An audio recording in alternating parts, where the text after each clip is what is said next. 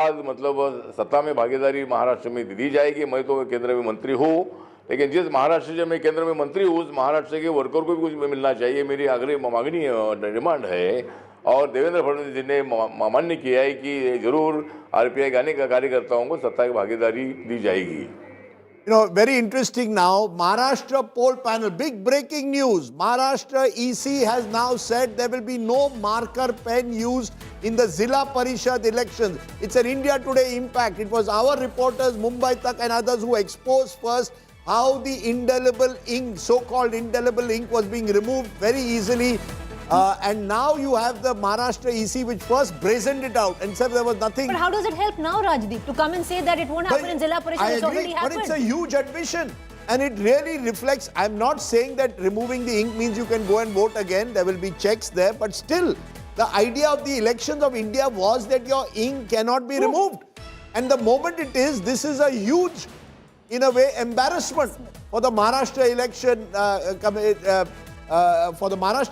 Commission, and of course the National Election Commission should also have to answer. Now this will be used by the opposition. Gives them confidence to say it's a compromised election. You know, that's unfortunate again, because as I said, it doesn't mean that you do duplicate voting if you remove the ink, but clearly, why do you need marker pens? They say that we use marker pens since 2011. That's no excuse. You have to test it out before every elections. It's an embarrassment. The other not so embarrassing story, the BJP now has crossed 50 plus in early trends. UBT and MNS are at 31. So 52 is playing 31 now. We are now in the second round of the wards. 46 now will become 92 trends we will get.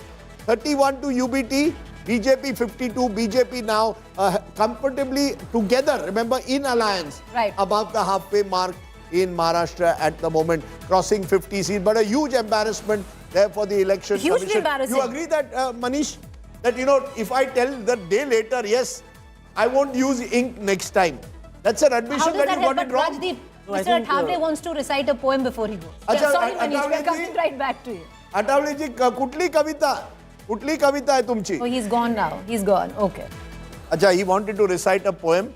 But you know, I'll give you the story. All of these guys were the Dalit Panthers of the 1970s. Young, aggressive, assertive, pushing the Dalit identity. Look at where all of them are. One person aligns Prakash Ambedkar with Congress, Ramdas Athawade with BJP.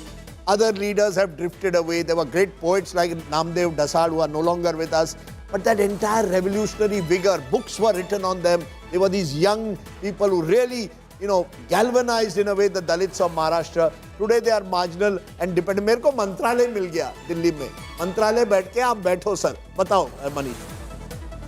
Commission needs to come clear on this aspect very clearly. But you know, this vote chori campaign, please look at the arithmetic of, which was visible to any political analyst, any politician, that MVA, if it had come together, could have posed a very serious challenge to the BJP plus Shinde Sena. So Congress needs to explain, or even UBT needs to explain that why didn't they come together. They saw the results in 2024 Lok Sabha and also saw in Vidhan Sabha. So what stopped them? So it's very easy for even Rahul Gandhi to say, you know, it is really vote chori. But I think they also they have to set their own house in order. No, nobody's denying they have to set their own house in order. You know, that is away from everything else. But this is a question which is deeply embarrassing for the Election Commission, that you used marker pens, you were exposed, you tried to brazen it out, and then ultimately you have admitted that in the upcoming Zilla Parishad polls, because right after this will be the round of Zilla Parishad polls which would be coming in, and you have admitted that the same marker, the pen, will not be used for the Zilla Parishad polls. Now, what it does... Yes, Rajat, you wanted to add to that. But I just wanted to say this, that you know, the state election commissions are almost like a parallel machine to the National Election Commission. You need to understand that their entire setup, the set of people who work inside the SEC is very different from the CEO office, which is reporting directly to the National Election Commission. But this doesn't do any service to the overall credibility of the election. Because the opposition, Rajat, will tie this together. You know, and this is not a new innovation that you are trying. It is already a sorted issue. How can you get this wrong? This is clearly the fault of the bureaucrats over there. I mean, it's not like the BJP is trying to construct a marker pen out there. No. This is the job of the SEC and people should be fired. The problem in the country is you do not fire the bureaucrats when the problem is because of Article 311. There is always this protection which is given by the Constitution that no matter what these bureaucrats do, you will always find some rule, get suspended for a few days and come back into power. Okay, why not the heads roll? Sure, I agree. And, you know, it is a very, very serious lapse on the part of the Election Commission there in Maharashtra. And as Rajat rightly said, heads must roll. I don't know which heads will roll politically. Avinash Adik, spokesperson, NCP, Ajit Pawar is there. I feel old every time I speak to him because I think your late father was a minister when I was a young reporter in Mumbai. And you are almost my age, so that makes me very old. Mr. Adik, not looking good for you either way. Pimpri Chinchwad also now. It is BJP all the way. Now this is a huge setback to Ajit Pawar. Yes, Ajit, I'll have to concede that these numbers are not what we were expecting. And it is a matter of huge concern. Now, Rajat, who's sitting with you right there, was our advisor for some time. So Rajat knows the inside stories also, which he'll share with you when we're off camera. But we will be working on this. We will have to go back to the drawing board. I will not hesitate to say that these results are most unexpected. Pimpri Chinchwad and Pune, we were banking on very heavily because Dada had put in all his efforts there. But congratulations to the BJP. After all, it's a Mahayuti alliance partner. We are a firm partner of the NDA and we are in the government in the state. So we'll have to relook at how to make sure that our cadres are really made to work and connect with the people. Because Mr. Radik, you're saying you're a firm partner of the NDA, but what's your use? You know, to put it very crudely, where the NDA is concerned. Does the BJP really need you anymore where you've lost relevance in your biggest stronghold? No, Preeti, what happens is, before the self-body elections began, we had made amply clear that we want to contest as a Mahayuti, but then that didn't happen. We had to go our ways. Now, the BJP has proven that they are doing something which is giving them the right numbers. We'll have to relook at what we are doing. We have to deploy ourselves more correctly. Do you admit, Mr. Radik, that this is a larger question on brand Pawar? What is the relevance of the name Pawar in the region that you're doing so badly in, which was your strongest hold? No, I don't think it's a reflection on what Ajit Dada is all about. We have to make sure that the people who rally around him, they have to get their act together. We'll introspect the whole issue. And I'm sure that in the days to come, we will improve because now we are heading into the Zilla Parishad Panchayat Samiti polls. So we're not going to let our shoulders sag. We have 12 district elections announced. Ajit Dada has already got into campaign mode there. But we will look into the details of what went wrong, especially in Pune and Pimpri Chinchwad. Shweta Shalini, you know, this entire controversy at the moment over indelible ink now has acquired an entirely new dimension with the EC now saying, or the Maharashtra State Commission saying, we'll now not use marker pens. But that's, after, you know, it's like trying to shut the door after the horse has bolted. The truth of the matter is, does it cast a shadow, you believe, over the elections? Or you believe that because EC says there can be no duplicate voting, all these charges of vote chori are fictitious? Rajdeep, I've been here for some time and I think I need to take all the points one by one. First and foremost, I've heard you talking to Ramdas ji and various other people on your panel and continuously saying that BJP has been trying to, minimalize these smaller parties. Now, one of the things that I want to remind you, it is the people. We live in a largest and strongest democracy. We work towards this, and that's the reason why you need to understand that it is the people who decide. And what people have voted for is the ideology, it is the work, and it is what is being visible in the form of Devendra Fadnavis and his vision. Now, having said that, let's come back to one by one. I also want to talk about PCMC and Pune. If you actually look at PCMC and Pune, our natural alliance, and BJP has always said this, our natural alliance is the ideological Shiv Sena, which is Eknath ji's Shiv Sena. And in Pimpri Chinchwad, we have specifically spoken about the metro, the AIMS which has come by, the IIM in Pimpri Chinchwad which is coming. And I think personally, this is exactly the confidence that the people have shown on us. This triple engine is what people are voting for continuously. And that's one of the reasons why you saw neither Sharad Pawar ji or Rahul Gandhi actually come down on the streets. And as far as the Thackeray brothers is concerned, they planned 4 rallies, out of which 1 rally, MNS also did not appear. And on the other hand, Devendra Fadnavis ji has done 37 rallies. Coming to the Election Commission, Election Commission is an independent organization. It have our Chief Minister has clearly said that if they are wrong, they better correct it. But we are time and again saying, my ink, I voted yesterday, my ink stays.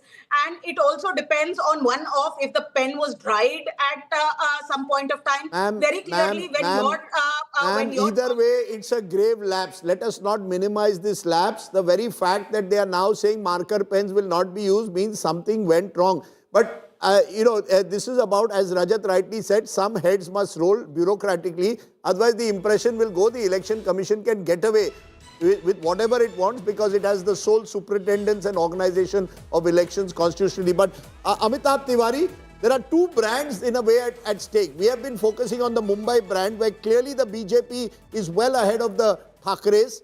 But in Pune, it's well ahead of the Pawars. It's ahead even in Pimpri Chinchwad. Does that mean that the Pawar brand also will now take a major hit? No, essentially, if you see the downslide or the slide in NCP's performance started from 2017, where the BJP won big in both Pimpri and Pune. And even in the Vidhan Sabha elections, if you see, since NCP, Ajit Pawar was part of the alliance, it did not get the majority of the seats to fight in Pune and Pimpri Chinchwad. The majority of the Vidhan Sabha seats were fought by BJP. I think they have only 1 or 2 MLAs in Pune and just 1 out of 3 in Pimpri. So they already conceded space to the BJP in these urban pockets in the Vidhan Sabha election. Now, when you come out of the alliance and contest as the main opposition parties, the voters are confused because they see Ajit Pawar as being part of the alliance and being a deputy chief minister in the Mahayuti government. So it creates a confusion in the mind of the voters. The voters have already shifted to BJP in the Vidhan Sabha election and they see it largely as a local play. And we are also seeing, Amitabh, to take your point to Krishna Hegde, even the Eknath Shinde group, Mr. Hegde, your party, is also struggling to keep pace with the BJP. Kalyan Dombivli, where the MP is his son Shrikant Shinde, BJP is leading in 17 and your party in 9. And here there have been clashes between the supporters over a tussle for supremacy. So except for Thane, where of course you are leading at the moment, in other places the BJP is ahead of you. So you are also now very much a junior partner. BJP in the last 15 months has ensured baki aap log sab junior ho gaye, hum senior. No, I wouldn't go with that point of view. I would say that the Mahayuti is intact. We are working as one cohesive unit. Devendra Fadnavis ji and Eknath Shinde ji have campaigned extensively throughout Maharashtra. Now, these are local body elections. Mr. Hegde, now you know cricket better. Let's play with a straight bat. Truth of the matter is, do you accept that Devendra Fadnavis and BJP now are party number 1 and leader number 1? Because before Vidhan Sabha, Eknath Shinde wanted to be chief minister. Exactly. Now, apna chief minister ka sapna bhul jao. Only Deva Bhau. No, we never had any sapna for chief ministership. Even the last time around, Bharatiya Janata Party was a larger party than us, and Eknath Shinde ji became the chief minister.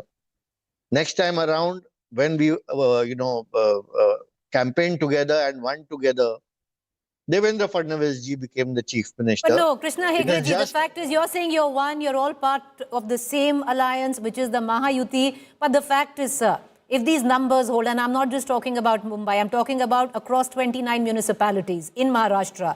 One thing is clear, the terms of engagement between your party and your ally BJP would have changed forever. and you will have to admit you will be the junior partner, you will have to give the mayor's chair to the BJP. Everything changes from here on. It is that tectonic shift which might affect the Thackerays and even the Pawars, but it affects you as much. So we are never saying that we are the senior partner in the alliance. We admit that Bharatiya Janata Party is the elder brother in the alliance as of now, and not only are they are a bigger brother here, but they are the number one party in India. They are possibly the highest cadre in the world among all parties. If you look at it universally. So where are we ever arguing or making a claim that we are a bigger brother compared to the Bharatiya Janata Party? And Devendra Fadnavis ji, Eknath Shinde ji are working together. Earlier in the last government, Eknath Shinde ji was the pilot, Devendra ji was the co-pilot. This time they have turned it around. Devendra ji is the pilot and Eknath Shinde ji is the co-pilot. But we are flying the airline. That's the most important thing. Oh, so at least you are admitting that Devendra ji is the pilot and you are the co-pilot. I hope that one day doesn't come where you are out of the cockpit altogether. And there's a new co-pilot. No, not at all. अभी धीरे-धीरे वो भी दिन आएगा कि cockpit से बाहर चलो. नहीं, ऐसा नहीं होगा. No, that's right. And in Navi Mumbai, you see, when I look at the results across, clearly it shows that even except for Thane, where Shiv Sena, your party is ahead of the BJP, in all other places, Sambhaji Nagar, good example, Aurangabad, or formerly Aurangabad, BJP leading in 18, Shiv Sena in 11. So it's everywhere the BJP is now the senior partner. You are reduced to the junior partner. You are happy with that? The silver lining, Rajdeep, is Navi Mumbai, where there is a neck-and-neck fight, 29-29 each. Rajdeep bhai, if I talk with the straight bat, I will say the Mahayuti is on number 1, number 2 and number 3. And the opposition is on 4, 5, 6 and 7. And that's why we are very happy that the Mahayuti is right on top. Okay, to answer your Navi Mumbai question, the reason for that is Ganesh Naik, who was the dominant leader of Navi Mumbai from the NCP, switched to the BJP. He controls it. You see, Maharashtra has been divided between these satraps. Somebody in charge of Kalyan, Dombivli, Thane, which was Eknath Shinde for a long time. Ganesh Naik was in charge of Navi Mumbai. Ajit Pawar saw Pimpri Chinswad as his bastion. All of that is now slowly cracking apart, because the BJP is becoming the dominant force. And I think that is a major change in Maharashtra. Can I ask you a question? Yes, someone who's followed Maharashtra politics. Dyed in the wool, I don't dye my hair. Okay, you don't dye your hair. Okay. Maharashtra politics and across the... Okay, yes, you don't. Yes, he doesn't dye his hair. And you can see it, he doesn't dye his hair. And across the country. Do you see this with what has played out in the span of 2017, the last 8 years to now, a cautionary tale for certain regional parties in other parts of the country where the BJP is tying up with? No, you see, it's very simple. The BJP is a pan-India party. And every regional, over the years, the BJP, for example, in Assam, the Assam Gana Parishad has slowly been pushed to the margins. Exactly. Rajat will know more. Is it a cautionary tale? It is a... Look at... I'll give you an example of another of my home states, Goa.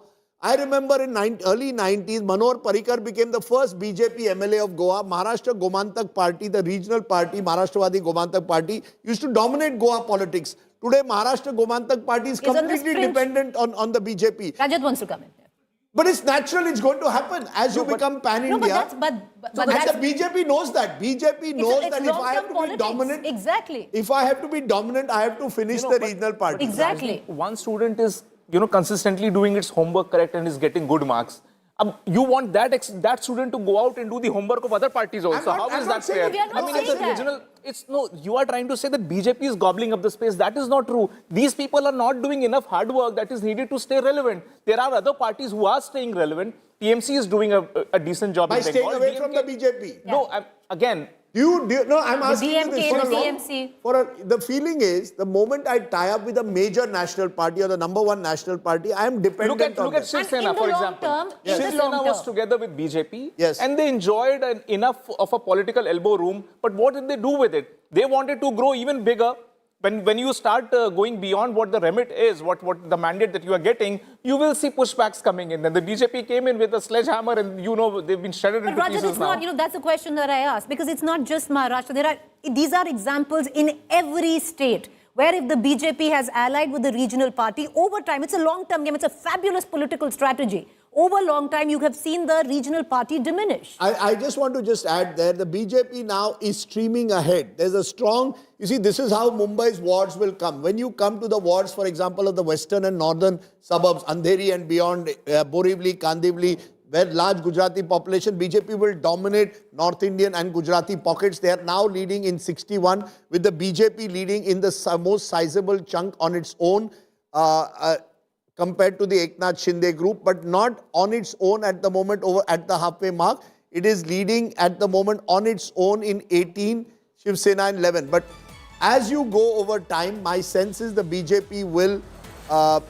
alliance will certainly be over 114. The only question now is, can BJP on its own cross a century? If they cross a century, it's a huge day for the BJP because it's the highest ever votes. And only two parties have ever done it. Only two parties have ever done it. And I think it only amplifies the larger point of the BJP becoming party number one. But maybe Amitabh Tiwari wants to pitch in on that. Is there a sense that as the BJP grows, Amitabh, the regional parties it allies with will automatically shrink? Or as Rajat says, they don't work hard enough, the regional parties, to expand their footprint?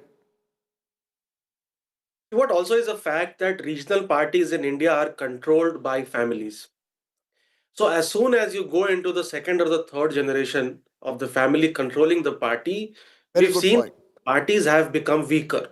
So Uddhav Thackeray or a Raja Sahab Thackeray do not enjoy the same charisma as Bala Sahab Thackeray used to. The same can be said for Ajit Pawar or a Supriya Sule. So while Rajat is right in the sense that these parties also, it's not only that BJP is gobbling up their space, it's also because these parties have not been able to hold on to their spaces, and this family control at the top, not letting other leaders grow in their parties, is also perhaps hampering growth of these parties. If you see, Shiv Sena was leading in 5 in 2017. Mumbai, Thane, Kalyan, Ahmednagar and Aurangabad.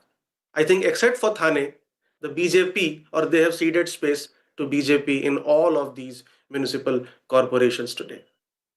And more good news coming for the BJP is from Nagpur, of course, the home of Devendra Fadnavis, home of Nitin Gadkari. Again, a sweep for the BJP in Nagpur. So, Shweta Shalini, you can smile all the way. Except for a couple of pockets like Ichal Karanji, I don't see out of the 29 municipal corporations, maybe 4 or 5 at best are going against you. So, you can have a very, very wide smile. Yes, we are smiling already, and not 20 plus, but we are looking at a 25 plus strike rate. I think it is. If you actually look at December onwards, the local municipal elections saw a strike rate of 63%, and I think that is exactly what is happening here as well. And Rajdeep, just wanted to remind you, alliances are like marriage. I'm sure you are married for a long time. You think your wife is a senior partner in a marriage, or you are the junior partner in the marriage? There are no seniors and juniors in an alliance. Rajdeep has a very clear take on that. In a corporate, I'm marginal. I'm marginal. I'm supporting from the outside. I'm like a coalition partner, madam, supporting from outside. I support from outside. Whatever the big party does, I accept. I'm like Ramdas Athawale. As long as I'm a minister. In a corporate partnership, the more we look at the corporate partnership, it is more like equity. And in this partnership and in this alliance, our equity is our karyakartas. Okay. And Shweta Shalini, smile a bit. Look at, smile a bit. Celebrations have already started in various parts of Maharashtra. We'll give you something more to smile about. BJP is celebrating, and they have every reason to celebrate. And I would think if this win is scripted, Rajdeep, and maybe you'd want to reflect on that, and Rajat can come in, this is Devendra Fadnavis' moment. Because I think it's... Okay. Oh, Manish would want to come in. Sorry, Manish. Go ahead. Very important point about BMC elections was that it was seen as a fight or a contest between Hindutva forces and the Marathi identity. And I think, but it was not, they were exclusivist. I think what you have essentially seen in these elections and with these results are that Hindutva really brought the Marathi Manus under their own tent, and now we are seeing exactly the results in favor of the BJP and the Shinde Sena. It's come full circle where Uddhav Thackeray is concerned. There is serious introspection. The Thackeray brand needs to seriously reinvent if these are the numbers. But Rajdeep, if these numbers hold, and now they're seeming to be holding, we can say that this is Devendra Fadnavis's moment. You know, we need to take a moment to reflect on Devendra Fadnavis, of him stitching together this kind of win, and an emphatic win across 29 municipalities. Look at how politics has changed. You mentioned 2017. Devendra Fadnavis then had a setback in 2019 when he became the most short-lived Chief Minister of Maharashtra. Within a week of becoming Chief Minister, his government fell. And I think since then, he's been waiting for a moment where he can establish his dominance. This performance will be seen as dominant. You see, it's one thing to win on the back of your allies. This victory is not on the back of your allies. This victory is the BJP asserting itself as the party number one and others dependent on it. And Devendra Fadnavis, as I said, consciously has made this election about himself in a way. You didn't see Modi campaigning, no Amit Shah, no Yogi Adityanath. Devendra Fadnavis has been the dominant figure. So if these numbers hold, you're quite right. This would be a major victory for Devendra Fadnavis, and his political graph would only grow higher. A Brahmin, a Maharashtrian, and you know, so much was said about what is the quintessential Marathi Manus. For him, he's also Marathi. Is he the new Marathi Manus, which is aspirational, Rajdeep, who looks very differently at what is Marathi Asmita? Yes, I think so. I think, you know, look, he comes from I think there's a generational shift also taking place in Maharashtra. You've got a 55-year-old who doesn't belong to the Pawar age. You see, Sharad Pawar dominated Maharashtra politics in whatever fashion for 25, 30 years. I think we have come out of that Pawar Thackeray age today. I think that's an important point. The yug of the Pawar and Thackerays is being replaced by, I hesitate to say, a BJP yug. I won't say Fadnavis yug, but a BJP era. What implications that will have? Will the opposition now realize the desperate need to consolidate further, like they did with the MVA, and remember, won in the Lok Sabha of 2024 as a result? These are all straws in the wind. I don't think the last act has been played out, but this scene has been won comprehensively by Devendra Fadnavis. And this scene has also been stitched together, viewers. And let's take it back, and Rajat wants to come in. All the way from 2017, Rajat, you know, of what we are seeing today, what we are witnessing today, has been in place in the work since 2017. Well, if you remember, when Devendra Fadnavis, though the election results came the BJP and the Shiv Sena way, he was still forced to sit in the opposition. He made this famous line in Hindi as the leader of opposition, कि मेरा पानी उतरता देख घर मत बसा लेना. You're right. मैं समंदर हूँ वापस जरूर आऊँगा. And what a way to rise and rise up. Election after election. We've seen in an assembly election the kind of record mandate that the BJP got because they clearly saw one man, walking the talk of the ideology, which is very important. And this is where, all other parties stand in sharp contrast with the BJP. He's a doer. He genuinely feels that Maharashtra should go up to the levels which was expected out of that. It was one of the most industrialized state at one point, but it kept decaying because of these, shoddy politics, because of these regional satraps trying to do away with core governance issues. Now he is back. And on the other side, you were talking about reinvention. Every politician will have to reinvent or they will be rendered useless. If you pick Shiv Sena, their name has Shiv inside it, and you want to be a Muslim party. That doesn't work. Fair point. I don't think they want to be a Muslim party. I think that's an unfair comment. How can you call them a Muslim party? Are you saying that if I try to reach out to voters, are we saying BJP is a Hindu party then? You see, because that's the danger. No, BJP is very clear. They are like, see, we remain a Hindu party. We want to be culturally there. People who want to join this bandwagon of a cultural Hindutva, they can join the bandwagon, including Muslims. I want to bring in... But these people, they don't want... See, just for the opportunistic politics that you want a vote share, because without that vote bank, you cannot build up a narrative. That is where the policy is. I want to bring in Amitabh Tiwari. And Amitabh Tiwari, I want to circle back and I want to come again, because we've spoken so much at length about the Pawars with the Thackeраys. But take a moment, Amitabh Tiwari, to reflect on somebody like a Devendra Fadnavis and what this moment actually means for him. Now it's all coming together because these leads are forming up. In all probabilities, we are looking at a total Saffron sweep across 29. One or two aberrations here and there, but across 29 municipalities. And this was a time where you did not have the Prime Minister, you did not have a central leader on the ground where Maharashtra was concerned campaigning. It was Devendra Fadnavis. Yeah, so Devendra Fadnavis represents many facets.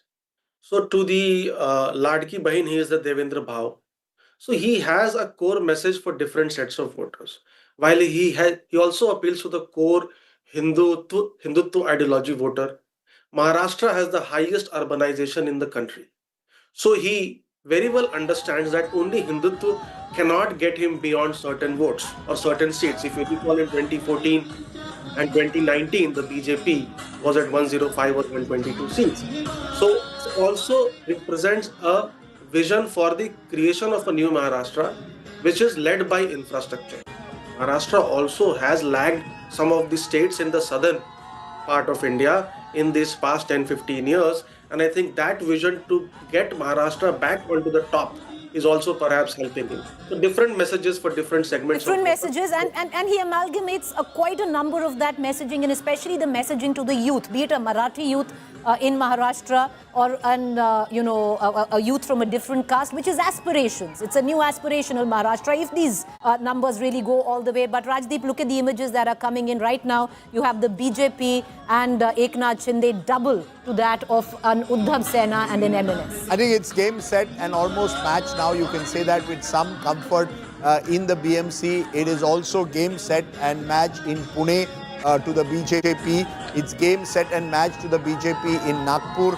And the BJP Shiv Sena alliance is well ahead in Aurangabad or Shambhaji Nagar. So the four biggest cities of Maharashtra, Nashik also, the numbers seem to suggest, interestingly, the BJP at the moment, the BJP-led alliance is ahead. So across the major cities of Maharashtra, you're seeing a Saffron surge. It is in line with what we saw in a little, sorry, I must correct myself. Nashik is a little, is turning out to be a close run race, because there, very interestingly, you had an anti-BJP front being created both with the NCP Congress as well as the MNS UBT. And together, if you see, they are a little ahead. 14 to the BJP, MVA plus MNS 9, SS plus NCP is 14. So they've come together to take on the BJP. India alliance in Nashik. You see, politics is arithmetic and chemistry. I think the opposition has got their arithmetic wrong across Maharashtra and the chemistry also wrong. And therefore, they need to go back to the drawing board. Nothing is permanent. But I think the BJP has worked at it consistently over a long period of time, and they're reaping the rewards for a decade of concentrated work. Ritwik Balekar, Rajdeep, our colleague, is at the BJP office. Ritwik, when we came to you an hour back, there was tepid silence. They wanted it to firm up the results. How are things looking like right now? Are celebrations on? What's going on?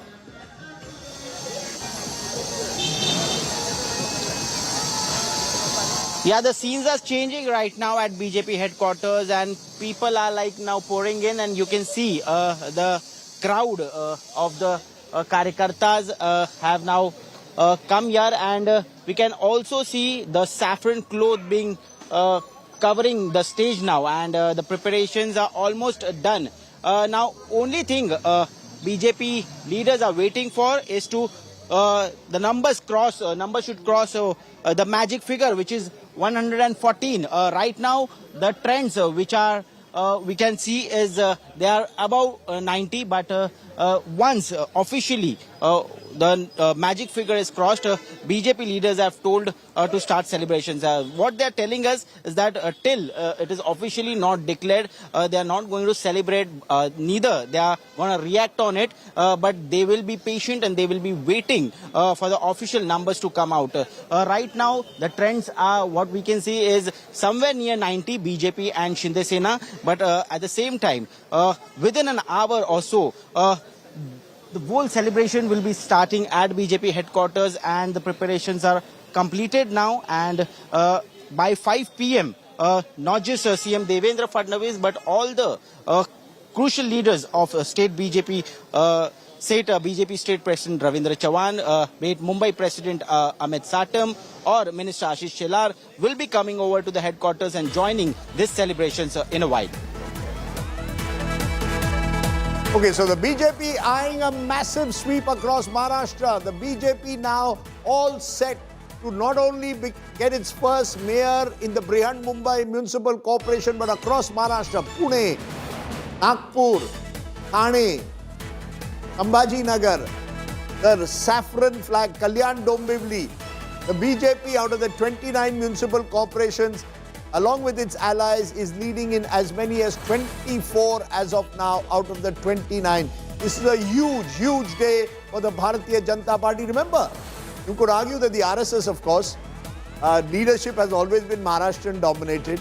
It always, Nagpur has been its citadel, but it never really grew in Maharashtra. Vidarbha was always Congress dominated. Marathwada would see an element of flux. The Congress was the dominant party of Western Maharashtra. Mumbai was Shiv Sena territory. All of that has changed today, Preeti. You've got a new picture of Maharashtra.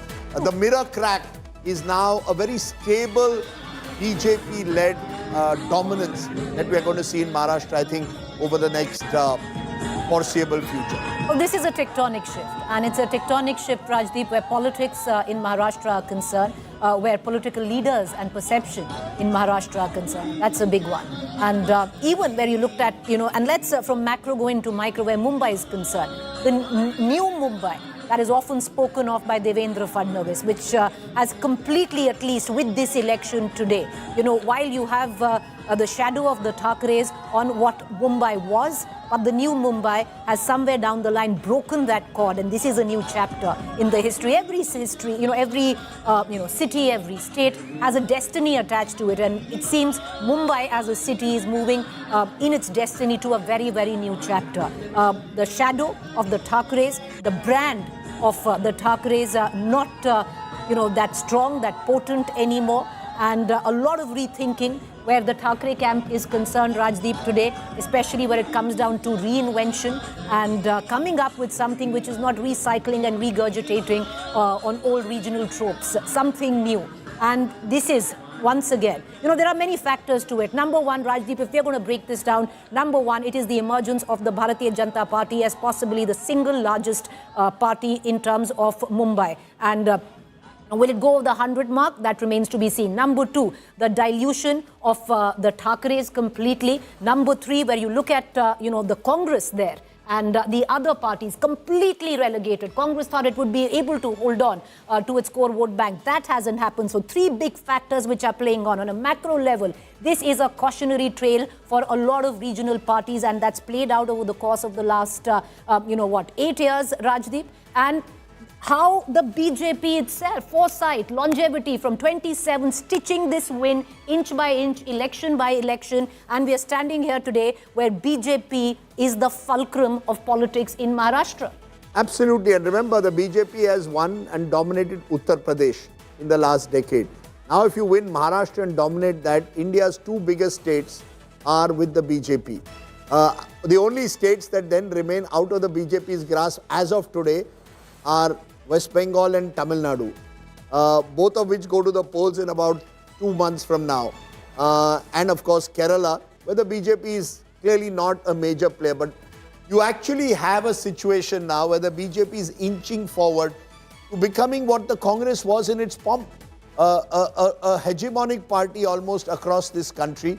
And all of this happening within 2 years, less than 2 years of the setback in the Lok Sabha.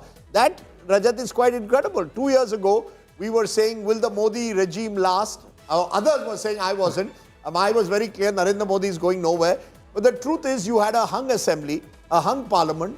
From there, you come in Maharashtra, where you won just 17 Lok Sabha seats. The other side won 31. So even there, in states where you did badly, you're regrouping. So from a national picture, the opposition will feel extremely demoralized today. I mean, I used to say that if you look at the biggest cosmopolitans that India had, Delhi, Calcutta, Mumbai, Hyderabad, Bangalore, Chennai, BJP was not there in any of these city administrations. And Fair point. So, but over time, in just 2 years' time, we've seen that all of these big prominent cosmopolitans, of course, leaving Kolkata and Chennai aside, Hyderabad aside, it is still now inching towards trying to dominate these cosmopolitans also, because this is where the hardcore middle class But lives. do you think it's also the long game? Because what Rajdeep also said, with what Pramod Mahajan told him, that we are okay to take lesser seats, to build it brick by brick instead of, And it comes with a lot of responsibility. Now, if you own Delhi, all the three engines in Delhi, then people will question you on pollution. If similarly, if people in Mumbai, if there are issues there and you have triple engine over there, it comes with a lot of responsibility. And this is where the real test of Devendra Fadnavis as a chief minister would, and his ascendancy will also depend on how It's much spoken he's about able Devendra to Fadnavis. genuinely Rajdeep, one go more out and factor deliver. on the big takeaways. Of course, along with the Thackerays, the Pawar brand. The Pawar brand, is a brand which, as one of the guests pointed out, has been on the decline for a while. Sharad Pawar is 85. Yes. His primary hold was in Western Maharashtra.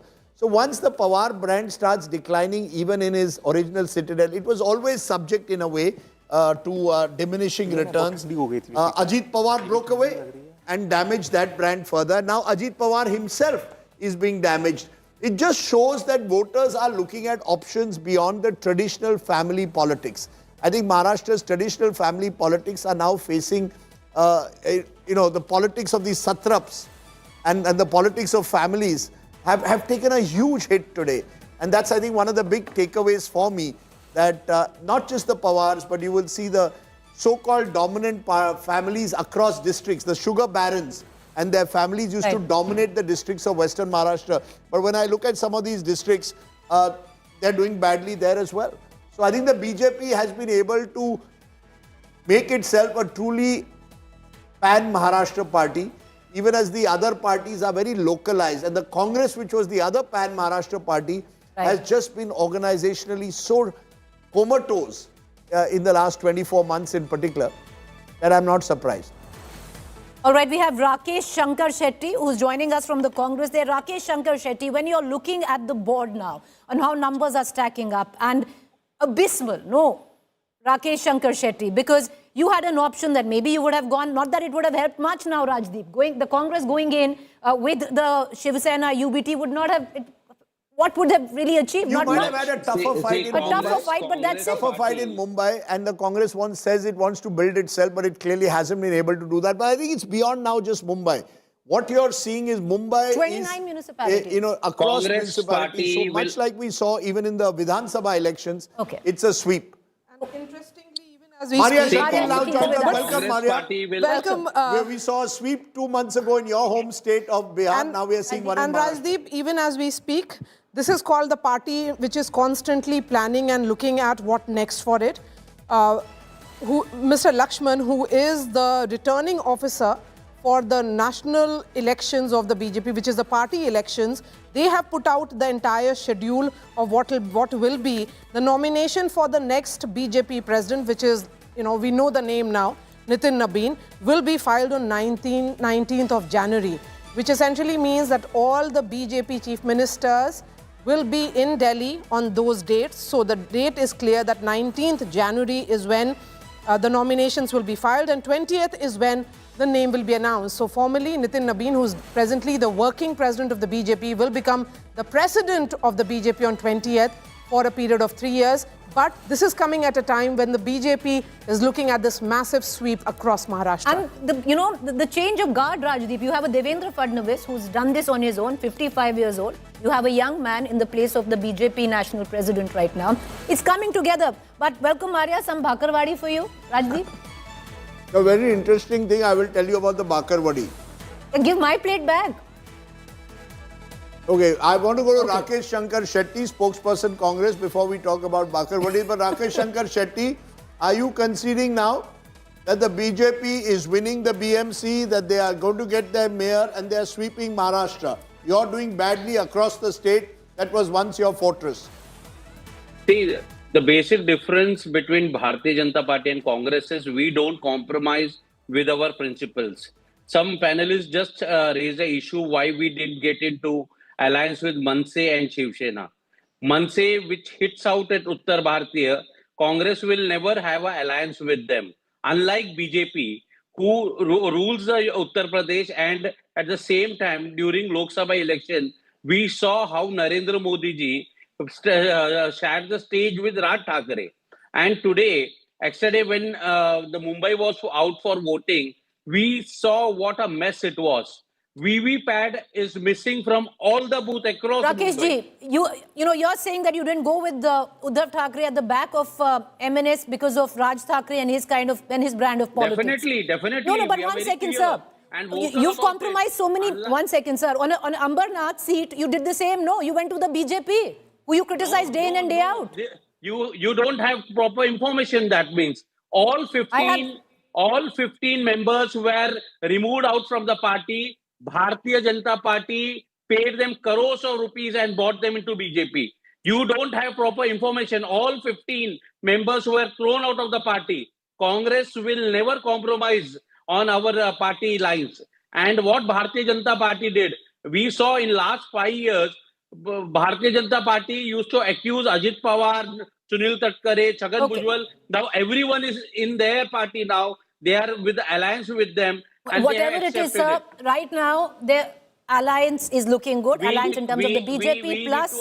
Okay, sir, the BJP plus Eknath Shinde is looking very, very good. The latest that we are getting in is, Rajdeep, you have BJP plus, which is BJP and MNS and Maria, that it's inching towards the 100 mark.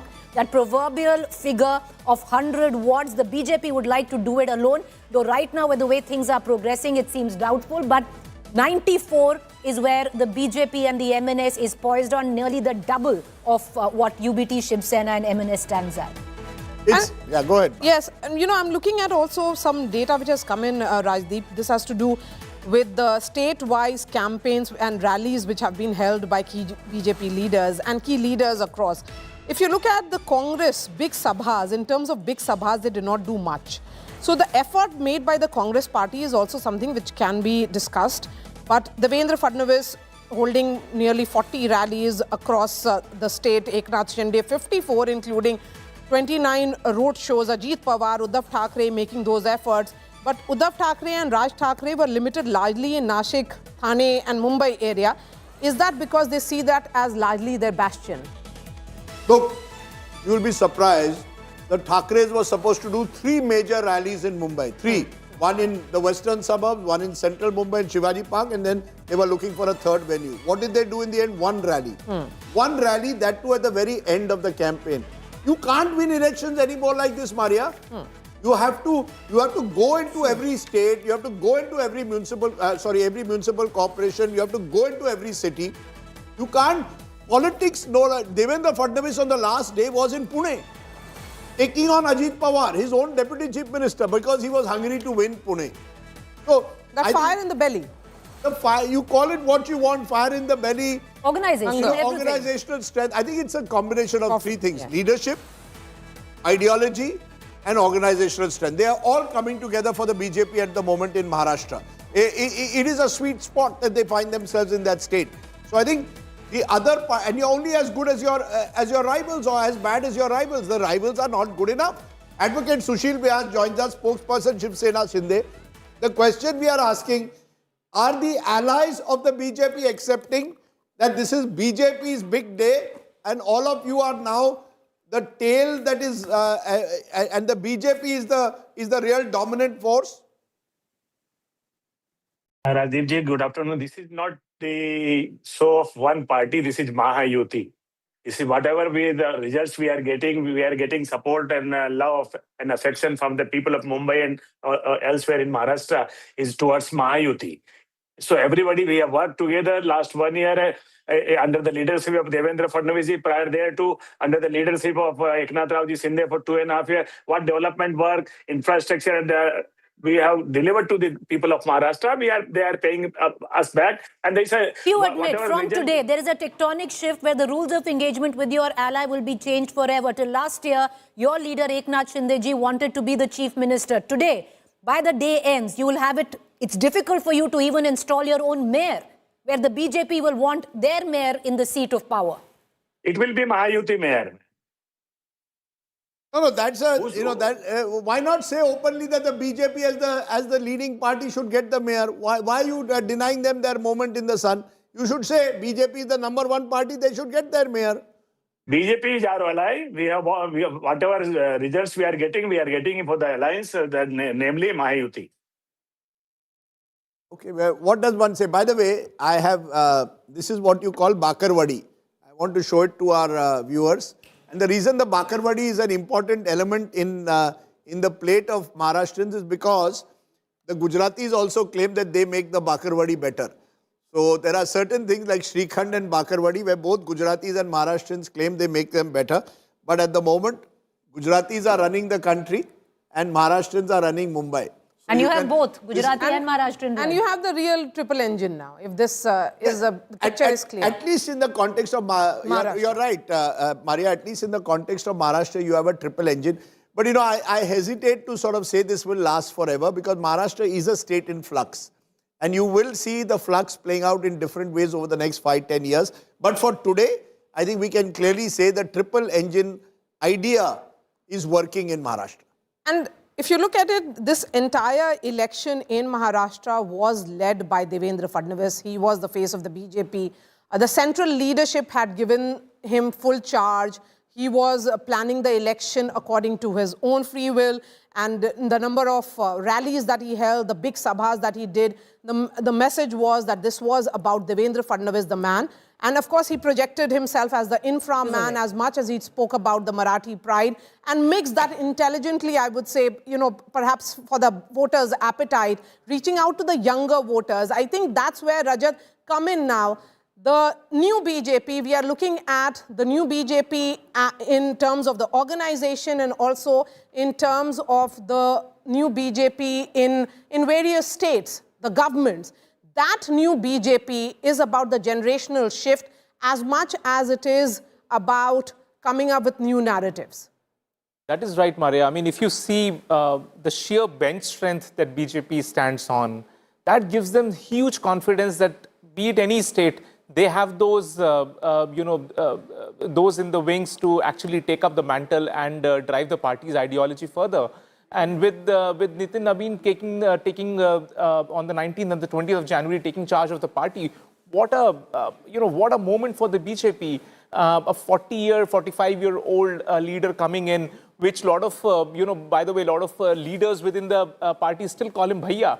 And still they have to now adjust to a level where they have to see him as the paramount leader of the BJP. That just shows the ease with which BJP is able to do these experiments, bring in the new leadership with absolutely no bloodbath anywhere. This is the power of ideology, and this is what I've been saying since morning, Rajdeep. Stands in sharp contrast with the other parties. Because, why is an Ajit Pawar struggling? And this goes back to Avinash Adik's point. The reason is that you are not able to hold on to the leaders that you have created. Why do they leave? Because you don't have a glue around which you can hold the people together. You keep on experimenting with your core ideology. And I mean, how can election vote chori be an ideology? It cannot be an ideology. Okay, interestingly, you can tactically. And Rajat, I was speaking to one of the senior Sangh members, and I asked that specific question regarding Nitin Nabin, why he. The answer was that, did all of you know when Nitin Gadkari became the party president? Rajdeep, he is from Maharashtra. When he became the party president, again, that was seen as an experiment. Venkaiah Naidu becoming the party president was seen as an experiment.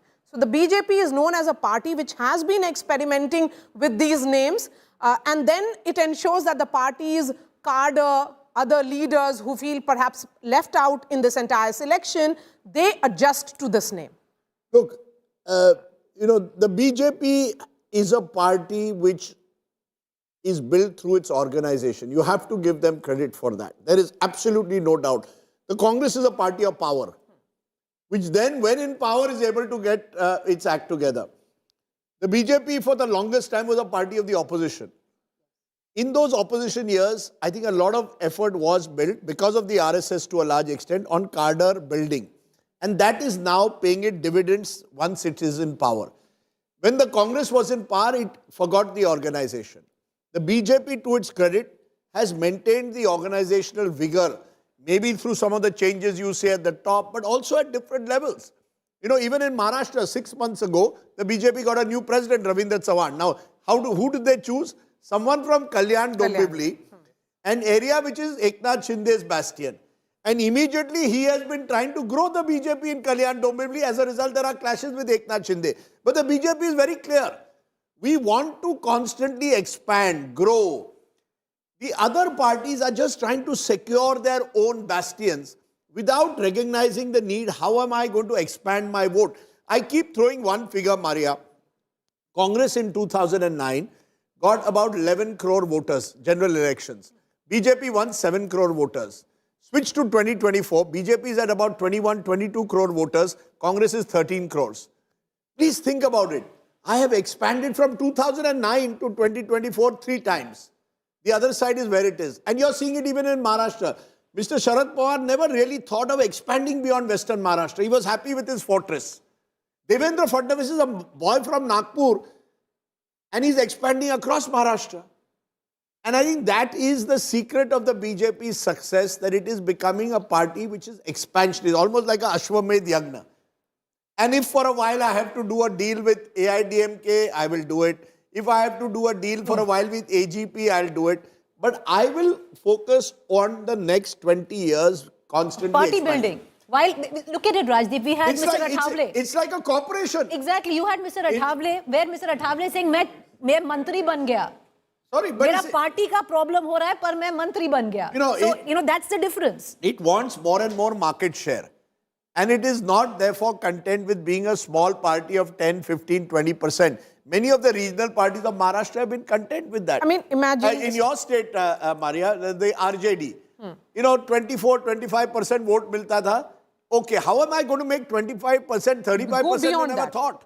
And unless you go beyond 35% when you're faced with a party like the BJP, you're not going to win elections. Similar to what Thackeray perhaps missed, that they have to go beyond the traditional Marathi voters, that they cannot continue to attack the North Indians and see them and build that narrative of polarization. But, when we look at this party, it's that the new party president who arrived, in Amit Shah in 2014 of December, Rajdeep, he started looking at Uttar Pradesh because he had been the general secretary in charge of Uttar Pradesh. You had interviewed him then. And thereafter, how it expanded. Beyond UP, they looked at the western part of India. Then they started looking at Odisha. Again, a bastion of Naveen Patnaik fell in 2024 Lok Sabha polls. Then they are now looking at Bengal. But, of course, it will be a different ball game. But this is a party which is constantly on the move and on the reinventing. Let's cut across. I mean, it also has umpteen resources. Yes, I keep putting that caveat. Yes. It also has institutional support. Makes a huge difference. Rajat, I'm not doing that as a dilute. I'm just saying that is also even when it was not in power, these ethos of an organization first approach was always there. So, I mean, how can you accuse them that they are in power and therefore they have the resources, so everything is... It all comes together. It benefits. It's not an accusation. The point is, look at Congress party where they are in power. Yes. Pick Telangana state and Karnataka state. Look at the party. It's completely in shambles there. The party always, Rajat, in terms of BJP, what we are seeing as someone who has cracked the party, perhaps tracked the party for long, that the party works as an extended arm of the government. That the message of the government is communicated through the cadre.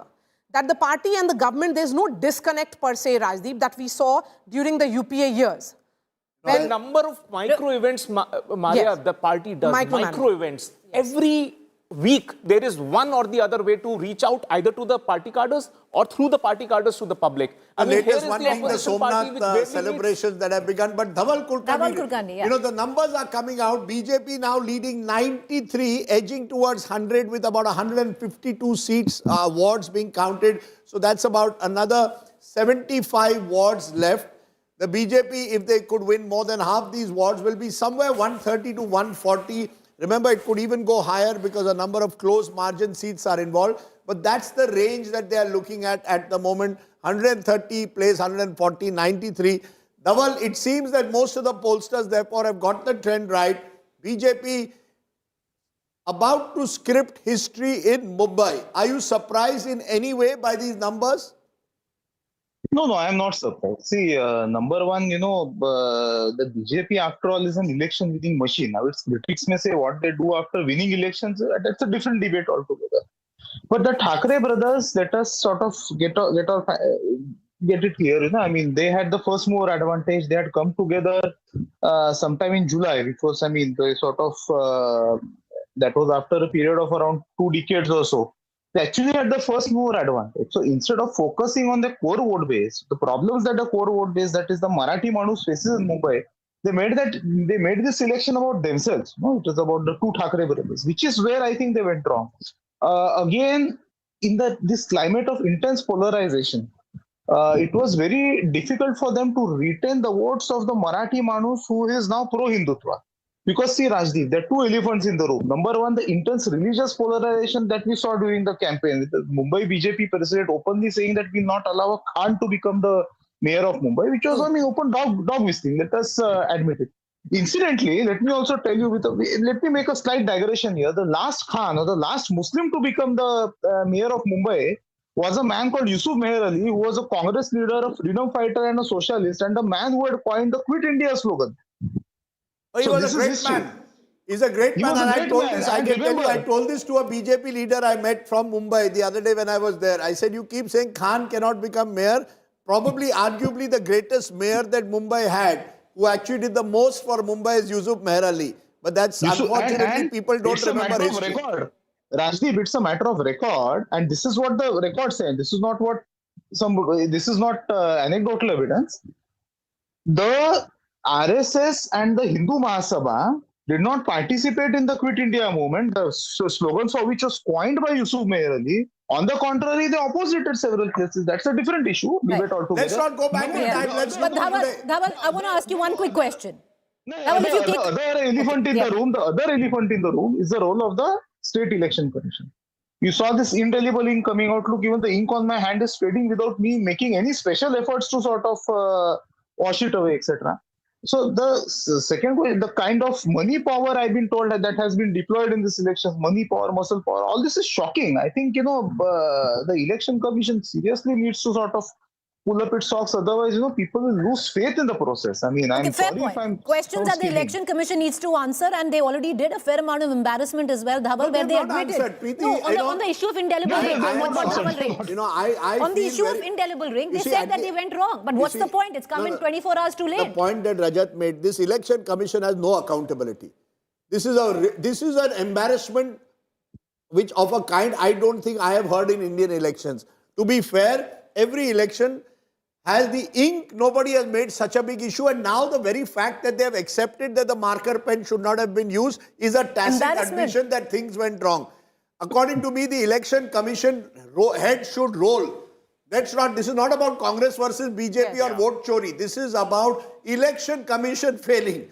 It does not mean the BJP would not have won. Sorry, I have got a cop, but go ahead. All right, okay, Dhaval, I want to ask you one. Credibility and sanctity. This is about the credibility and sanctity of the measure process. But what we are looking at now, Dhaval, you're looking across 29 municipalities, and what you're seeing is a clear Saffron sweep of sorts. If you had to, Dhaval, put in, looking at the numbers that are there are few things which are jumping out. Number one, BJP will script history in Mumbai. It will be the single largest party. Number two, the Thackeray brand now stands completely relegated and diluted and not as potent as what it was. Number three, even the brand Pawar right now, you're looking at Pimpri Chinchwad, you're looking at Pune, you're looking at its strongholds. Even brand Pawar is coming into question. You go into a macro picture which we were discussing, where the sheer fact, Dhaval, that you have from 2017 to now, 8-year period, how the BJP has scripted inch by inch, one election by the other of the win that we see today across 29 municipalities. Also a cautionary tale where regional parties are concerned, regional outfits are concerned.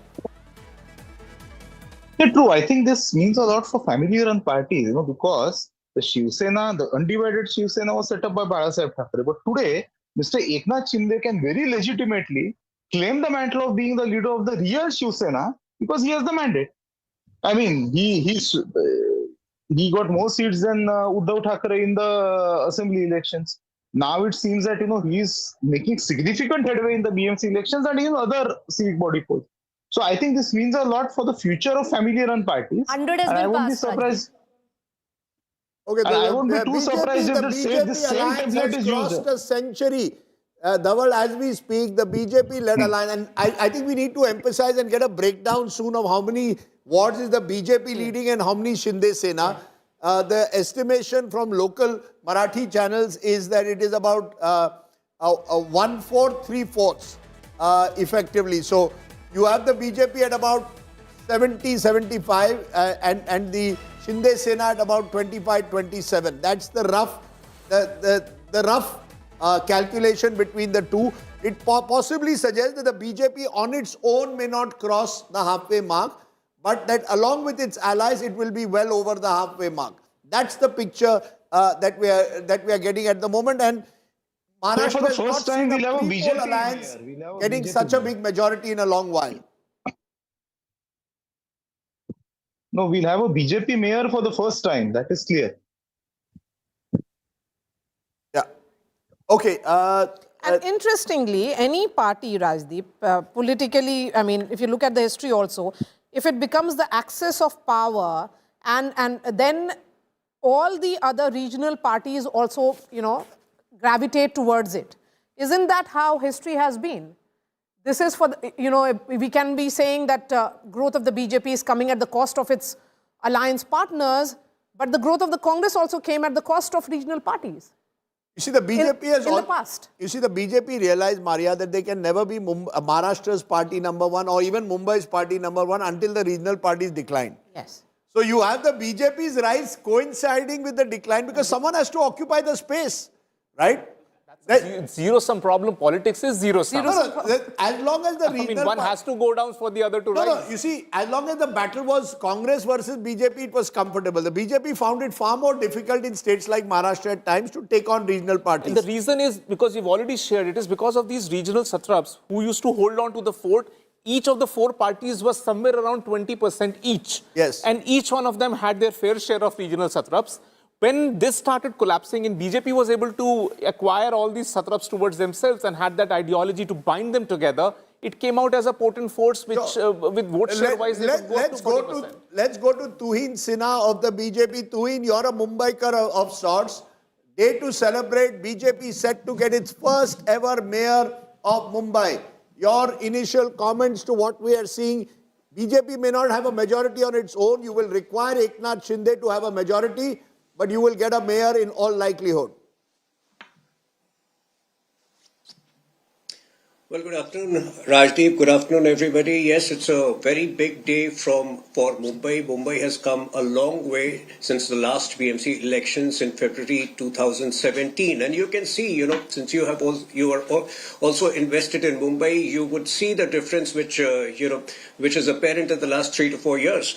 Now, a BMC mayor was obviously an unfinished agenda, an unfinished dream, which we had wanted for a very long period of time. But overall, if you look at the election results, two things are very clear. A triple engine sarkar, not only in Mumbai, but across Maharashtra. And number two, even though we have believed since 2022 that the right inheritor of Balasaheb Thackeray's legacy is Eknath Shinde ji, many did not believe, but I think the results are a reiteration of the fact that the right inheritor of Balasaheb Thackeray's legacy is certainly not the existing Thackeray brothers. The way they spewed venom against Biharis, against the way to look at it is that the relevance of brand Thackeray is not as potent anymore.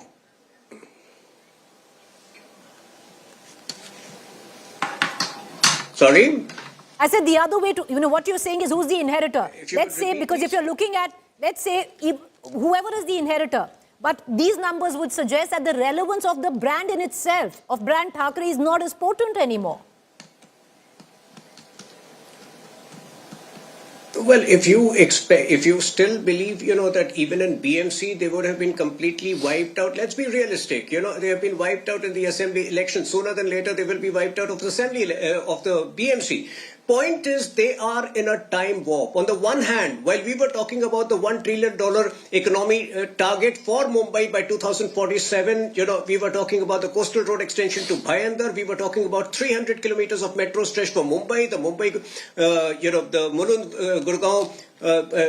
Goregaon road, the tunnels which we are planning across Mumbai. All that they were doing was spewing venom against some community or the other. And I think this politics of hate, this politics of regressive ideas has been rejected. Do you believe, would Rajdeep believe on your show today? I'm asking Rajdeep a very straight and pointed question. Does Rajdeep believe that this was the last election for Marathi Manus in Mumbai? Do you believe that, Rajdeep? Look, I am very clear. Was this actually the last election? No, 1 minute. Marathi Manus has his place in Mumbai and must get his place in Mumbai. But that Marathi Manus' place, that Marathi Manus identity cannot be by calling someone lungi. It cannot, let me finish. It cannot be by calling a South Indian lungi pungi or bashing up North Indians because they don't know Marathi. That is unacceptable to me. The Marathi Manus, like everyone else in Mumbai, needs a job, needs opportunities, needs aspiration. I also object to in Sinha when a BJP leader says, "Hum aayenge sarkar mein to koi Khan nahi banega mayor." I have problems with those who talk that language. I have problems with those who talk lungi pungi. Now you answer. You have a problem with one kind of politics. Do you object when your leader comes and says, "Hamare Raj mein koi Khan nahi banega mayor"? I have a problem with all those who speak this language of divide and rule. You know, no. So, first of all, you've taken an objective stand. I appreciate that. Marathi Manus needs to have his place in Mumbai. We absolutely agree. We absolutely agree with that. And that is the reason Devendra Fadnavis ji went out of the way to reiterate, to emphasize that the mayor of Mumbai will be a Hindu from the Marathi community. Unfortunately, the Uddhav Sena did not do that. But when it comes to decorum of language, yes, that needs to be maintained and everybody should maintain that decorum of language. To him, congratulations. We have vada pavs in the studio, Raj. Where do you get the best vada pav in Mumbai? Kirti College. You must come to Kirti College. I'm getting this. But I'll tell you one thing. Very interesting result is coming from Malegaon. Malegaon is one of the few Muslim-dominated municipal corporations. Guess which party is leading? Take a guess. It's a party newly formed called an Islam party. So they're looking at their own this is a breakaway from the AIMIM and Congress leaders there. And they are leading in 22 seats. So actually, the Congress in particular, Mr. Shetty, even the Muslim vote is slowly deserting you and looking at options. This is the problem with the Congress. You have no base vote left. Every other party in Maharashtra has some base vote. You have no base vote left in Maharashtra, state that you dominated. How can you? One thing was Uttar Pradesh and Bihar where you declined. Now you have declined in your last fortress. Let me just remind you, Rajdeep, during the Lok Sabha election, out of 48 seats, Congress and Alliance had won 31. This same Devendra Fadnavis have come down to 17. And Narendra Modi ji, who planned for 400 par, came down to 240. So this dynamics will change election after election. So nothing is permanent in politics. And well as Shetty, the argument is you're so hung up on what happened in Lok Sabha that you let the Vidhan Sabha go and now look at what's happened now. Let me just complete, please. You didn't interrupt the Bharatiya Janata Party spokesperson. My apologies. Now we need to understand. Now we need to even question the Bharatiya Janata Party, how all these elections were conducted. You didn't question the Bharatiya Janata Party when they did an alliance with MIM. You didn't question the Bharatiya Janata Party when they bought 15 Congress members. That's incorrect, we did. That's incorrect, because we did. Let me complete, ma'am. You don't interrupt when BJP spokesperson talks. Okay, third thing, you are having a vada pav, I can see that. Now, at least you will not interrupt me. Now, very importantly, we need to ask the election commission why VVPAD was missing in all the polling booths. Secondly, why this new technology of why the marker was used during this voting process. And thirdly, the marker has been used since 2011. We must correct that. Marker has been used in local elections in 2011. Something went wrong clearly in this time. Nobody is denying that something went wrong. Rajdeep ji, I myself was a MLA candidate from Mulund constituency. So I know the thing. Please don't tell us what was used. Marker started in this BMC election. First time we are looking at this marker and which could be easily removed out. And bogus voting in every ward was found because when our people went in, polling agents were inside and we found that already the voting happened. Even after having valid IDs, they were denied the right of vote.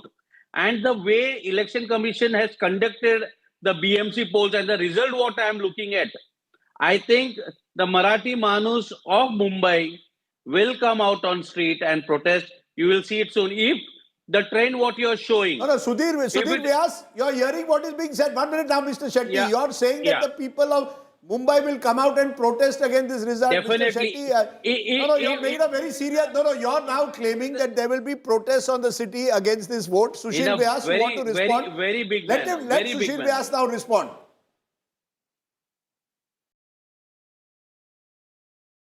You're on mute, sir. You're on mute. You're on mute. Rajdeep ji, on the contrary, you will see that late in the evening today there will be a great celebration of a victory of Mahayuti all over Mumbai and elsewhere in Maharashtra also. But what my dear friend Rakesh Shetty ji was saying, he is a bit confused. Assembly elections are held by Election Commission of India, whereas these elections are State Election Commission. The rules are different, procedures are different. And the marker, as you rightly said, was 2011. The circular is there, 15 November 2011, 28 November 2011, circular was issued. That marker will be used in local body election. And if you don't know that, on these present elections also, September 2025, there was a handbook which was uploaded on the State Election Commissioner's site, which says that on page 14, the marker pen will be used for marking. So please, if you people don't study, you people don't go through the procedure, you don't know the procedure. Mr. Vyas, that is not an excuse. That cannot be an excuse. This election commission in Maharashtra has much to answer for. Please don't make an excuse for them. This is unacceptable. Why the change? This is 1 minute, Mr. Shetty now. Let him, Tuhin Sinha, it is not about, I repeat, this marker pen controversy is not about BJP versus or vote chori. It is about the failure of the election commission to conduct the election properly. They should be ashamed. They should be accountable for it. You should be calling for their accountability, irrespective of whichever party. Rajdeep, How can a marker pen disappear like this? You know, Rajdeep, while the Congress has not been consistent in its excuses, first from EVM tampering to vote chori to these marker pens, at least you should be consistent, because you just said that in 2011 also marker pens were used. So, it's not as if they were used suddenly yesterday. They have been used over a long period of time. It has been used since 2011, but this time there is a problem of course, with them. Of course, and that is why the election commission is responsive. That is why a decision has been taken not to use it in future. But I think for the Congress party and for a section of media to be taken seriously, they should be more consistent in the excuses they manufacture. First it was one second, Tuhin. I understand the defense that you make of your party, and you're supposed to do so. Why make a defense? Why defend the election commission here? Why defend the election commission? The fact is, somebody did clearly. I'm not defending the election commission at all. I'm saying there was an issue where the ink from the markers was indelible. Should be. Make your point, sir. So I'm not defending the election commission at all. I'm saying the election commission should be responsive to complaints, to suggestions, to excuses, and they have shown their responsiveness today by taking a decision that marker pens will henceforth not be used. But the point is, what was it used yesterday for the first time? No. There are umpteen precedents of the marker pen having been used in the past. There are elections which we have also lost with the marker pens. Did we complain? Earlier on, they were not being able to be removed. Okay, let me just bring you the big picture of Maharashtra. Let's go corporation by corporation. Mumbai clear. BJP will get its first mayor of Mumbai, and the BJP Shiv Sena alliance will form the government. Its only question is, can the BJP on its own approach 100?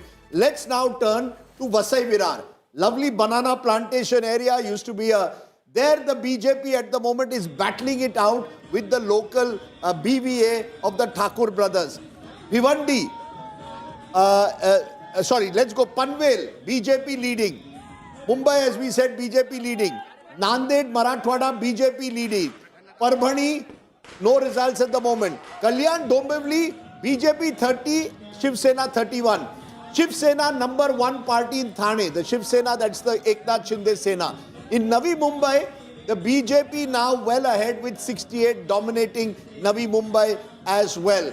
Pune, clear sweep for the BJP. They are leading in 90 out of the 165. The Pawars have been decimated in Pune, and the Thackeray brothers also. The one area where the Congress is leading is Chandrapur in Vidarbha. The Congress's best performances are coming in Vidarbha outside of Nagpur at the moment.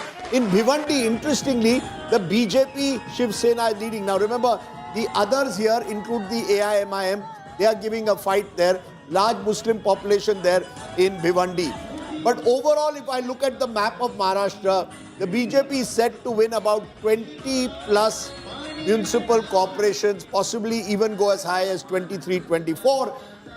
The Congress could win at best a couple, and in Malegaon, you'll have a smaller party winning, but you've got a situation where the BJP has become the dominant party across Maharashtra, Vidarbha, Marathwada, Western Maharashtra, Northern Maharashtra, and indeed in the Mumbai Konkan belt. And that, I think, is the story. Just not Mumbai, this is a sweep now across the state of Maharashtra. So it's essentially taking forward what happened in the assembly elections. It's taking forward what happened, yes, in your home state of Bihar as well, Maria. But I think what's happened is that for a long time in Maharashtra, it was a mirror cracked. You had different parties in different areas, regional satraps who would win their districts. Even that's not happening. Many of them have, of course, joined the BJP, like Ganesh Naik in Navi Mumbai. So you have regional leaders also who've done their deals with the BJP. Irrespective of that, I think this is an election which is perhaps reflecting the end of that regional satrapi Raj of Maharashtra. And I think that's a significant change in Maharashtra's politics with the two other families both on the back foot, Pawars and Thackeray. So it's a rejection of the dynasty politics. One may read it as the big picture emerging, as much as it is the celebration of the triple engine. Rajat, Rajdeep, that point that has been said by the BJP, that if you have the same government in the state and also in the local body, it certainly helps. Whether it helps or translates into gains, that remains to be seen. But MLA and local जो mayor है या वो of the same party certainly would ensure that the region or that pocket develops. Yes, BJP now pulling ahead even in Nashik, BJP pulling ahead in Pimpri Chinchwad. Now in all these areas, BJP plus Shiv Sena now dominant in Kolhapur. So Western Maharashtra used to be the bastion of the NCP and the Pawars for the longest time. Even that's going away from them. Sangli, Miraj, closer fight at the moment. Solapur, the BJP well ahead, 54, Congress just down to 2. Now the MP from Solapur is Pranati Shinde of the Congress. So the Congress has not even been able to build on its successes that it had in the Lok Sabha. To answer your point, even if I have the MP, MLA, people are not necessarily connecting with the Congress at the absolute grassroots level. And I think that's the big shift that's taken place from 2024. I think the 2024 elections, there were other factors that played out. Samvidhan khatre mein hai. The fact that the Ajit Pawar alliance with BJP was not working quite so effectively. The BJP has overcome all their problems. The opposition has scored one self-goal after the other. Jalna, these are all seats which, in Marathwada also, where again dominance Nawab Malik brother has lost. Nawab Malik brother has lost, now no Captain surprise. Malik. Remember the NCP, Maria, has been reduced now to the party of Nawab Malik in Mumbai. And his daughter won an MLA seat. But again, all these family Raj parties are finding it more and more difficult to hold on to their families. So Rajdeep, what was seen as a well thought out calibration of the BJP, that if NCP Sharad Pawar and NCP Ajit Pawar comes together, it will be advantage them. That was one of the readings, right? But the voter sees through it. Yeah, exactly. The voter is seeing through it. It is not stapling two papers together. It is not as easy as that, but right? Then why did the nephew and the uncle come together? What was their calculation if it has badly failed? Because the BJP wasn't giving them. No, because Maria, all of these parties are family-based parties. They treat these areas as their fiefdoms. So you want to protect your fiefdom. Same thing with the Thackerays in Mumbai. कि हमारा गढ़ है. ये हमारा गढ़ है. So when it's your gad, you come together, but in Mantralaya you are with the other side. Voters are seeing through it. Your workers and karyakartas are seeing through it. One day you are telling me that you have to oppose my uncle. Next day you are saying, no, we are with uncle. One day you are sitting on a stage with uncle smiling together. Next day you are with Fadnavis and Modi. I think the voters want consistency. If the opposition has to decide in Maharashtra, but Rajdeep, do you want to stay together or not? But for someone who's followed, the Pawars for a while in terms of their politics, you have a Sharad Pawar who's retiring now. You have a Supriya Sule. No, not retiring. Not tired, not retired. Not retired, but possibly, what was his role even this time around, right? And then where's the future now? What, especially losing in your strongest holds in the manner in which you have, where is the future? The future is... How do you reinvent? One Jilla, Baramati only. Look, That's exactly. There's So nothing how else do you beyond reinvent? Baramati. No, it's very clear. The opposition space is opening up in Maharashtra. Are you good enough to capitalize on it? Are you good enough to be consistent? Will you get the best people in those roles? Maharashtra Congress chief, Mr. Sakpal, he's a good, nice guy, but he's not a pan-Maharashtra leader for a new, younger, aspirational Maharashtra. There is a desperate need for a newer leadership. What did BJP do with Fadnavis? They took a leap of faith. Devendra Fadnavis, if I'm not mistaken, was a single-time MLA when he became the Chief Minister of Maharashtra in 2014 at the age of what, 44? At the age of 44. And you completely removed an entire generation, partly because, of course, Gopinath Munde passed away in a tragic accident, otherwise he could have become. But the BJP took their chances. Now, is the opposition willing to take their chances with the younger leadership, stay with it, have an ideological base to it? You are aligning with Prakash Ambedkar, with whom you were fighting only last year in the Vidhan Sabha. ऐसे नहीं होता है. So perhaps the voters are of the opinion that if they are not going, that none of these opposition parties are ready or prepared to take on the BJP in Malegaon, as you pointed out, it is the Islam party. So they are looking for a completely new player in the market. Look, at the end of the day, Maria, unless the opposition gets its act together in Maharashtra, it will find itself increasingly on the retreat like in many other states, particularly the Congress. You see, the Congress will be now in the same situation that they are in some northern states or in Gujarat. But there's a breaking news, interestingly, a unique triple win for a family. In Maharashtra, Parivar abhi bhi jinda hai. 3 of a family of the Mhatre family have won in Thane. They're all from the Shiv Sena. This is the Shiv Sena Eknath Shinde. Rekha Mhatre has won, Raveen Mhatre has won, Prahlad Mhatre has won. All from different parties, sorry. Rekha Mhatre, Shiv Sena, Raveen Mhatre, BJP, Prahlad Mhatre, MNS. So they have also made sure Everyone has हमारे their- आदमी चारों तरफ है. But that can happen in Maharashtra. Power is in the family. But that is the politics of Maharashtra, Rajdeep, isn't it? That's right. You have, at one end, you have an Dekho. Ajit Pawar with the BJP, then Ajit Pawar now with his uncle. No, there That is, is what it and is. that's the problem. When you have a maha mess on one side and you have clarity provided, one leader, a strong organization, clear ideology. The BJP differentiates itself from the other side completely. And I think that Maharashtrians have had enough of this politics of Aya Patil, Gaya Patil, Aya Pawar, Gaya Pawar, you're going here, you're going there. They want consistency. If the opposition can give that, I still believe that the social base in Maharashtra, unlike in a Gujarat, is more conducive to some of the politics of the even opposition. the politicians there who keep switching sides, they also need to give a pause to it, because then the public sees through it. I mean, they're like, even if I go out and vote in Pimpri, for example, to Ajit Dada, those corporators won't even stick there. The next day they'll walk over. Absolutely. So, I mean, and this is why are we discussing Bihar? All the 6 Congress MLAs are willing to switch sides and go into JDU, because there is no glue to hold them. What is that single purpose for them? What are they fighting for when those 6 people are But sitting in Rajat, Bihar assembly? Whichever party Something is has to be there is for the them to latch central on to. pillar of politics. That's what it happens across the country. That has the But power, you or need perhaps you need to have a purpose, right? I mean, when every day a Congress MLA in Bihar gets up, what is he going out and fighting for? My principal problem is when your ideology is so diluted, and by the season, of the day, you are trying to, or of the year, you're trying to pick issues, run with it, and then leave it. No, but then Right now, that is vote the chori is just an ideology, issue. You Rajat, run that with it for a few months. ensure the and victory like- of these MLAs. So it is about now being drawn towards power. No, but it did not happen. This is what I'm saying. BJP was also in opposition, continues to be in opposition in several states. This kind of politics is not there. Okay. This kind of impatience Alright. is not Okay, there. Rajat, the BJP is having a good day. Good day at the office. BJP inching towards the halfway mark. Remember, 114 is the halfway mark. We have counted 172 wards are counting. They're not all results at the moment. So with about, 55 wards left, the BJP's led alliance is 7 away from a majority. Dhaval Kulkarni, is this a day where Maharashtra's politics has changed dramatically, perhaps forever, or at least for the near future? So, to use a slightly rhetorical flourish, I think we can say that the BJP is now striding the political stage of Maharashtra like a colossus.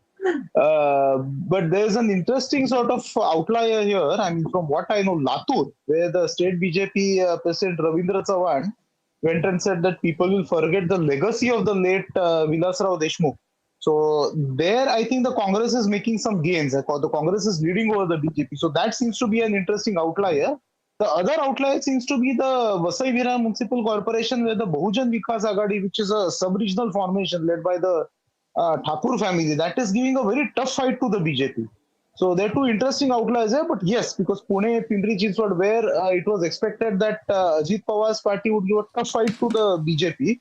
So there the BJP seems to be ahead. So overall, yes, I mean, the BJP has reinforced its position as the number one political formation in Maharashtra. You're actually right. You pointed out a good one there, Latur. I want to tell our viewers, the best news for the Congress is coming from Latur. This is Vilasrao Deshmukh's old bastion in Marathwada. The Congress is leading in 35, the BJP in 13. And you're right, Ravindra Chavan made that comment. I think even in Kolhapur. Kolhapur at the moment it's a tight fight, but the BJP is ahead in it slightly. But Rajdeep, remember, what you say, clutching at BJP Sena had swept the region of BJP Sena NCP that swept the entire district during the assembly elections. So, in case the Congress does come to power in Kolhapur, it's again an outlier. You know, it shows again Rajdeep, it shows the importance of having for the Congress. It shows the importance of having a very strong local leadership. And Amit Deshmukh in Latur, or Dheeraj Deshmukh in Latur, of Satish Patil in Kolhapur. These are the kind of leaders that the Congress needs to nurture. You know, somebody whom the party cadre can look up to. I don't think it is for us journalists anymore to give the Congress any lesson because they don't embrace them, they don't accept them. But we'll leave it for that. But my colleagues Maria and Preeti will now take over as we see the BJP now approaching the halfway mark. As we go to lunchtime, the BJP can have a good Maharashtrian Kai Khanar. Today, what is a good Maharashtrian lunch that they can have? They can have Amti, they can have Shrikhand, they can certainly, BJP leaders love Shrikhand, by the way. So they can have Shrikhand Puri today. Maria, Preeti, what are you guys? You are going to stick to Vada Pav? That's rather boring. Shrikhand much better, much nicer to have for lunch. But the headlines at this moment. Mahayuti nears a halfway mark. BJP set to sweep Mumbai. Opposition accuses the BJP of vote malpractices. BJP mocks opposition, calls them Bahana Brigade.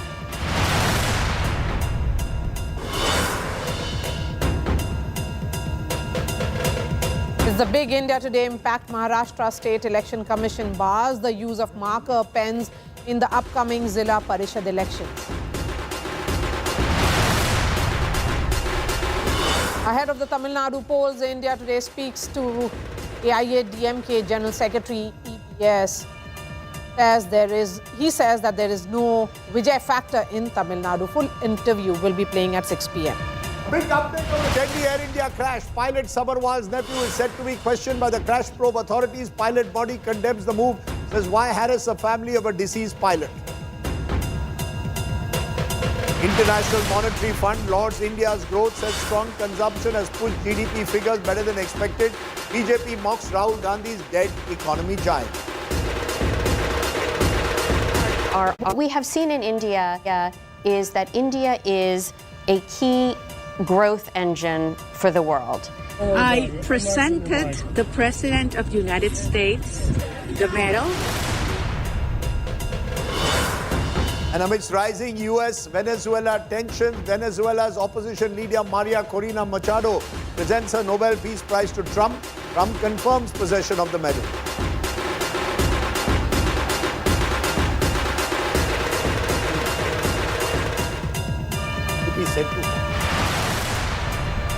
BJP set to form. Moment celebrations have begun in Mumbai and across Maharashtra because the BJP is sweeping most of the 29 municipal corporations. As of now, BJP approaching the halfway mark in Mumbai, all set to form the government in the Mumbai Municipal Corporation. For the first time, Mumbai will get a BJP mayor. The BJP building on its performance in 2017 where elections were last held there. Then they had won 82 seats. This time on their own, they could be well past that number, and along with the Shinde Sena are crossing the halfway mark. It's a big day, a saffron surge across the cities and towns of Maharashtra. At least in over 20 of the 29 constituencies, the BJP-led alliance is firmly ahead. The Thackerays have taken a blow today, so have the Pawars. So clearly at the moment, it is a big day for the Bharatiya Janata Party. With me is my colleague Maria Shakil. We're also going to be joined by several guests. All of this showing the BJP Bharia consistently building up on what it did in the Vidhan Sabha in November of 2024. It is now the dominant party of Maharashtra. Across Maharashtra, that's the picture that's appearing. But as far as the BMC is concerned, remember it is the richest civic body of the country with 74,000 crore budget. And the BJP has already scored a century and is ready to lead the BMC. In the last elections, which were held in 2017, it was the united Shiv Sena, comprising of Eknath Shinde and Uddhav Thackeray. They had retained the grip of the BMC. It is the BMC which had been controlled by the Sena for decades. The overall figures for 29 municipal corporations across Maharashtra too tilt in BJP's favor, and overall tally shows that the BJP is ahead in nearly 600 wards, while Alai Shiv Sena, led by Shinde, is leading in 164. If we look at the party-wise tally, the Congress stands third with leads in 147 seats, a major chunk coming from Bhiwandi, Nizampur, Nagpur and Kolhapur. The Shiv Sena, Uddhav Thackeray, is fourth, leading in 78 seats, which is followed by Ajit Pawar's NCP in 70. Besides Mumbai, Pune is also being keenly watched because it was the coming together of the uncle and the nephew. They have been decimated in Pune. The BJP is racing ahead here as well. Okay, let's go to our guests. Rajat Sethi still with us, also joining us, Amitabh Tiwari of Voter Vibe, and I'm also joined by Sanju Verma, Mumbaikar, and BJP's national spokesperson. Sanju Verma, I don't see you with the crowds. I thought you'd be among the crowds there, throwing gulal. But you're in, obviously going from one studio to the other. First of all, congratulations. Big saffron surge, not just in Mumbai, but across Maharashtra. If there was one factor that you believe is responsible for this victory, what would it be? Who do you give the real credit to here today? You know, this sounds like a very cliched response, Rajdeep, but I tweeted about yesterday after we had that very engaging debate. And I said, finally, at the end of the day, let truth be told. The Modi brand of politics has emerged victorious, with no offense to none. State leadership did a great job. The ordinary Karyakarta on the ground did a great job.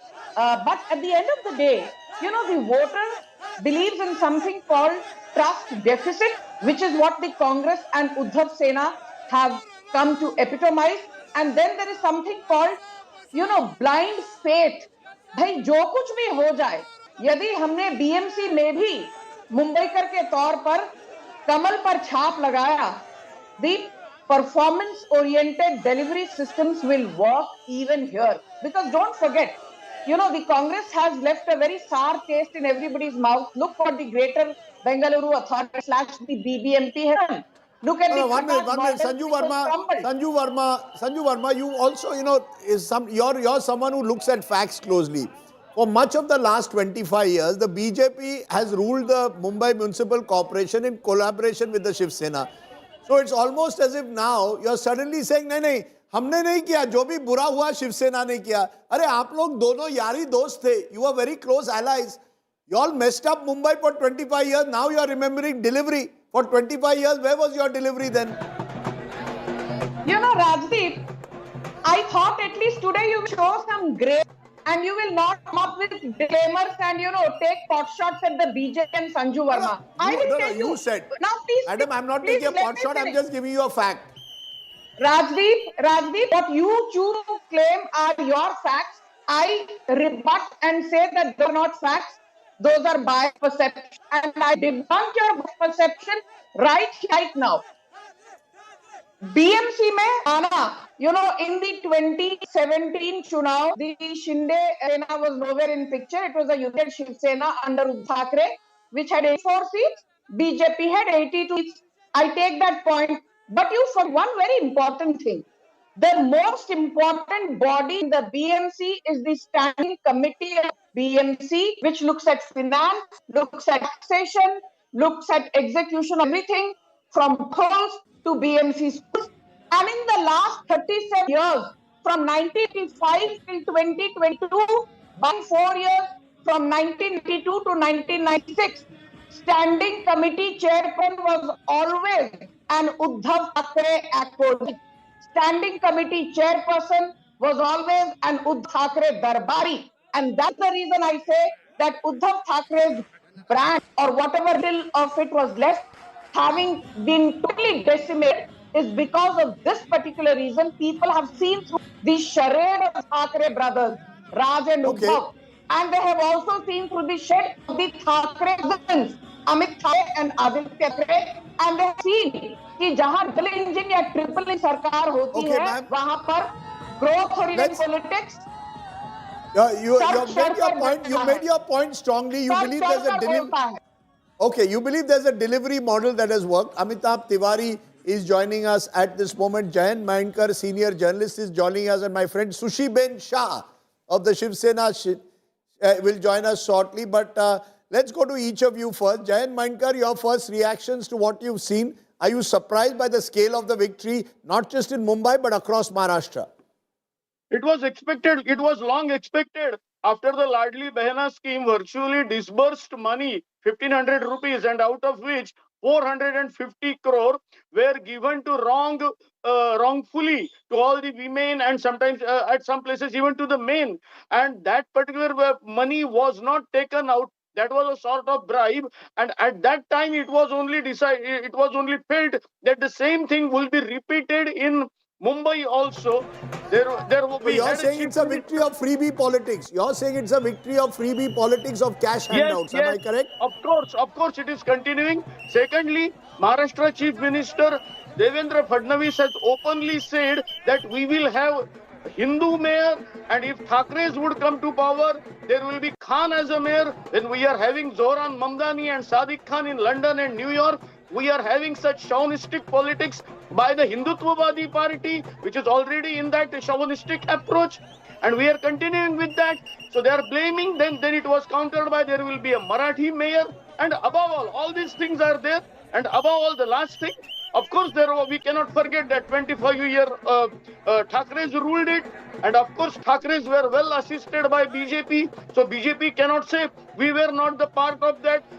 Okay, I take your point, Mr. Mainkar. I'm glad to see that BJP has now reached the halfway mark. That's right.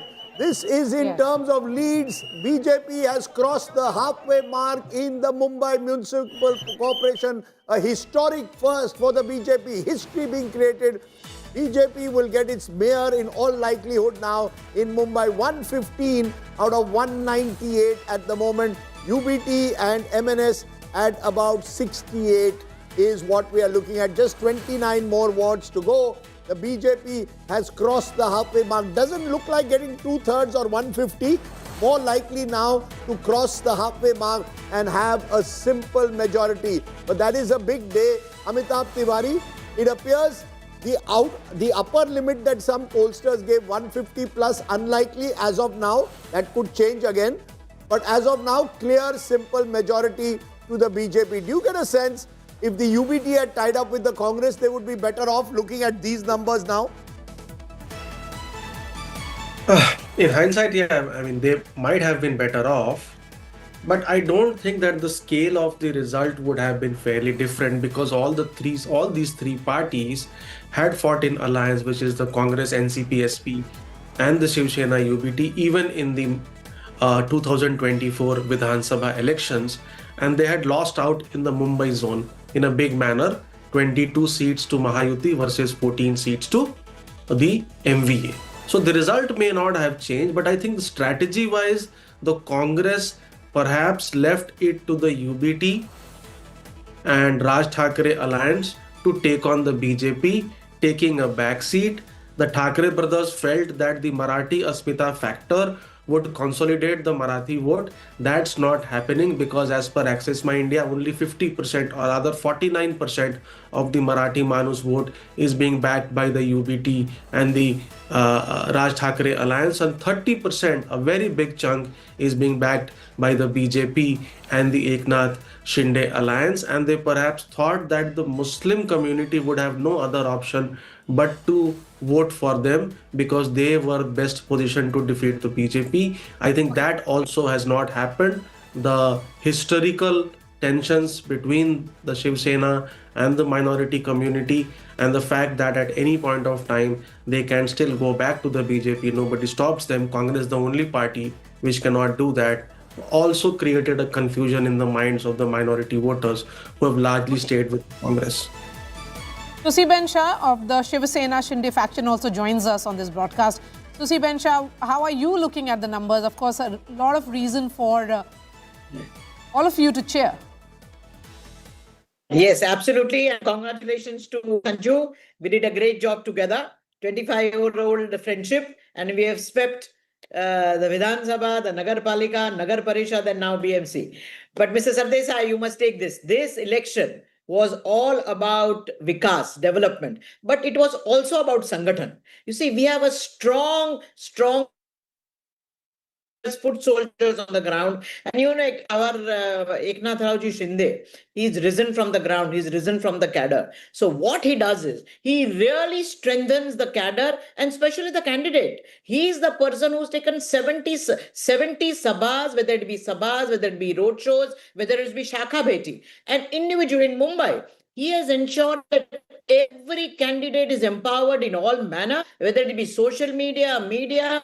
He had 2 MLAs working with the candidate. You all know that I've also been on the other side. Before anyone points out, let me only point out. But this Shiv Sena party, the Mahayuti, respects the cadre, salutes the cadre. And today you see a combination of development, the combination of Sangathan, we have romped home. And the Mumbaikar, they have redefined what is Mumbai. Are you not worried that it is the Shiv Sena's dominance of 30 years in the BMC which has ended? It will be the BJP which will now be dominating, and you are the second partner. I would not say dominating. They the Big Brother has been decided by Maharashtra. No, but they contested more seats. We contested on 90. So as I said, we have a 25-year-old, the oldest coalition, the oldest friendship is with us. And therefore in us, it is not bade chote, it is not big brother, small brother. We work in tandem, shoulder to shoulder, hand shoulder to shoulder, and you see what has happened. Our communication, look at our communication. There is never ever any confusion. We might fight separately. We might win separately, but in the public, we go as one. There has never been a commotion. There have not been press conferences, one backbiting the other. Never. So this is two powerful parties. When they come together, especially when there is at the elections, at the Karyakarta election, there might be aspirations, ambitions of the Karyakarta, which we have to pay heed to. But at the top level, we have always spoken in one voice, in one language. And you see the result. In 2.5 years, Mr. Sardesai, you are a Mumbaikar. You've seen how Mumbai has changed. There are tangible results on ground. And I concede. I really appreciate the coastal road. I really appreciate the metro. I really appreciate the Atal Setu. But I must also take you to some of central Mumbai parts. I must also tell our viewers and you that 95% of the funds of the BMC in the last 4 years only went to councillors and MLAs of constituencies of the Shinde Sena or BJP. So, ma'am, and many of them misused that money. Roads were dug up. Potholes were there on the roads, and again after 1 year, the same road was being repaired. So the record is spotty. I'm not saying everything must be put at the door of an individual. All I'm saying, the effort is there. I appreciate the effort, but don't say all is well. Mr. Sardesai, Rome was not built in a day. While we have taken charge today, you in 2017 knew that improvement committee, standing committee was with Ubata. The Sahib called the shots. Unfortunately, Eknath Raoji Shinde was never allowed to emerge, was never No, the allowed. last 4 years you have been in charge. No, Susiben Shah, my point is, ever since the BMC got dissolved, last 4 years, it is your people who have been running the show. All the bureaucrats respond to Mantralaya. The 4 years we have started to cement concretization of the road. By 2026, there will not be a single pothole. And you see the tangible results. See the pollution, how we are controlling it. The point is there are difficulties. The pollution is terrible in Mumbai this year. It has gone to record levels. But we are...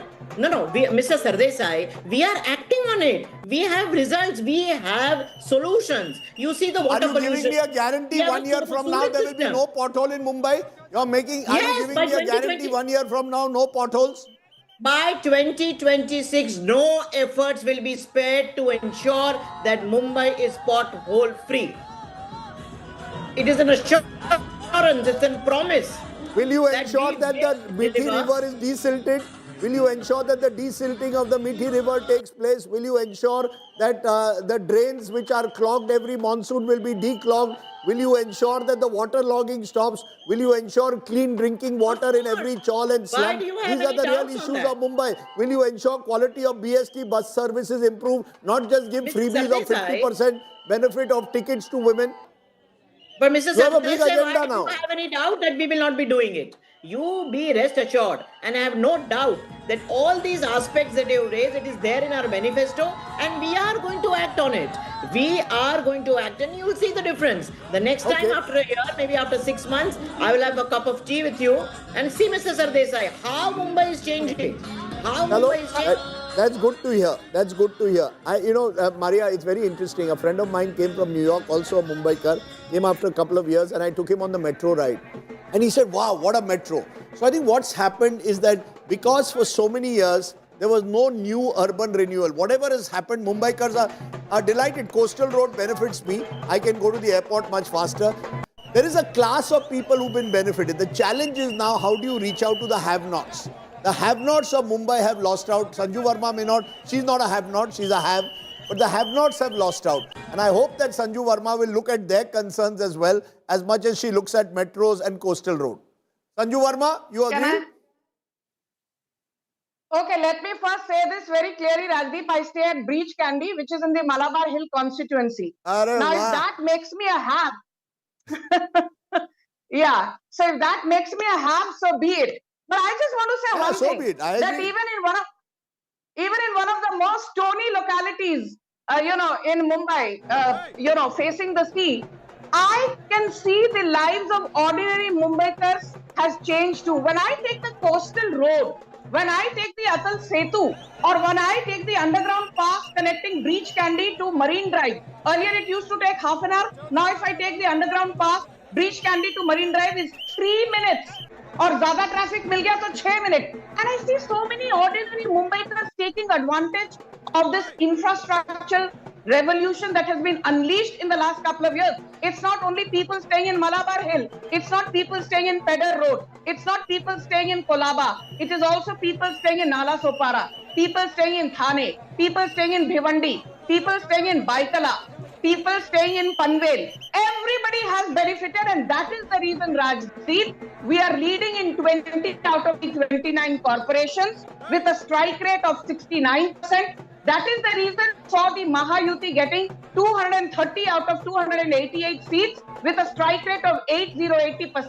That is the reason you saw the BJP winning 132 seats with a strike rate of 91%. So how did that not happen 2 years? No, all of this is well. How did that not happen in Lok Sabha when you won only 17 out of 48? What has suddenly changed in the last 20 months? Okay. Rajdeep, what I like best about you is that BJP जब जीतती है तब भी BJP से सवाल पूछते हो आप. जब BJP हारती है तब भी BJP से सवाल पूछते हो आप. अरे राजदीप जी थोड़ा रुकिए. You are one of my favorite anchors along with Maria. So let me also, now I'm worried. Now I'm getting scared.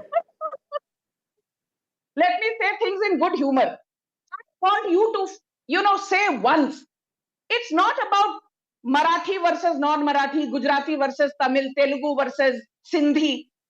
Why is it that no journalist, and I'm not taking pot shots at you, why is it that no journalist is saying that maybe one of the biggest reasons the Thackerays have been decimated is because of a lady called Kishori Pednekar, very close to the Uddhav Thackray family. She was the mayor of Mumbai during COVID. And what did she do? She's involved in the body bag scam. Us par baat kariye. She's involved in the SRA scam. She's involved in the Worli rehabilitation slum development scam. She's even filed a false affidavit. पर पूरी की पूरी जो पिड्डी media है, people have heard of गोदी media. I say there is one PIDI, Piddi media. Piddi media के मुंह में दही जम गया है. They will not talk about the fact that Uddhav Thackeray was running Mumbai from Matoshri. Can you imagine a chief minister not visiting Mantralaya once when people were falling down like a pack of cards during COVID? And tell me, Rajdeep, you're so seasoned and you're a Mumbaikar. Tell me one instance in the last so many decades where a sitting chief minister actually resigned via Facebook Live. He did not even have the basic protocol and courtesy to go to Mantralaya and hand over. But that's not an answer to my. So how did they win? How did they do, ma'am? I take all your points. So how did they do so well in 2024 and so badly now? What has changed in 20 months? A quick answer. What has changed is that people realized हमने जो मोदी जी के साथ गद्दारी की, BJP को 400 नहीं देकर 240 दिए, और जो भाजपा को हमने लोकसभा 2024 में बहुमत से जिताया नहीं, people somewhere felt that guilt, and the guilt vote translated into a resounding victory in assembly elections for BJP, not only in Maharashtra, but in Delhi, in Bihar. We did so well in Jammu, if not the Kashmir part of it. So, you know, we won 4 out of 6 states which went into assembly elections after Lok Sabha 2024. That's a strike rate of 67%, Rajdeep. 67% strike rate in the 4 states that went into polls. Madam, point taken. You're on a roll. When you're on a roll, I don't like to stop you because then you go on Twitter and attack me. So I'm very scared of Sanju Verma. Whenever I attacked you, why do you always say that I attacked you? Achha, but go ahead, Maria. Yes, Maria, the go ahead. images Maria, are go ahead. coming in Maria, now go ahead, please. of celebrations happening. Those are the images coming from Worli. The BJP supporters and workers are all out on the streets. This is the image. The Shiv Sena control of BMC has ended after 30 long years. So it's history, what we are witnessing right now. Let me go back to Amitabh Tiwari. Amitabh Tiwari, while we look at these numbers, the message is that not just BMC, it's about the bastions, be it the bastions of the Thackerays, the supposed bastion, or of the Pawars. That has also fallen in this, many would say, a wave election across Maharashtra. Yeah, essentially, if you see, majority of the 29 municipal corporations, I think 22 to 23, it seems that the Mahayuti, the BJP, either on a standalone basis or in alliance with the Eknath Shinde Shiv Sena, is leading in majority of the municipal corporations. So, see, the municipal corporations represent the urban voice of Maharashtra. Maharashtra is one of the highly urbanized, one of the highest perhaps urbanized states of India. So what it also shows is that the strategy of the opposition, which is largely banking on igniting the Marathi Asmita or the pride, does not seem to be working with the middle class, the aspirational middle class, as along with the youth of the Maharashtra. So the strategies need to be tweaked by the opposition, considering the type of elections they are facing. In a highly urban election, infrastructure development, focus on creating a new Maharashtra, roads, bridges, etc., that seems to have worked. And here, the image of Devendra Fadnavis, who acts like perhaps has created this image of acting like a corporate and delivering on one of these most of these infrastructure projects as mentioned, like an Atal Setu or a coastal road. I think this seems to have clicked with the aspirational middle class and the youth. And of course, the core Hindutva voter also seems to have backed the BJP-led alliance. I think you make a very good point there, Amitabh. And I want you, Rajat, to dive in on this Fadnavis factor. how do you see, I draw sometimes parallels between Fadnavis today and what to some extent Narendra Modi attempted. Hindu Hriday Samrat in the backdrop of what happened in 2002. By 2007 projected himself as part of vibrant Gujarat. I'm building infrastructure, Gujarat model. Are you seeing some parallels with Devendra Fadnavis, much more urbane, catering to this new aspirational voter and therefore pitching himself almost on the front line of the BJP leaders of the future? I think in politics, there's always one of one type. It was the Chief Minister Narendra Modi then who tried to do a lot of innovative things which were unheard of back in those days. And he came up with ideas which were far ahead of their time. Give me an example. Vibrant Gujarat, for instance. I mean, right now, every single state is following what he started off. In terms of attracting investments. Yes, attracting investments as championing the cause of a state, ensuring. Chandrababu Naidu also did it. We sometimes forget it. But go ahead. He was, I would say, the first BJP chief minister, but go ahead. But see, the way he was able to then, latch onto and became very youthful. He was the first one to join social media. I mean, when we were on Orkut and Facebook and young in college, the only politician out there was him. So I believe Prime Minister Modi back in those days was way, way, way different from any of the other politicians. How would Devendra Fadnavis ji fall into try to fit into the shoes of Prime Minister Modi? That is still a task cut out for him.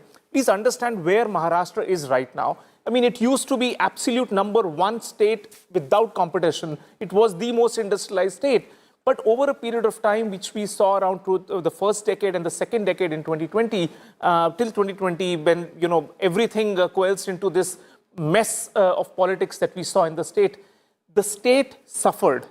And because of this regional satrap trying to do politics, then freebies, then farmer issues dominated. The industrialization of the state fell through the cracks. We saw states like Tamil Nadu and Karnataka race ahead way past Maharashtra. Today, Maharashtra is at a stage where it will be Devendra Fadnavis ji's most difficult sort of exam, which he will have to qualify, then to claim that yes, he has all the things where he can call himself as next in line to Prime Minister Modi. So a task is cut out, a challenging task nevertheless, and he is one man who can actually deliver. I mean, he is the only person within the state of Maharashtra who holds the reign and commands the respect of the people, that it is only him who can possibly walk the talk. But one needs to understand, in order to have Mumbai as the #1 most cosmopolitan, most industrialized city, he will have to fight with so many small interest groups out there. He will have to ensure that the development goes past Mumbai into the other parts of the state of Maharashtra also. These are some of the things which he will have to do. He'll have to attract investments. Investments have reduced in the state of Maharashtra over these years. So he'll have to do and reinvent a lot of these things. Look at deep tech, for example. Technological investments. Andhra Pradesh is talking so much about it. Policies are being made in Tamil Nadu. Maharashtra is no longer to be seen there.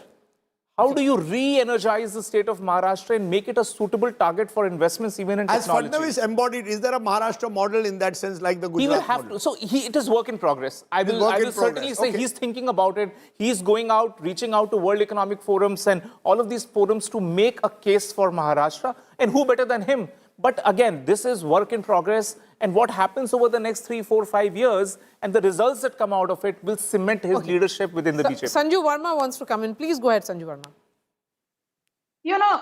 I think Rajat has made some very interesting points, but I would just like to say one thing, that if you look at all of the key economic parameters which define the well-being of a state, yes or no, either which way. Maharashtra, I will come to it in a bit, but Mumbai stands out. I mean, for the longest time, Mumbai continues to account for more than 6%, Mumbai city alone, 6% plus of India's GDP. Mumbai alone accounts for more than 33% of the direct tax that is collected in but India. that is, again, I must stop you. You can't take credit for that now. That has preceded your government. You see, this tendency to say everything, before 2014 also, Mumbai was India's commercial capital, you'll agree. Finish. This is not done. Why do you get so impatient? You're a journalist, bhai sahab. You're not a panelist. Thoda rukiye. Now, I just want to say one thing. I can't even say, lower Fader, lower Rajdeep Fader, because you're on the other side, I'm on this side. But I just want to say one thing. Rajdeep, the Delhi-Mumbai Expressway, which will reduce commuting time by at least 50 to 60%. The first phase of that is almost complete. The Samruddhi Expressway, the Thackeray tried to stall it. The first phase of Samruddhi Expressway is done and dusted.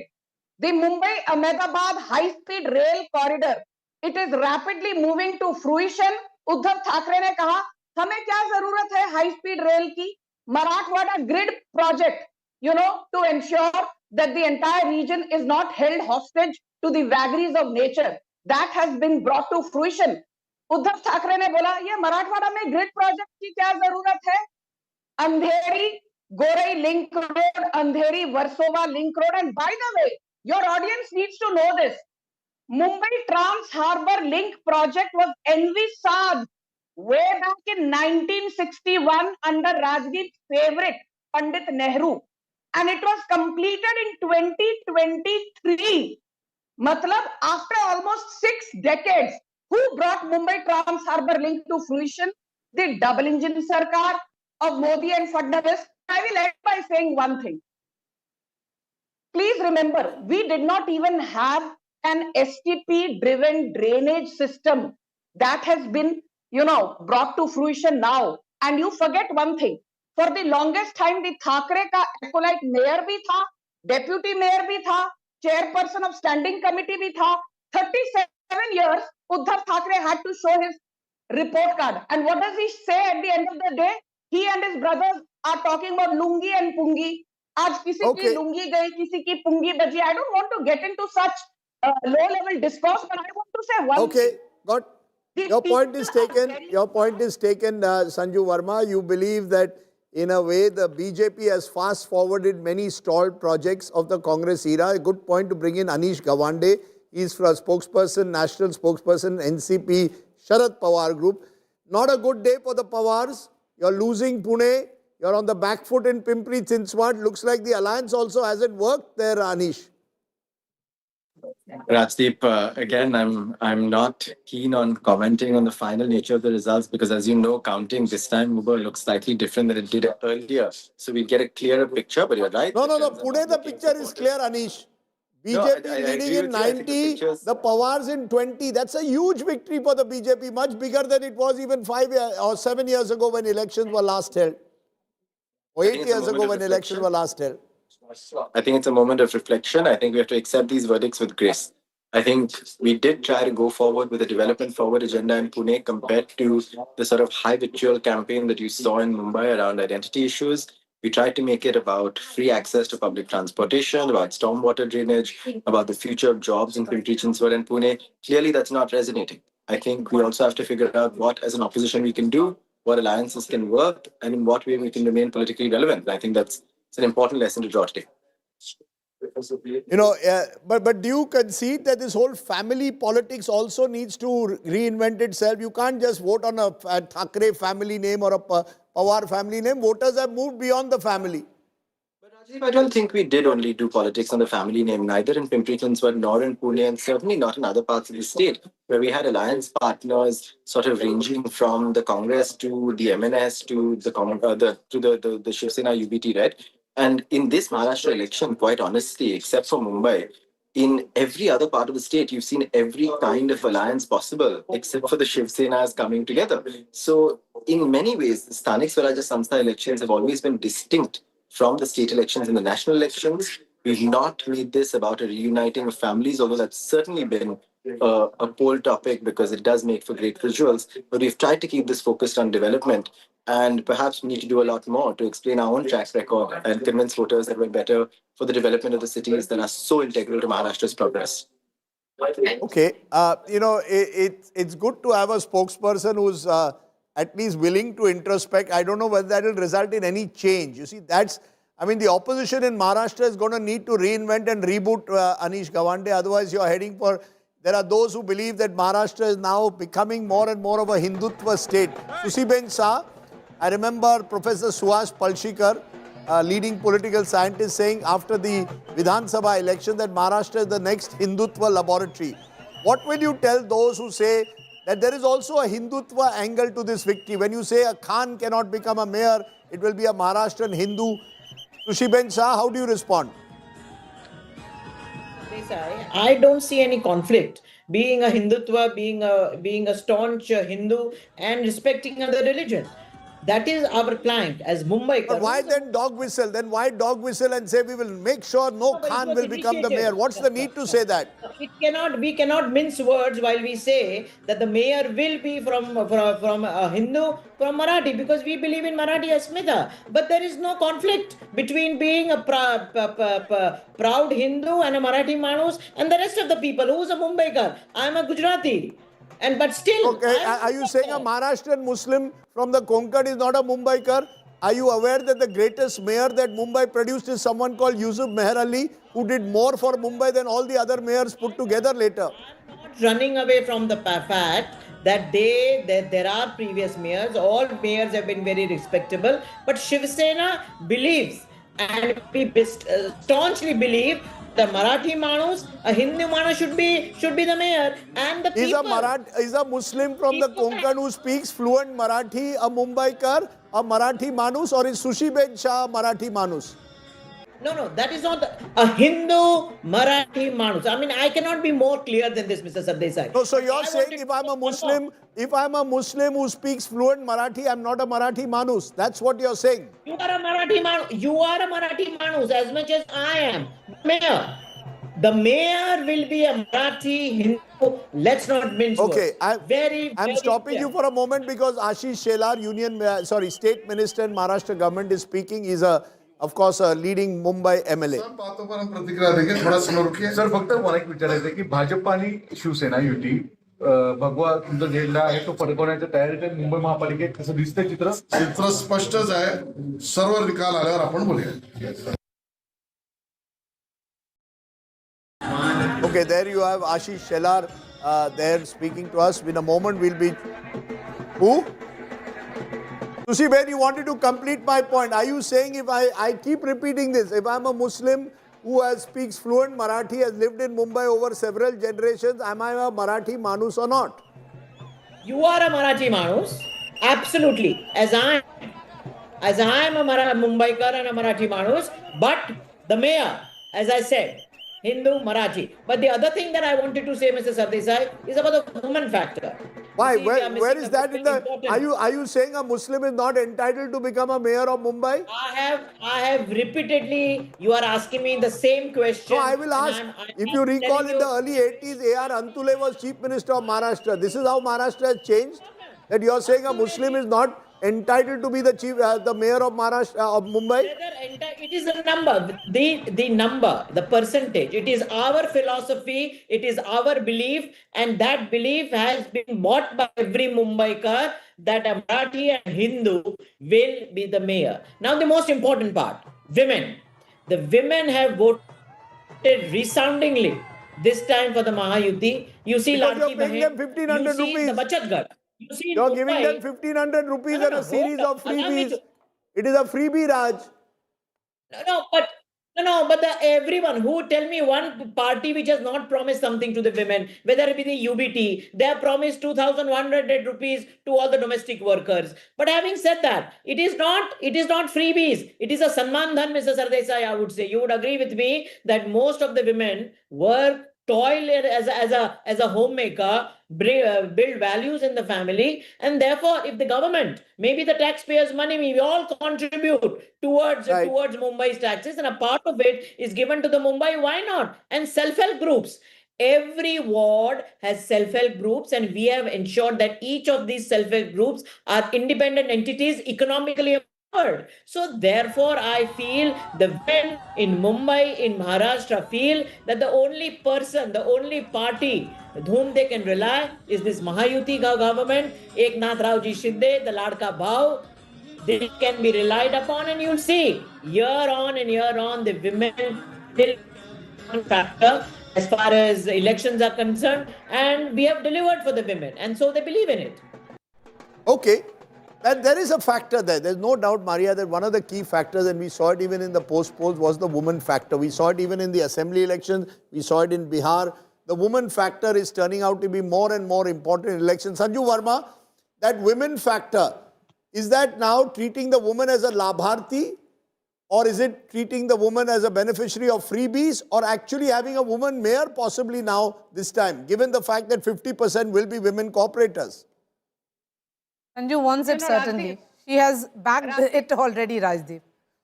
Yeah, I think you tried to put Sushri Ben on the mat, but she navigated, the entire thing very deftly. So congratulations to her, because it's not easy to navigate Rajdeep Sardesai when he throws googlies. But I'll just say this, let's get one thing very clear. Ahead of Karnataka elections, Rahul Gandhi, Siddaramaiah, DK Shivkumar, the entire bandwagon said every woman in Karnataka, every woman household which is below the poverty line will get 10 kgs of rice free, monthly ration free. कुछ नहीं हुआ. उसके बाद क्या किया? They started blaming Food Corporation of India. Bus ride free, school free, midday meal scheme free, 300 units of electricity free, blah, blah, blah. And the entire PD ecosystem said, Wajiva. This is the welfare model of Rahul Gandhi. Welfareism at its peak. Himachal Pradesh mein, Priyanka Vadra is on record saying we will give 1,000 rupees per month to every Himachali woman. अरे 1,000 रुपए महीना तो दूर की बात है, एक नया पैसा नहीं दिया, हिमाचल में महिलाओं को कांग्रेस ने 10 केजी मुफ्त का अनाज तो दूर की बात है, 1 केजी अनाज भी नहीं दिया कर्नाटक में. एंड तेलंगाना में रेवंत रेड्डी हैज सेड मुझसे ना हो पाएगा. Karnataka, ma'am, Karnataka, I must correct. Karnataka, many of the welfare schemes have been implemented. It's not as if they have not. All political parties now are competing with each other on the kind of freebies that they give. You call it welfareism. What you call welfareism, others are calling freebies. No. Rajdeep, on one thing you don't have to lecture me, that is economics. And I'll tell you there's a thin line between freebies and welfareism. Freebies is जब आप चादर के बाहर अपना पांव निकाल कर कुछ देने की कोशिश करते हो. Welfareism is when you work within a limited framework and budget. Maharashtra has a budget of 7 lakh crore annually. And if the government is spending 58,000 crore on Ladki Bahin Yojana, it's not a big deal. But if in Himachal Pradesh, your entire budget is 40,000 crore and you're borrowing 30,000 crore largely from the RBI's Ways and Means facility at concessional rates of interest, then that is called throwing your one state party into is the throes of bravery, is bankruptcy. another party is welfareism. Okay. So that's how it is invariably. But the numbers are consolidating, and it's BJP all the way across Maharashtra. Let me bring in Amitabh Tiwari again. Amitabh Tiwari, as Axis and other pollsters were predicting that it will be a sweep, that's not really the case. It's 114, perhaps it will consolidate around 117 to 18, 120 maximum. That's how it looks like as far as the BMC is concerned. Did the exit pollsters overestimate if these numbers hold? No, essentially, I think 26 seats results are yet to be updated here, correct? So even if you go by this ratio of 114 to 70, then the number could be anywhere around 125-ish, 125 to 130, which is the lower end of what Axis had projected. But as I have said in the past, it's largely an extrapolation of what the parties got in the Vidhan Sabha. 21 seats into 6 is largely 126, 130. It's a continuation of what the BJP had gained in the state in 2024 Vidhan Sabha election. Even UBT numbers are largely an extrapolation of what they had got in the Vidhan Sabha, 10 seats. So 10 into 6 or 7 is largely 70. But does it also show that the BJP is still dependent in a way on Eknath Shinde, that therefore Mumbai still is a city where you need those alliances even now? Clearly, I mean, if you recall, initially the BJP was, as per news reports, willing to contest on around 150, 160 seats, leaving 50 to 60 seats for the Shiv Sena Eknath Shinde alliance. But in the end, we have seen that the BJP is contesting on 130 137 rather, and 90 seats were given to Eknath Shinde is primarily because the municipal corporation still has around 140 seats which are dominated or influenced by the Marathi community, and is a big chunk of around 40% voters which still hold sway by the Thackeray's, and to neutralize that they needed Eknath Shinde's Shiv Sena party to make a dent in that Marathi Manus vote bank, which they have succeeded to suppress. Okay. Let me bring in Rajat Sethi now on this. Sound bites come in. We are seeing women karyakartas of the BJP also on the street. You know, it is perhaps this election management in many ways also, Rajat.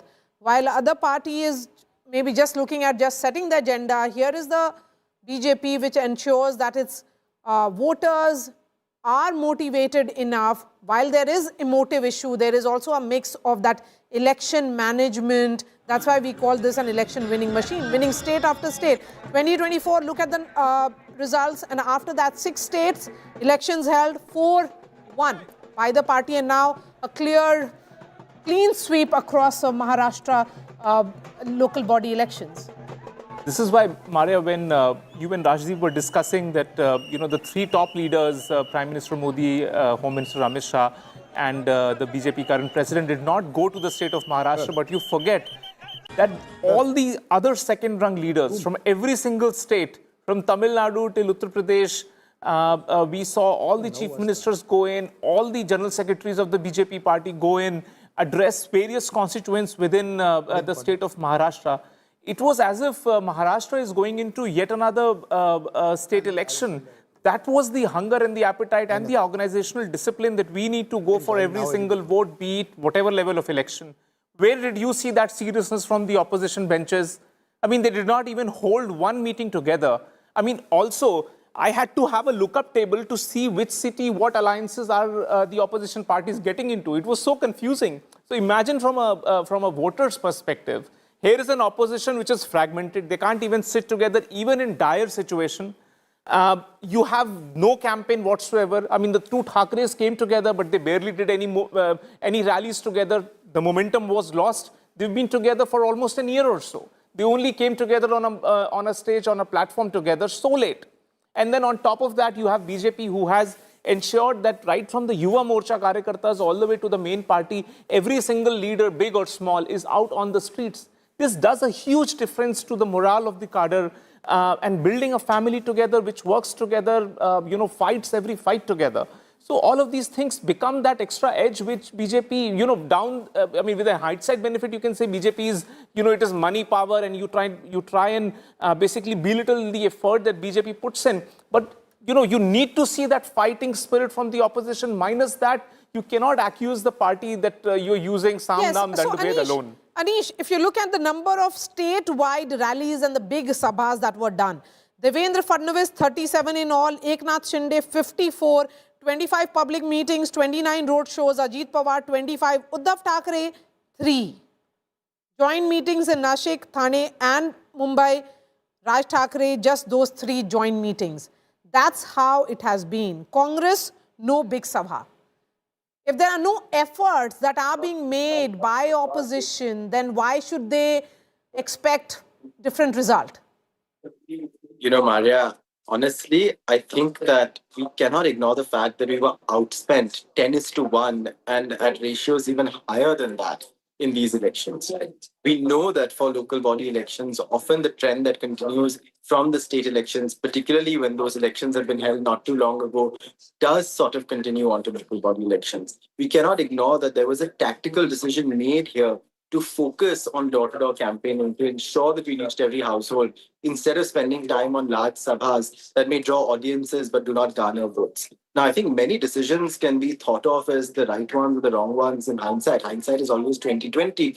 But I think it's also impossible to ignore that in such scenarios, all of the messaging that was going out from these grand sabhas was not one of development, was not one of the future of our cities, was not focused on the issues that a municipality has to take care of. I mean, of course, you need big leaders campaigning, but why does a big leader like Amit Satam, who used to be a very sensible gentleman, have to keep making the statement time and again that no Khan can become a mayor of Mumbai? Do they forget that Dayabai Patel, the son of Vallabhbhai Patel, who was not a Marathi Hindu, became the mayor of Mumbai? Do they forget that Simon Fernandez, who was a Konkani playwright, could become the mayor of Mumbai? Do they forget, and Rajdeep, you pointed out, that Yusuf Meher Ali could become the mayor of Mumbai? So in a campaign that was based primarily upon dog whistling in these large sabhas, I don't think the absence of large sabhas is a result Anish, of besides the bad large strategy. sabhas, there was that reach out that happened also to each and every Mumbaiker in many ways as well.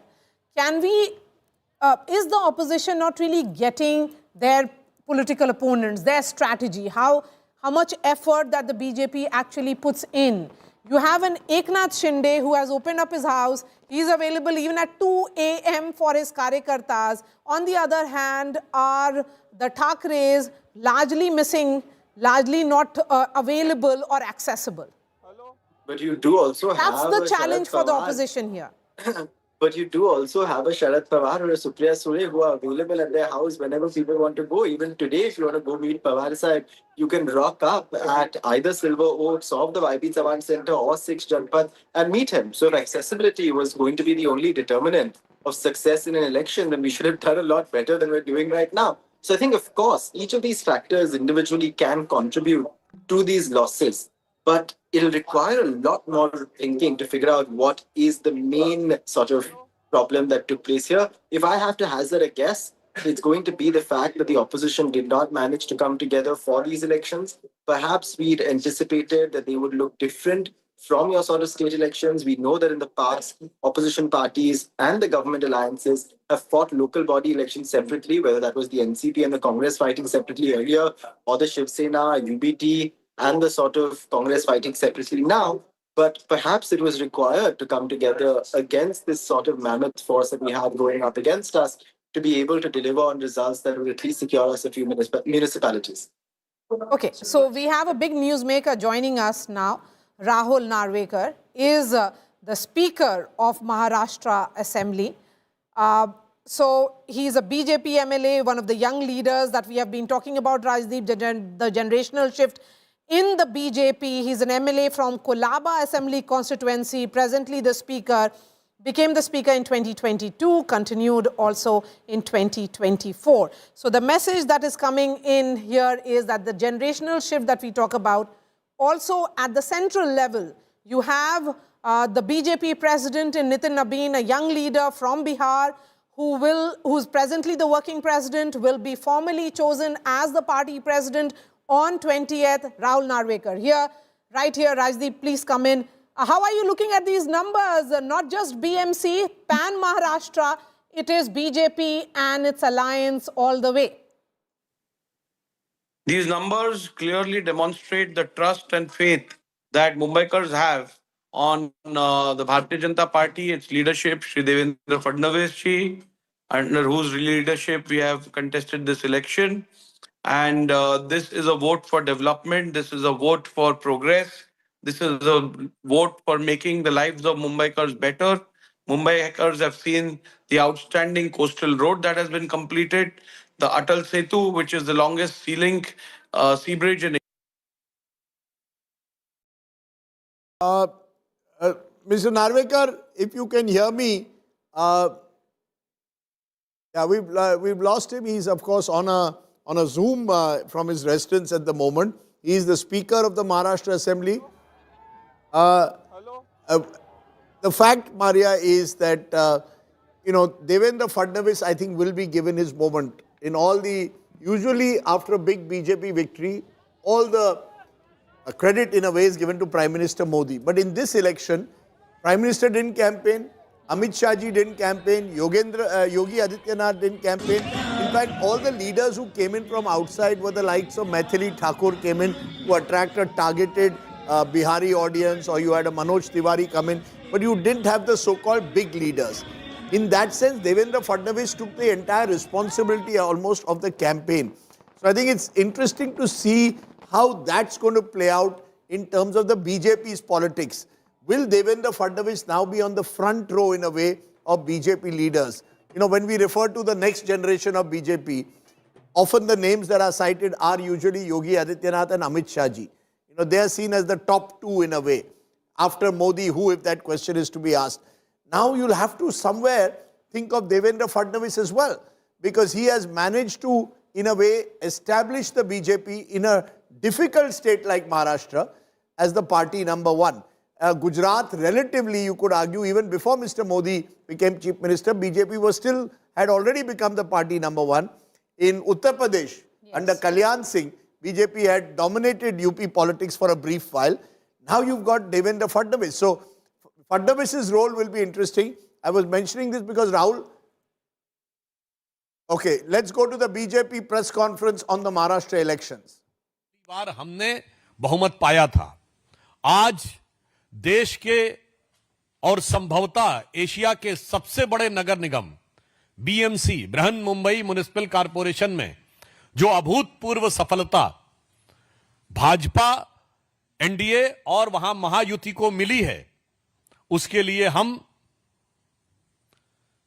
Maharashtra की जनता का, महाराष्ट्र के मतदाताओं का Bharatiya Janata party की तरफ से धन्यवाद देते हैं. इसके लिए हमारे महाराष्ट्र प्रदेश के कार्यकर्ता, पदाधिकारी, हमारे प्रदेश अध्यक्ष, मुंबई के प्रदेश अध्यक्ष, मुख्यमंत्री श्री देवेंद्र फडणवीस जी और उप मुख्यमंत्री एकनाथ शिंदे जी और उनकी मेहनत का ये शानदार फल है. और प्रधानमंत्री श्री नरेंद्र मोदी जी के नेतृत्व में जो अपार लोकप्रियता भारतीय जनता पार्टी को हासिल हुई है, उसके ये व्यापक विस्तार का एक चरण है. और इसके साथ हम ये भी कहना चाहेंगे कि महाराष्ट्र की धरती, जो भारत के सांस्कृतिक गौरव का केंद्र रही है, छत्रपति शिवाजी महाराज का हिंदवी स्वराज्य जहां से प्रारंभ हुआ, जहां से लोकमान्य तिलक ने पूर्ण स्वराज्य का उद्घोष किया, और जो राष्ट्रवाद के विचारों की उर्वरा भूमि रही है, और जो आज मुंबई, जो विश्व की चौथी बड़ी अर्थव्यवस्था और विश्व की बड़ी अर्थव्यवस्थाओं में फास्टेस्ट ग्रोइंग इकोनॉमी का आर्थिक राजधानी हो, तो मैं कह सकता हूं भारत के सांस्कृतिक गौरव और आर्थिक समृद्धि दोनों के लिए विकास की इस नई इबारत को जो हम प्रधानमंत्री श्री नरेंद्र मोदी जी के रूप में लिख रहे हैं, उसको Let's go to our big newsmaker who's joining us now. Rahul Narvekar is the Speaker of Maharashtra Assembly. He's joining us right now. Rahul Narvekar, what do you think has led to this kind of BJP sweep across Maharashtra? Not just the BMC, several pockets which were seen as the Pawar bastion or the supposed Thackeray bastion have also crumbled. Well, at the outset, I would like to thank the people of Maharashtra for once again completely trusting the Bharatiya Janata Party alliance and casting their vote in favor of this alliance.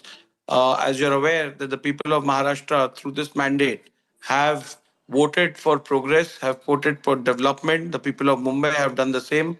The outstanding coastal road made by the Atal Setu or the brilliant metro network, which has made life much easier for Mumbaikars, is what the Mumbaikars have considered while they cast their vote. So I would like to once again thank Mumbaikars for this support and trust that they've expressed in the Bharatiya Janata Party alliance. Mr. Narvekar, how do you look at the fact that, you know, this was, the BMC in particular was seen as the Thackeray dominated. After 30 years, now it is the BJP-led Mahayuti which will be dominating it, and perhaps BJP will also get its mayor in BMC. Well, you know, Mumbaikars have waited for this moment a little too long. They were fed up with the lackluster administration of the Mumbai Municipal Corporation in the hands of the Shiv Sena UBT fraction. And now they have expressed their opinion of having a better governance and administration in Mumbai Municipal Corporation. And I'm sure that Bharatiya Janata Party will leave no stone unturned to fulfill the desire of Mumbai. Insofar as both the brothers coming together, sentimental thing about the well-being of Marathi Manus will do. The Marathi Manus will stand up with the party that actually delivers and works towards the progress of the Marathi Manus, who creates job opportunities for Marathi Manus, who creates infrastructure for Marathi Manus, party that makes life easier for the Marathi Manus. Not this sentimental statements and attempts to sway people sentimentally is not going to work any longer. Mr. Narvekar, there were multiple issues and narratives that played out in these elections. How do you look at the fact that many are seeing this as a new Maharashtra which has changed, which has become more accommodative and cosmopolitan in the real sense, that the Marathi sentiment or the Marathi pride that was spoken out by the Thackeраys has been the politics which has been rejected by the people of Maharashtra today? Okay, there seems to be some problem with that line of Rahul Narvekar, who is the Speaker of Maharashtra Assembly and also an MLA from Kolaba Assembly constituency. This is the result which has come in from Maharashtra. The BJP-led alliance has swept and is leading in 118. That is the number that we are looking at, Rahul. Well, like I've said, there is a transition from the identity city, politics to a truly acceptable or accommodative Maharashtra or Mumbai in particular, which is, yes. See, the mandate is absolutely clear. People have voted for progress. People have voted for development. People are no more interested in sentimentally driven issues. Just to emotionally charge people and deliver nothing. This is not going to work any longer in the city of Mumbai. Needless to state, the city of Mumbai is a very cosmopolitan city. And needless to state that, of course, the Marathi Manus who originates from the city of Mumbai certainly has some sentimental connect, and their culture and their values will always be respected and always will be given a priority. But having said that, we are very, very aware about the fact that this city is a cosmopolitan city which requires the best amenities, best facilities that takes along everyone. This requires the best of infrastructure. We have to make this a world-class city. This is a very, very resilient city, stands up to every challenge, and therefore it needs to be administered by a party with a vision, party which delivers, and a party that fulfills the aspirations and dreams of the common Mumbaikar. Are you sensing that this mandate is a mandate of great responsibility, as much as you worked hard for this mandate, but that this is also a mandate where people are expecting a lot now? Well, I think the Bharatiya Janata Party alliance has delivered to the expectation of the people of Mumbai, and that's why they got a resounding mandate even in the 2024 elections, assembly elections. And the corporation is this corporation election is a replication of the results that we've seen last year. And because people are happy with the way the state is being administered, they have once again posed their trust in the Bharatiya Janata Party alliance to administer the city of Mumbai as well. And just a couple of more questions, because we are seeing a generational shift in the BJP. You are a young leader yourself. There is a young leader in Devendra Fadnavis, who is the chief minister, under 50 as the BJP president. Is this also ushering in a whole new era? And the mandate which is, and as the exit polls are suggesting, Mr. Narvekar, that this is a mandate where the young Mumbaikars, young people of Mumbai have come out, the aspirational Mumbai, to come to vote for the BJP. So which is a shift also from the sentiments which were there earlier. There's no doubt about the fact that Shri Devendra Fadnavis, Chief Minister of Maharashtra, has delivered to the expectations of the people of Maharashtra and is a very, very popular leader not just in Maharashtra, but across the country. And his leadership has been widely accepted in our state as well. And having said that, having a good young leader with a vision, with with a plan for the city of Mumbai, certainly is a huge advantage. And the youth living in Mumbai has also accepted this leadership and therefore has voted in Bharatiya Janata Party in the Mumbai Municipal Corporation. Are you seeing this as a rejection of dynasty politics or parivarwad? Because be it the Pawars, whose entire coming together of nephew and the uncle hasn't worked in their bastion of Pune, or even this decimation or relegation of the Thackeray's? Clearly for development. The way I see it as a mandate for development, for delivery. People are no more interested in just empty promises and loud talk. People want deliveries and deliverables. So I don't see this as a mandate for anything else other than development and progress, which Bharatiya Janata Party stands for. All right, Rahul Narvekar, really appreciate your time. Thank you for joining us and congratulations on this massive victory for the BJP.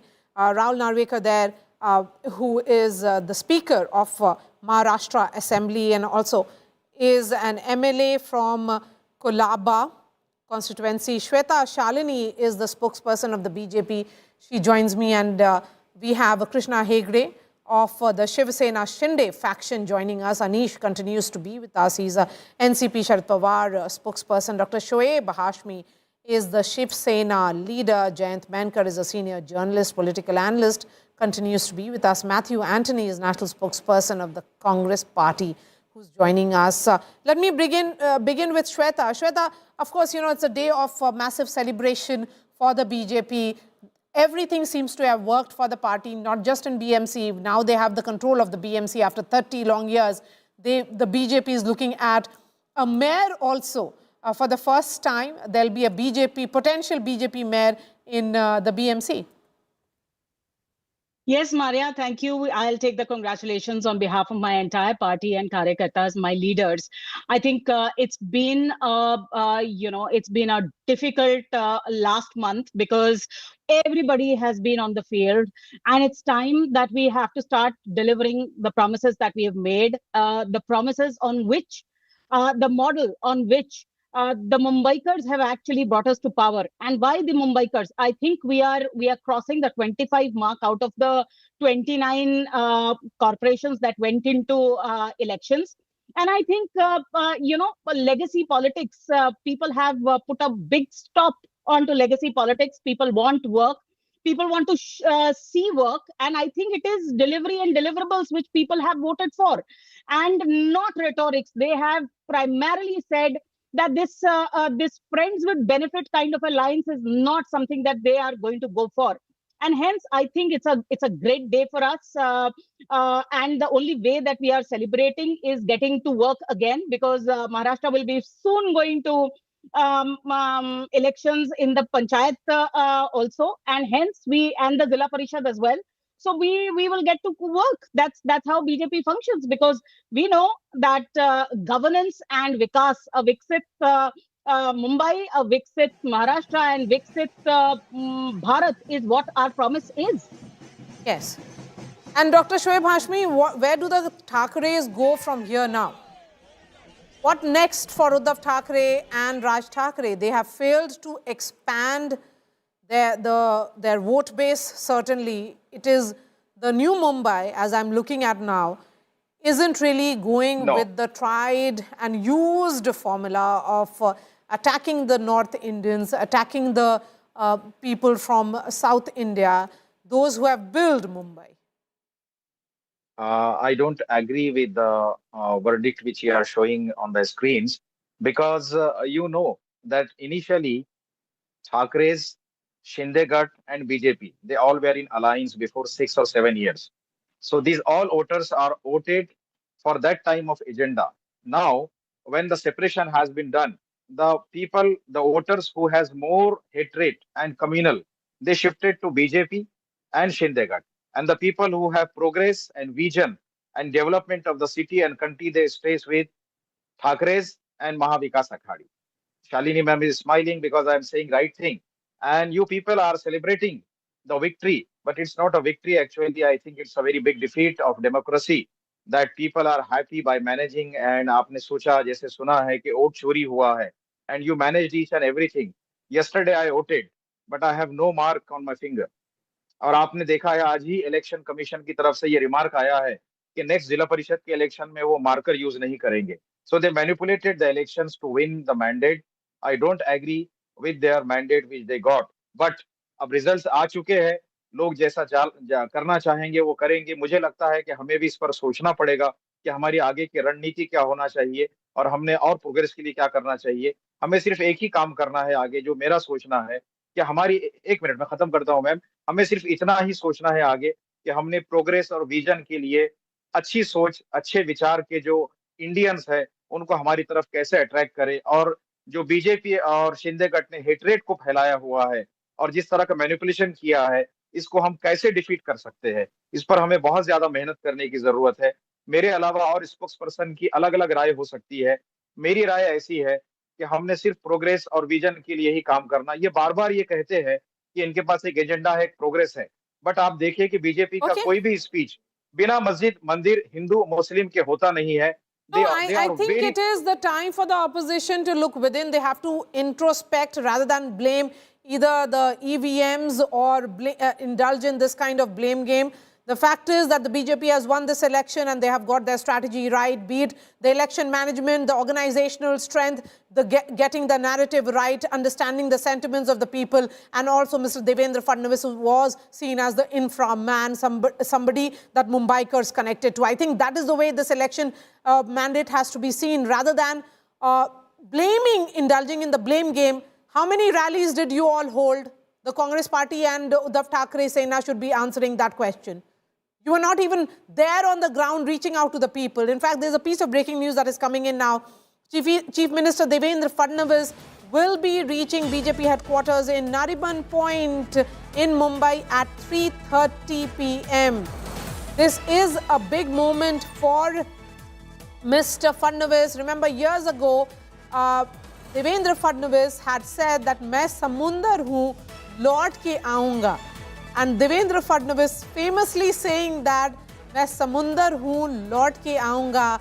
At the time, it sounded like political bravado, and today it actually looks like a prophecy. मेरा पानी उतरता देख मेरे किनारे पर घर मत बसा लेना. मेरा पानी उतरता देख मेरे किनारे पर घर मत बसा लेना. मैं समंदर हूँ, लौट कर वापस आऊंगा. Remember that. मैं समुंदर हूँ, लौट के आऊँगा, and this is actually the return. Now, this is about consolidation. Devendra Fadnavis sending a message that he can win Maharashtra local body elections on his own. He is the man of the moment and has managed to clearly consolidate for the BJP, come up with strategies, pan Maharashtra, and also focus on the most important Brihan Mumbai Municipal Corporation. The BMC, remember, is significant because of the sheer, it is the largest or perhaps the richest civic body that we know of. Let's bring in the guests who continue to be with us. Krishna Hegde of the Shiv Sena. Devendra Fadnavis said that on the floor of Maharashtra Assembly, and now he is "Main lौट के आऊँगा," and he has indeed done that.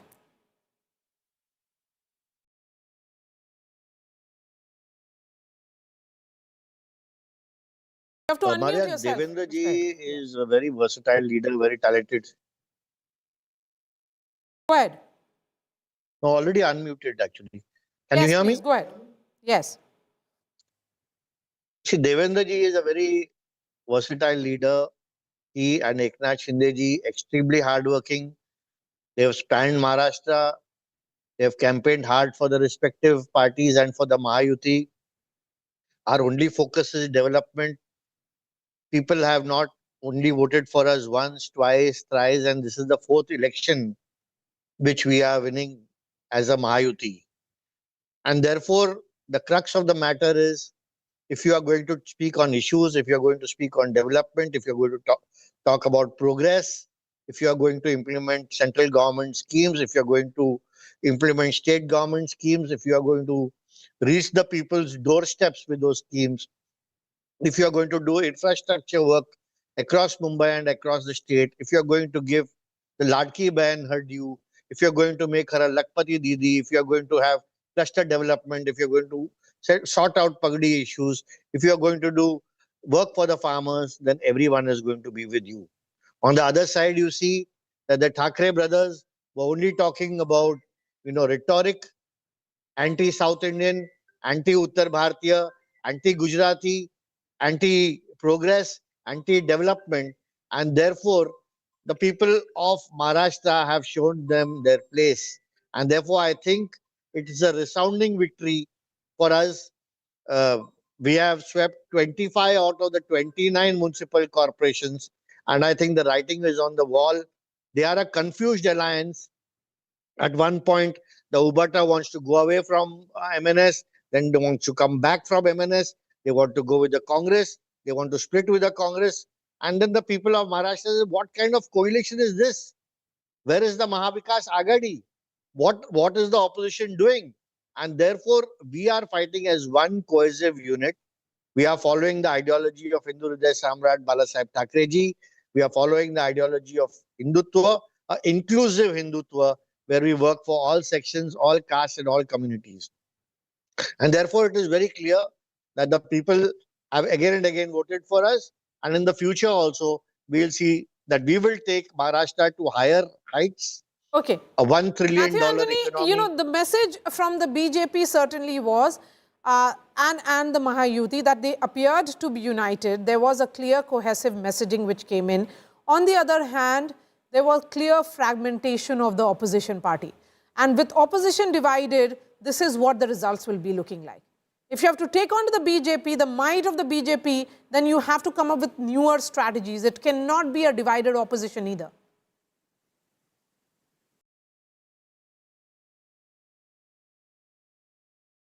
Matthew Anthony. Thanks, Maria. I couldn't hear that. First of all, congratulations to the Maharashtra State Election Commission. They did a brilliant performance. 68 seats went unopposed. Then the edible ink, where multiple voting can be done. Absolutely no response to the opposition's complaints on vote. Yes. Okay, we'll try and connect with him. Anish, will you respond to that? Maria, I think you're being less than generous to the opposition when you say we were fragmented, when in reality the ruling alliance was also just as fragmented, right? The BJP and the Shiv Sena, Eknath Shinde were contesting together for the BMC, but they left Ajit Dada out.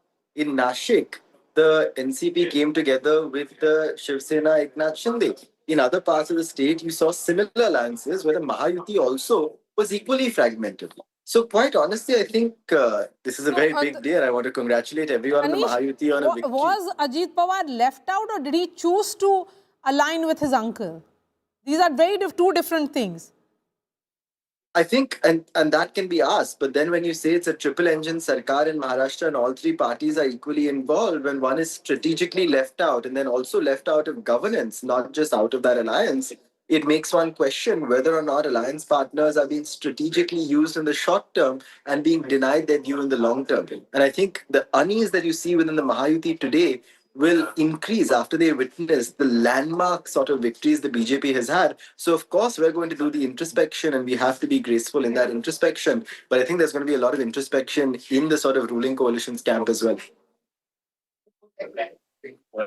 Yes, you wanted to come in. Go ahead. Take day. Krishna ji? Yeah, Anish was just, clarifying on national television that they don't want Ajit Dada anymore with them. He just said that. So I think his bosses are not going to take it lightly. They're all family after all. So, I don't think he should have said that. But however said and done, I think the Mahayuti is on a strong wicket. We are batting firmly. And whatever complaints the Congress still has against the Election Commission, against the Supreme Court, against the High Court, against the EVM, and now against the ink, I don't know what Congress is doing. Congress, was founded in Mumbai and it's committed harakiri in Mumbai. And I think they just got 10 or 11 seats, and that too is not very clear. The lowest tally ever. And Congress is still complaining. I can't understand the Congress at all. Okay. Matthew Anthony of the Congress Party, the questions are being raised on a missing Congress from the ground. Krishna, you were with us, for some time, and now you're on a better side. So, what we are saying is, I think Anish made a comment. You shouldn't penalize him for this. But victory, we congratulate, but at the same time, we don't agree with this victory. That's what we say, and we have to look into the party also. There's no denial to it. We have to look into the vote shares. We have to look into the participation. We have to look into our engagement. At the same time, we don't appreciate and we don't approve this high-handedness where the trust deficit and whatever BJP does or the Mahayuti does, there is no absolute punishment. There is no recourse. So there is no trust by the people also for voting against, because when you say about Mumbai's development, Krishna, you say in Vile Parle, how much time you take to come from Vile Parle to Bandra with the kind of work which is happening, or how much time you take, so everybody knows what is happening in Bombay, and everybody from the journalist side also knows how much difficult it is to commute within Bombay, within Mumbai. So, what is the development which you are speaking about? And have you improved anything in the life of the slum dwellers? Have you improved anything in the life of the poor people in Mumbai in the last 8 years when you were handling the administration of Mumbai? Now, after Mangal Pravat Lodha, I can say that you are creating another 2 real estate billionaires from Bandra itself in Mumbai. So that is the development which you are saying, we agree. But what is the real development which you have done? Okay, all that what you're saying here, Matthew Anthony, so perhaps the Congress could have built an entire campaign. That did not happen. There was when we look at the sheer effort that has been put out by various political parties, that is the question that is being asked, Congress plus at 12. Where does the Congress go from here onwards? Where is the NCP headed? What is the future of UBT now? All these questions, certainly it's about existential question that you all face. Can I, Maria? Yes, please, Matthew Anthony. So we have to look this in 2 ways. One is about the absolute lack of trust and faith in the election management system. Second is also about, the opposition unity when we have to fight against a behemoth like this who is managing and manipulating the entire system, not only the election commission, but the institutions as well as there is a complete system, a lacuna in the system where absolute money was flowing like water in the entire city of Mumbai. There was no questioning. There were many times they were caught, but what actions were taken against them? Nothing. So there is a trust deficit. Plus, the opposition has to come united in such a situation where we have to fight a behemoth. We agree that we have to also look into ourselves. There's no denial to it. At the same time, we don't approve of this high-handedness because it can never be said a fair and square election in the state of Maharashtra. Okay. Anish, you wanted to come in. Go ahead. I wanted to add over there exactly to what Matthew said as well. A slogan that went viral during this election campaign was Ambyacha Vanat Makyachi Kansa, Aami nahi आणली भाड्याची माणसं. That, in this field of mango orchard, there are fields of maize, but we haven't got our karyakartas and bought them out, right? And I think for the long-term health of any democracy, and certainly for the long-term health of Mumbai, a culture which saw notes being slipped under doors, a sort of door-to-door campaigning being allowed without loudspeakers, which goes against all previous guidelines in the last 2 days being silent days by the Election Commission, a sort of complete focus on money and muscle power is detrimental to the health of our democracy, not just for the opposition right now, but for the BJP in the long run as well. Imam Malik perhaps will be able to respond to that. The question certainly is, Shweta Shalini, that is the BJP, every time there is an election victory, you celebrate, but the questions certainly get around the role of the Election Commission. Is there some misuse of institutions? That is what the opposition constantly, refers to. Even in this particular election in Mumbai, there was the question around the indelible ink. Maria, a couple of things I would want to add before answering your question. I heard what Matthew ji was talking about. Now, your question to him and his answer. My question to him is very simple. Did Rahul Gandhi come once to Maharashtra? Was he not very, very clear that this is a losing battle, and that's one of the reasons why either the local team never called him or he never came? Anish also, I heard him talking. How many rallies did Sharad Pawar ji actually do? So it's very, very clear. Whenever you talk about the election commission, see, we have nothing to do with the election commission. It's an independent body. If they want to use whatever, they are free to use. And if there needs to be an inquiry, we better have an SIT sit on it, and we will also complain. The fact remains that every time that they start losing, why do they start crying wolf? Because eventually the EVM theory has now all of a sudden gone into dumps, and in came vote chori. And you look at the kind of karyakartas, the karyakarta migration that Anish was talking about, this migration of the cadre is happening because the so-called netas are practically virtually, and on Instagram giving speeches. None of them are actually interacting. None of them are going on the street. The UBT and MNS came together and decided that they are going to do minimal 4 sabhas, out of which MNS did not come for that one sabha also. Meanwhile, all our netas, all our leaders, I will just give you one example. Devendra Fadnavis ji has done about 37 rallies and roadshows, apart from the 38 media interviews which has happened one-on-one. Congress, on the other hand, has gone and stuck an alliance with VBA, who primarily they have been fighting for all this while. So let's understand this. This entire UBT, on the other hand, if you look at what Anil Parab had to say on Hindustan Times, they were banking on M&M, which is Marathi Manus and Muslim. Meanwhile, BJP has always said, MY, Mahila and Youth, that is who we work for. And we add that to urban planning and with us, that is our mantra. And as I have said it already, we are extremely humble. Matthew Antony wants to come in. Yes, go ahead, Matthew Antony.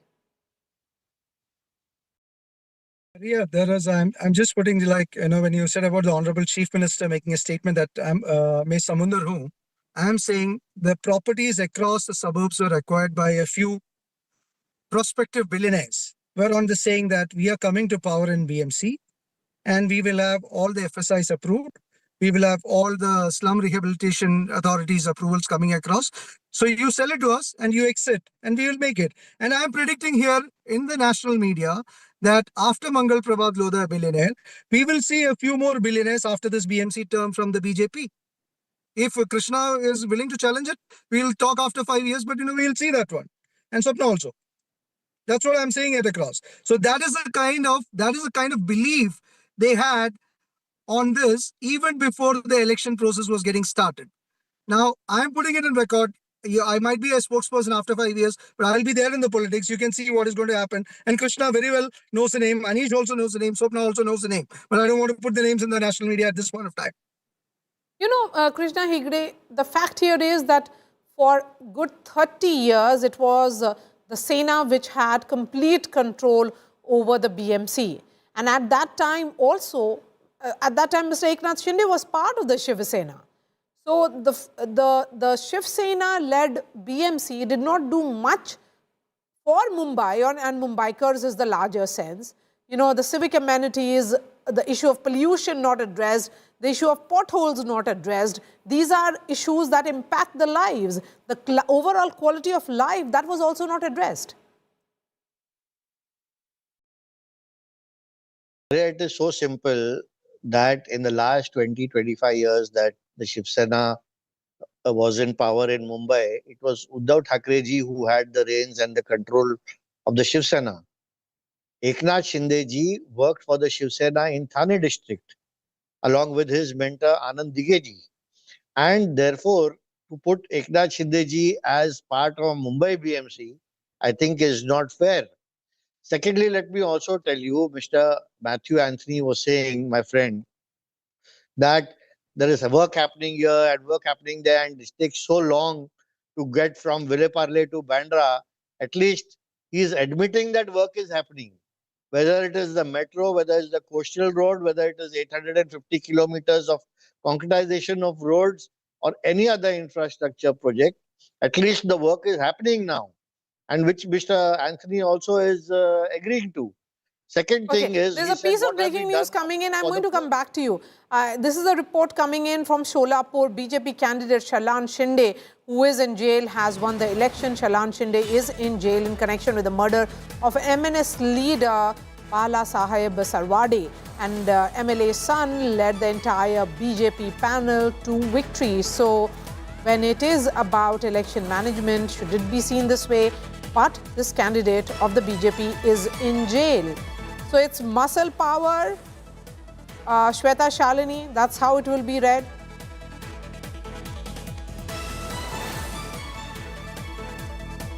Shweta, if you heard me.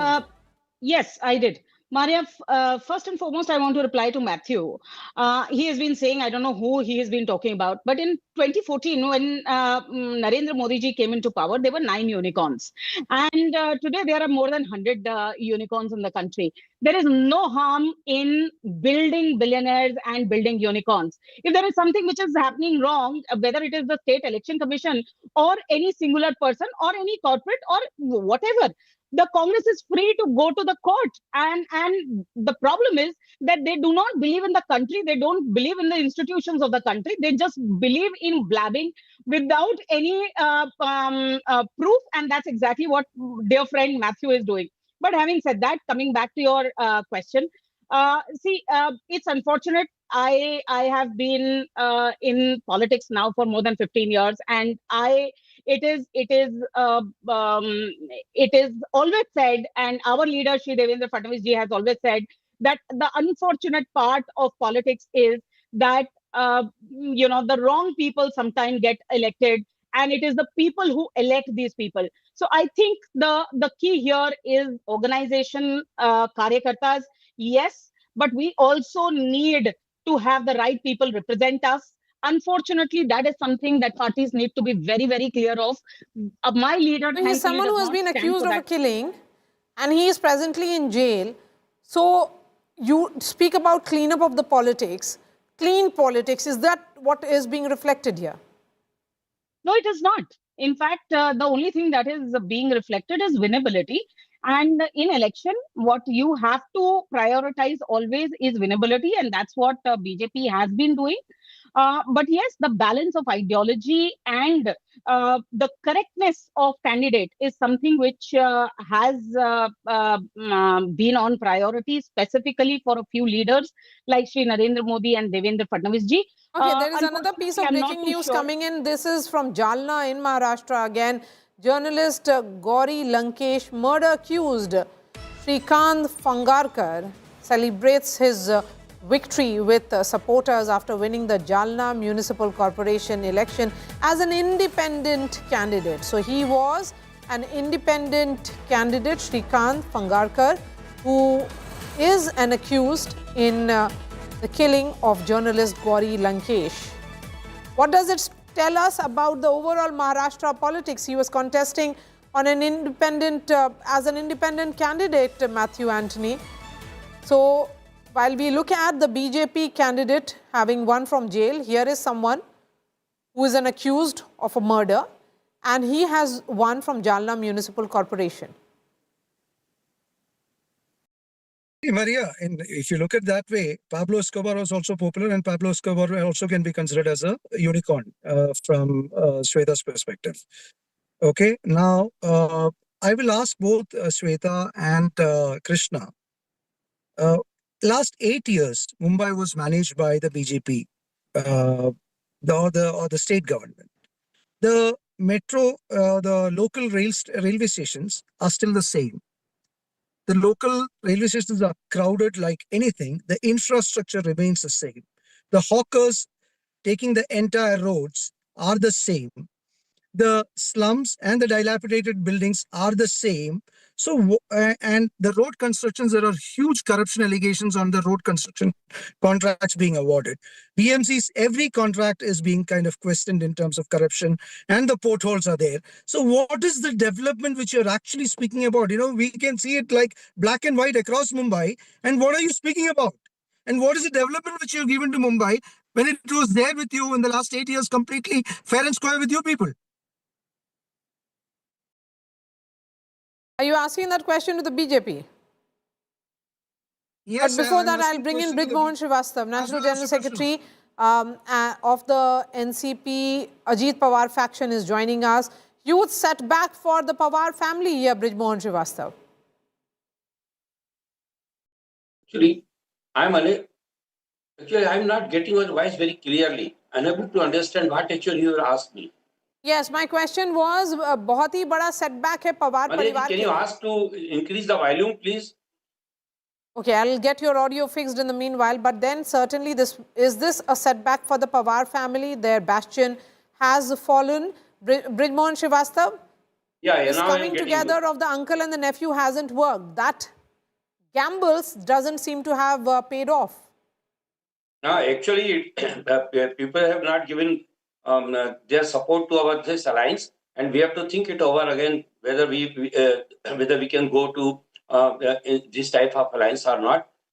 Respected Praful Patel has spoken very clearly that we are not going to alliance with Sharad Pawarji NCP. It's now very clear. But on the other hand, actually, we are happy that the Mahayuti has won this election in Maharashtra throughout in the whole of the state, actually. And it's a great message for the Indian democracy and as well as the people of the Maharashtra that now the three-engine government will work together for the development of the Maharashtra, and we will try to achieve whatever we have promised in this election.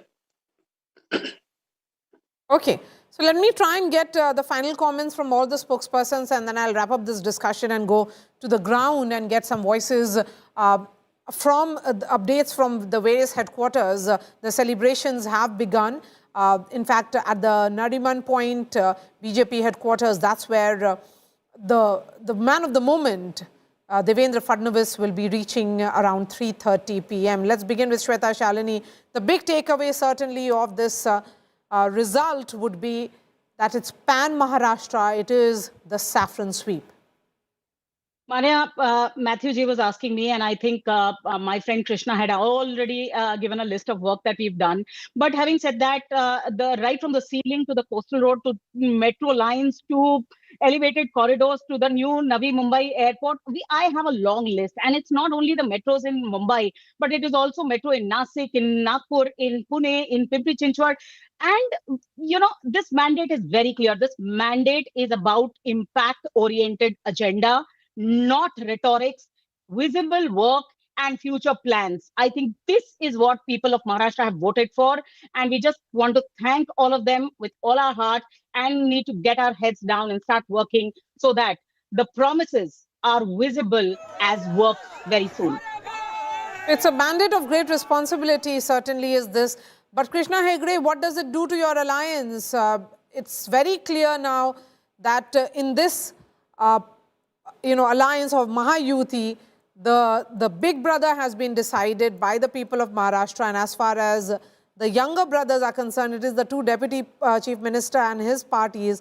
But Eknath Shinde will be the deputy chief minister, will continue only as the deputy chief minister. His party will always be the party number 2 in Maharashtra now. No, Big Brother was not decided. It is already obvious because they have got a cadre of around 8 crore in India, and they're the biggest party in the world. So we are not disputing that. We are only saying that, the Mahayuti is here to stay. What development we have given the people of Mumbai and Maharashtra, the people of Mumbai and Maharashtra have seen it. Unfortunately, the Congress has not seen it. Secondly, Matthew said that 2 billionaires, there are 350 startup and tech billionaires in India in the last 10 years. So we have to open your eyes. The Congress party has to open their eyes now and look at the absolute truth. All right. Thank you for joining us. A big thank you to all the panelists. Let me go straight to Mumbai. That's where Ritvik is joining us live from. That's where all the action is happening. And in some time from now, the man of the moment, Devendra Fadnavis, is expected. So while we wait for the first reaction to come in from the central leadership of the party, the celebrations will be happening at the BJP headquarters in Mumbai any moment now. Ritvik, 3:30 is when Devendra Fadnavis arrives. What is the preparations like?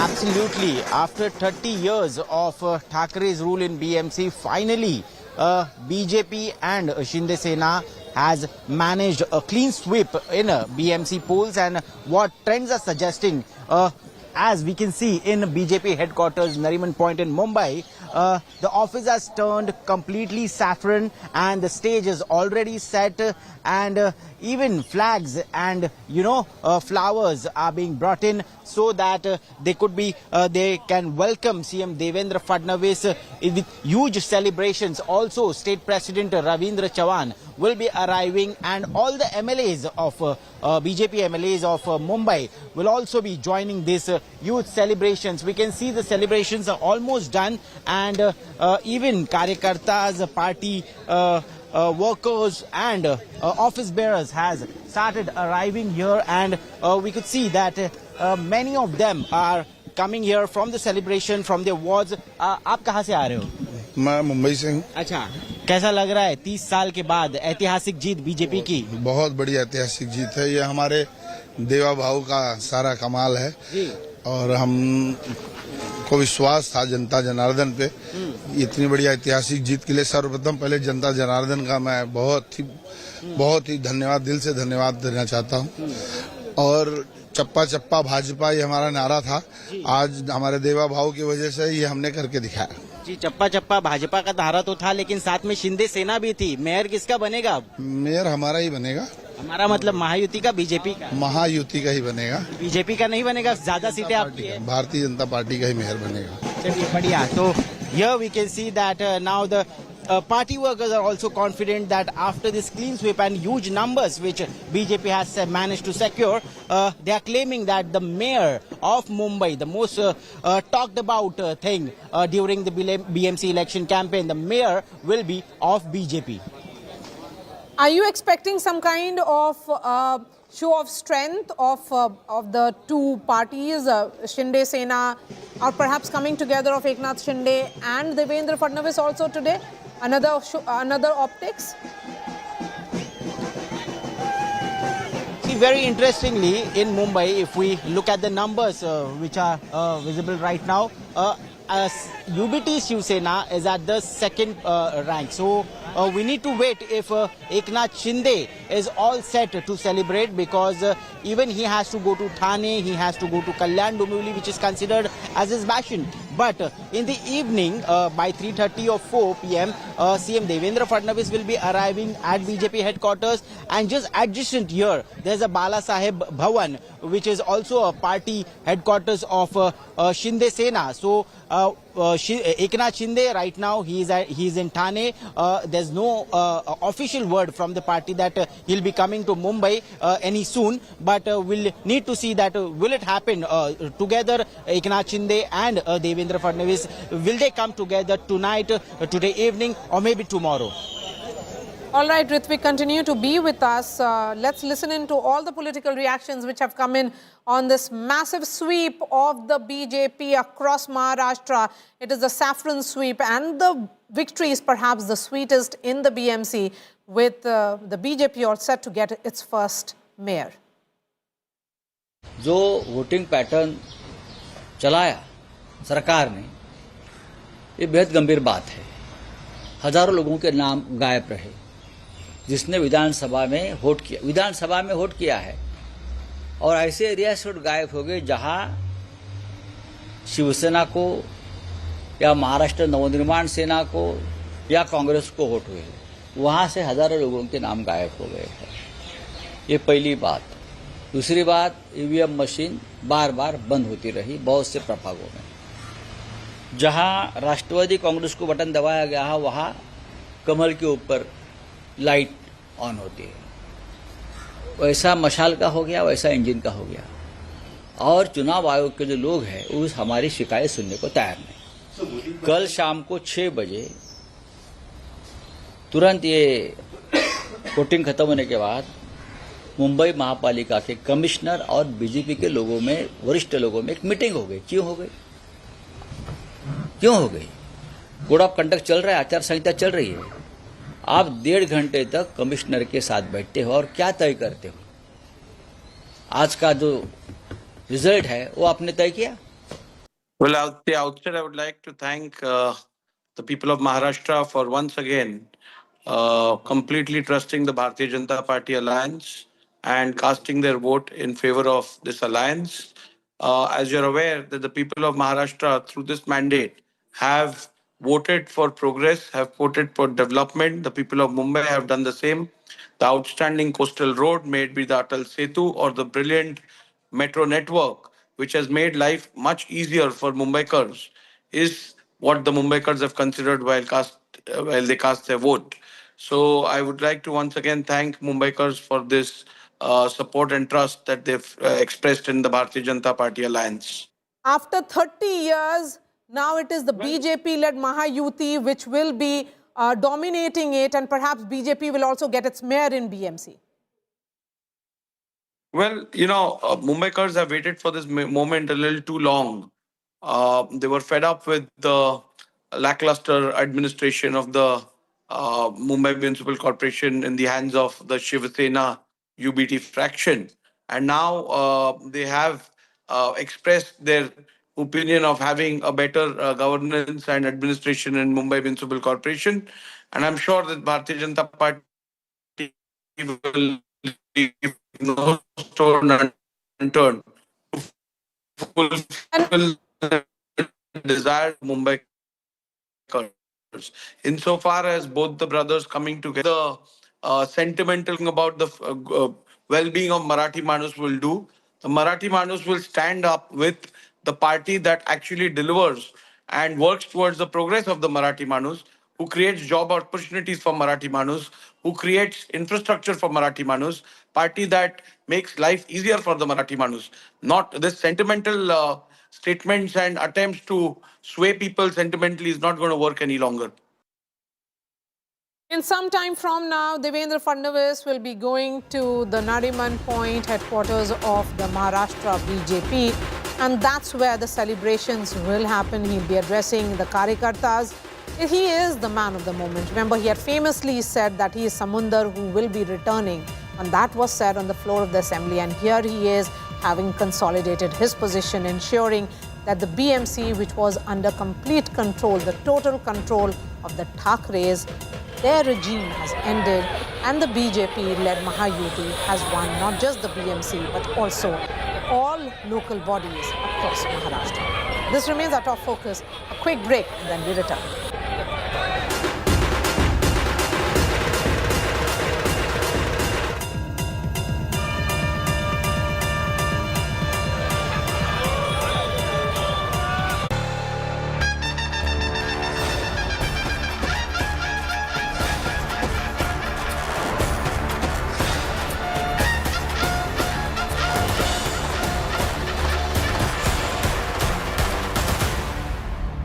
If they want to use whatever, they are free to use. And if there needs to be an inquiry, we better have an SIT sit on it, and we will also complain. The fact remains that every time that they start losing, why do they start crying wolf? Because eventually the EVM theory has now all of a sudden gone into dumps, and in came vote chori. And you look at the kind of karyakartas, the Karyakarta migration that Anish was talking about, this migration of the cadre is happening because the so-called netas are practically virtually and on Instagram giving speeches. None of them are actually interacting. None of them are going on the street. The UBT and MNS came together and decided that they are going to do minimal 4 sabhas, out of which MNS did not come for that one sabha also. Meanwhile, all our netas, all our leaders, I will just give you one example. Devendra Fadnavis ji has done about 37 rallies and roadshows, apart from the 38 media interviews which has happened one-on-one. Congress, on the other hand, has gone and stuck an alliance with VBA, who primarily they have been fighting for all this while. So let's understand this. This entire UBT, on the other hand, if you look at what Anil Parab had to say on Hindustan Times, they were banking on M&M, which is Marathi Manus and Muslim. Meanwhile, BJP has always said MY, Mahila and Youth, that is who we work for. And we add that to urban planning and Vikas. That is our mantra. And as I have said it already, we are extremely humble. Matthew Anthony wants to come in. Yes, go ahead, Matthew Anthony.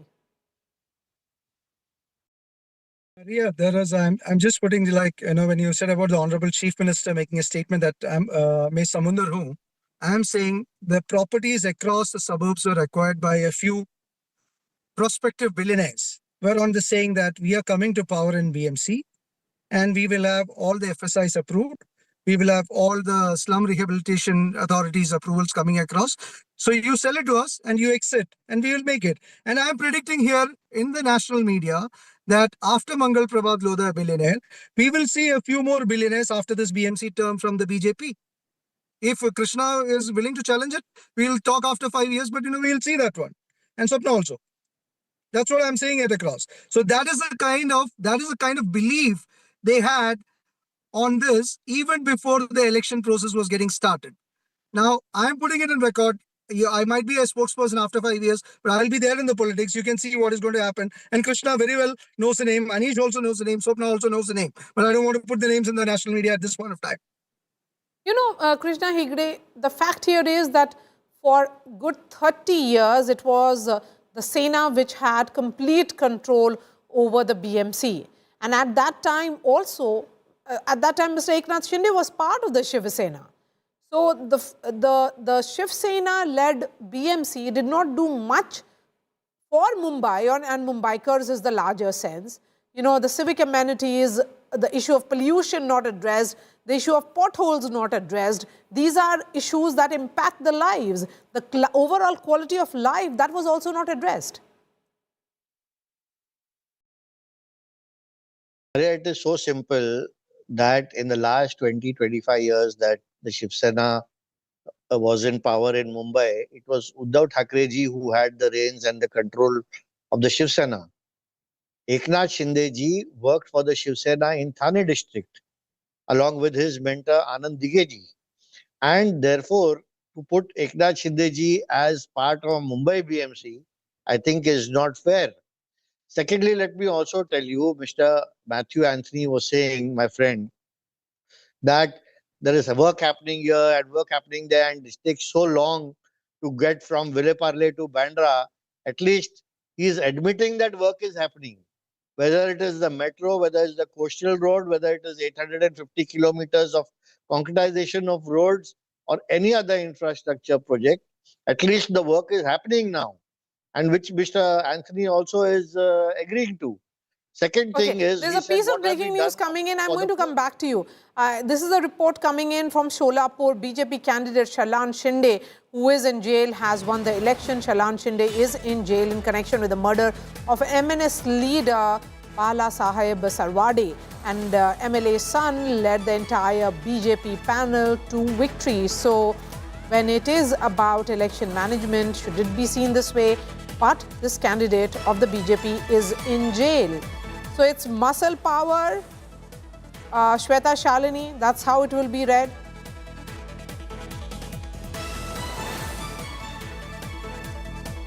Shweta, you heard me. Yes, I did. Maria, first and foremost, I want to reply to Matthew. He has been saying, I don't know who he has been talking about, but in 2014, when Narendra Modi ji came into power, there were 9 unicorns. And today there are more than 100 unicorns in the country. There is no harm in building billionaires and building unicorns. If there is something which is happening wrong, whether it is the State Election Commission or any singular person or any corporate or whatever, the Congress is free to go to the court. And the problem is that they do not believe in the country. They don't believe in the institutions of the country. They just believe in blabbing without any proof. And that's exactly what dear friend Matthew is doing. But having said that, coming back to your question, it's unfortunate. I have been in politics now for more than 15 years, and it is always said, and our leader Shri Devendra Fadnavis ji has always said that the unfortunate part of politics is that the wrong people sometimes get elected, and it is the people who elect these people. So I think the key here is organization, karyakartas, yes, but we also need to have the right people represent us. Unfortunately, that is something that parties need to be very, very clear of. My leader, So he's someone who has been accused of a killing, and he is presently in jail. So you speak about cleanup of the politics, clean politics. Is that what is being reflected here? No, it is not. In fact, the only thing that is being reflected is winnability. And in election, what you have to prioritize always is winnability, and that's what BJP has been doing. But yes, the balance of ideology and the correctness of candidate is something which has been on priority specifically for a few leaders like Shri Narendra Modi and Devendra Fadnavis ji. Okay, there is another piece of breaking news coming in. This is from Jalna in Maharashtra again. Journalist Gauri Lankesh, murder accused Shrikant Fangarkar, celebrates his victory with supporters after winning the Jalna Municipal Corporation election as an independent candidate. So he was an independent candidate, Shrikant Fangarkar, who is an accused in the killing of journalist Gauri Lankesh. What does it tell us about the overall Maharashtra politics? He was contesting on an independent, as an independent candidate, Matthew Anthony. So while we look at the BJP candidate having won from jail, here is someone who is an accused of a murder, and he has won from Jalna Municipal Corporation. Maria, if you look at that way, Pablo Escobar was also popular, and Pablo Escobar also can be considered as a unicorn from Shweta's perspective. Okay, now I will ask both Shweta and Krishna. Last 8 years, Mumbai was managed by the BJP, or the state government.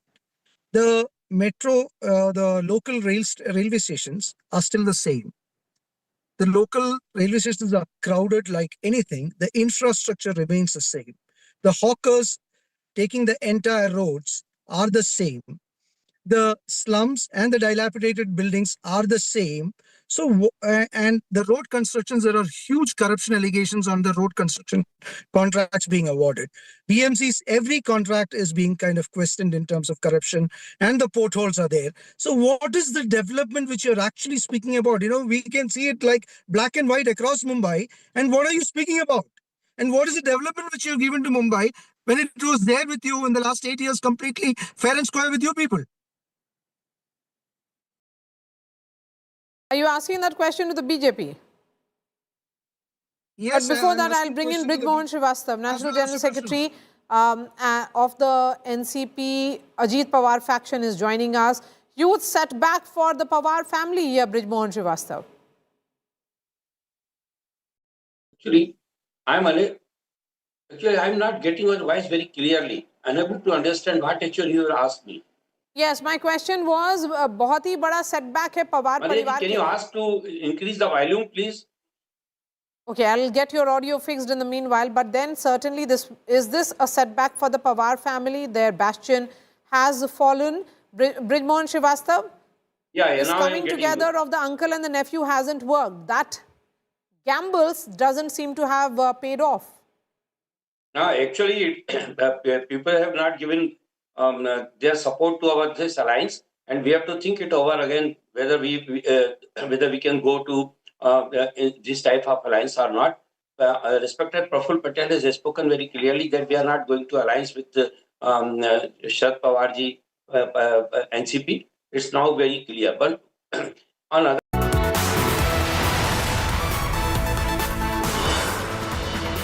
Big India Today impact. Maharashtra State Election Commission bars the use of marker pens in the upcoming Zilla Parishad elections.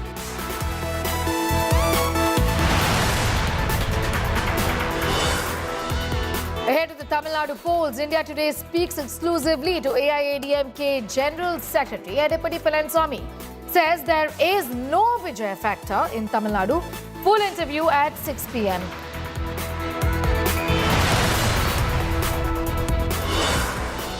International Monetary Fund lauds India's growth, says strong consumption has pushed GDP figures better than expected. BJP mocks Rahul Gandhi's dead economy jibe. What we have seen in India is that India is a key growth engine for the world. Amid US-Venezuela tensions, Venezuelan opposition leader presents her Nobel Peace Prize to Donald Trump. Trump confirms possession of the medal.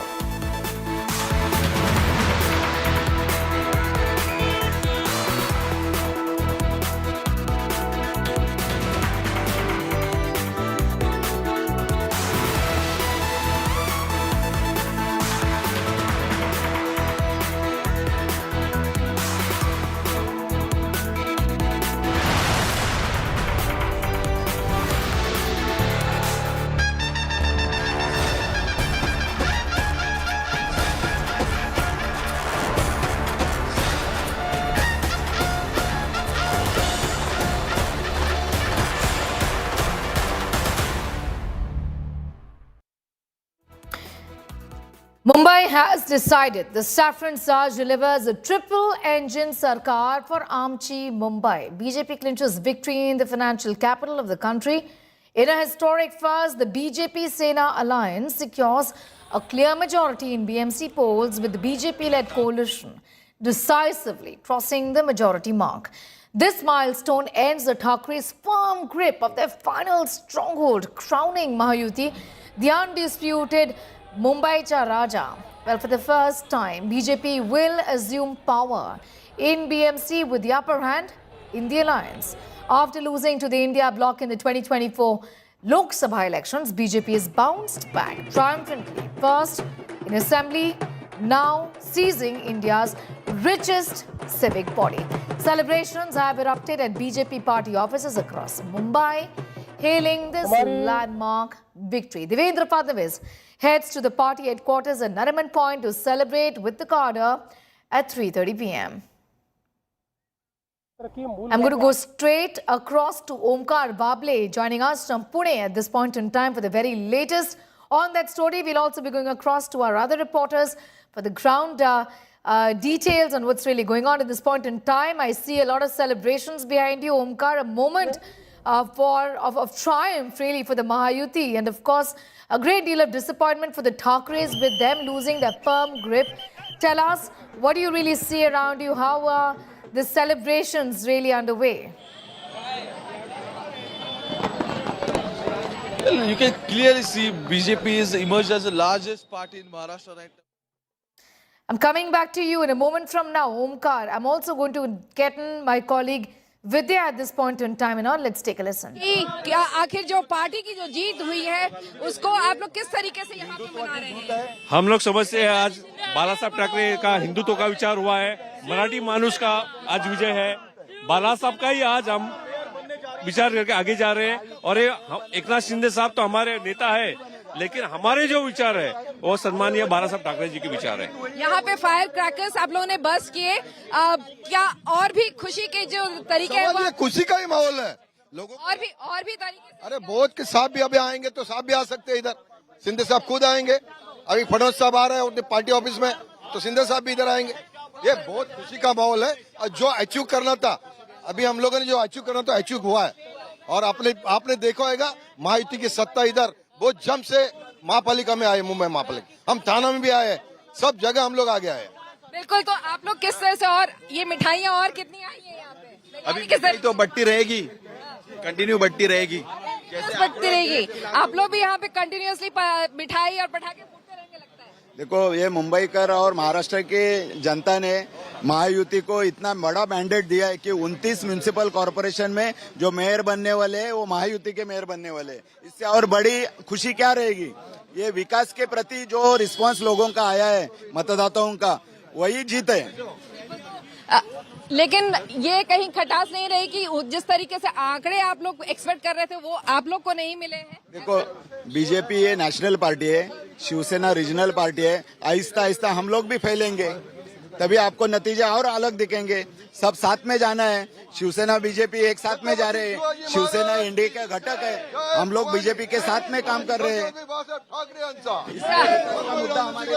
बिल्कुल बिल्कुल, जिस तरीके से आपने देखा यहाँ मिठाई बांटी जा रही है, पटाखे फोड़े जा रहे हैं और बताने कह लीजिए कि जाहिर करने की कोशिश की जा रही है कि कितने खुश है यहाँ के लोग जिस तरीके से जो मैंडेट मिला है न सिर्फ मुंबई और ठाणे में बल्कि महाराष्ट्र के दूसरे हिस्सों में भी, उसकी एक झलक भर है इस खुशी की। कैमरामैन किरण सबकाल के साथ Vidya getting in those details and sending us those images of celebrations that are broken out. It really is the last fortress of the Thackerays, Uddhav Thackeray, that has fallen. I'm going to go straight across now to my colleague Omkar Vable, who was getting us the ground report. Omkar, the celebrations in Pune as well. Omkar. Exactly. Look, as I was telling you, BJP has emerged as the largest party in Maharashtra again. 29 municipal corporation elections were being held simultaneously. I'm standing in the legacy of Bal Gangadhar Tilak. This is a Tilak Vada located in the Pune. How happy you guys are. I could clearly see the joy on your face. Yes, we are very happy. We are very happy. We are very happy. We are Kunal's childhood friends. We are very happy for him. Yes, yes, yes. So I gave my interview just a moment ago and we are very I just want to know, you all guys are supporting BJP. Kunal is going to be the youngest corporator. So what do you exactly expect from all these youngsters and this generation especially? whatever the previous corporators have done, maybe just giving promises as not living up to it. Maybe if they could change that history and be the future for our area. Many supporters of BJP are standing here and we'll try to talk to them. As I was asking you, you all are looking overwhelmed. Yes, definitely. We all are overwhelmed. It is the moment that we all were waiting for. After all the hard work everyone has put in, days and nights have gone in. So definitely it's something we are really rejoicing over. Will you please tell us about this Tilak legacy? Of course, more than me, I think you must ask Shrutika Kunal Tilak, who is right here. She would help you better with it. Kunal Tilak's wife is here. She'll tell you better about it. So, I would like to tell viewers, I'm standing in the legacy of Tilak. Yeah, she's here. Will you please elaborate a little bit about the legacy of a Tilak family and the place where we are standing right now? As we all know, Kesariwada has had cultural as well as historical significance since our freedom struggle. It doesn't stand only for what happened 150 years ago. It stands for all the cultural heritage icon that it is today. Let it be Ganpati, let it be political events, or it could be anything. Our institution always stands for Samadam Dandaved as well as truth, honesty and integrity in everything that we do. You're wearing saffron gamcha. I could clearly see rotas everywhere, even in Pune. Yeah, I mean, it is a great victory for this ideology. I think it is a great victory for Hindutva. I think it is a great victory for all of us who have since forever stood for what is right. Thank you so much. Right now, BJP has won more than 40 seats and leading on 90 seats in Pune Municipal Corporation, and same thing is happening in Pimpri-Chinchwad Municipal Corporation also. So we'll have to check what happens, because in 2017 BJP mounted almost 99.6, but now everything is pipeline. People are counting. Still counting is going on. So we'll have to check what exactly is going to happen. But at least till now, I can clearly see Gulal uda rahe log, and everyone is overwhelmed. They're happy that the candidates have won and they'll be in the Pune Municipal Corporation. With camera person Gopal Harne, this is Omkar Vable, India Today, Pune. Omkar Vable getting in those details at this point in time, telling us about the victory celebrations. As far as the wind is blowing, it clearly is in the favor of Mahayuti, is what the trends clearly show at this point in time. Omkar, to talk to you a little about how the opposition ruled and opposition controlled, and for 25 plus years At the end of the day, this is a huge setback really for the Thackerays, isn't it? With the alliance also in place, however, not materializing in their favor. Omkar. Coming back to you in a second from now. News just coming in. Let's take a look. BJP's Nitesh Rane, I understand, is mocked Thackeray cousins after BMC results. Rane's penguin jibe at the Thackerays. Nitesh Rane has mocked the Thackerays. Let's take a listen. It's a victory for the Mahayuti. The BJP also leading. Nitesh Rane has mocked the Thackeray brothers post the results, is what we know after the dismal performance in the BMC elections, which also translates into them losing the citadel, losing control of the richest civic body. And Rane has now mocked the Thackeray brothers, is what I know at this point in time. Let's take a listen to what Rane said.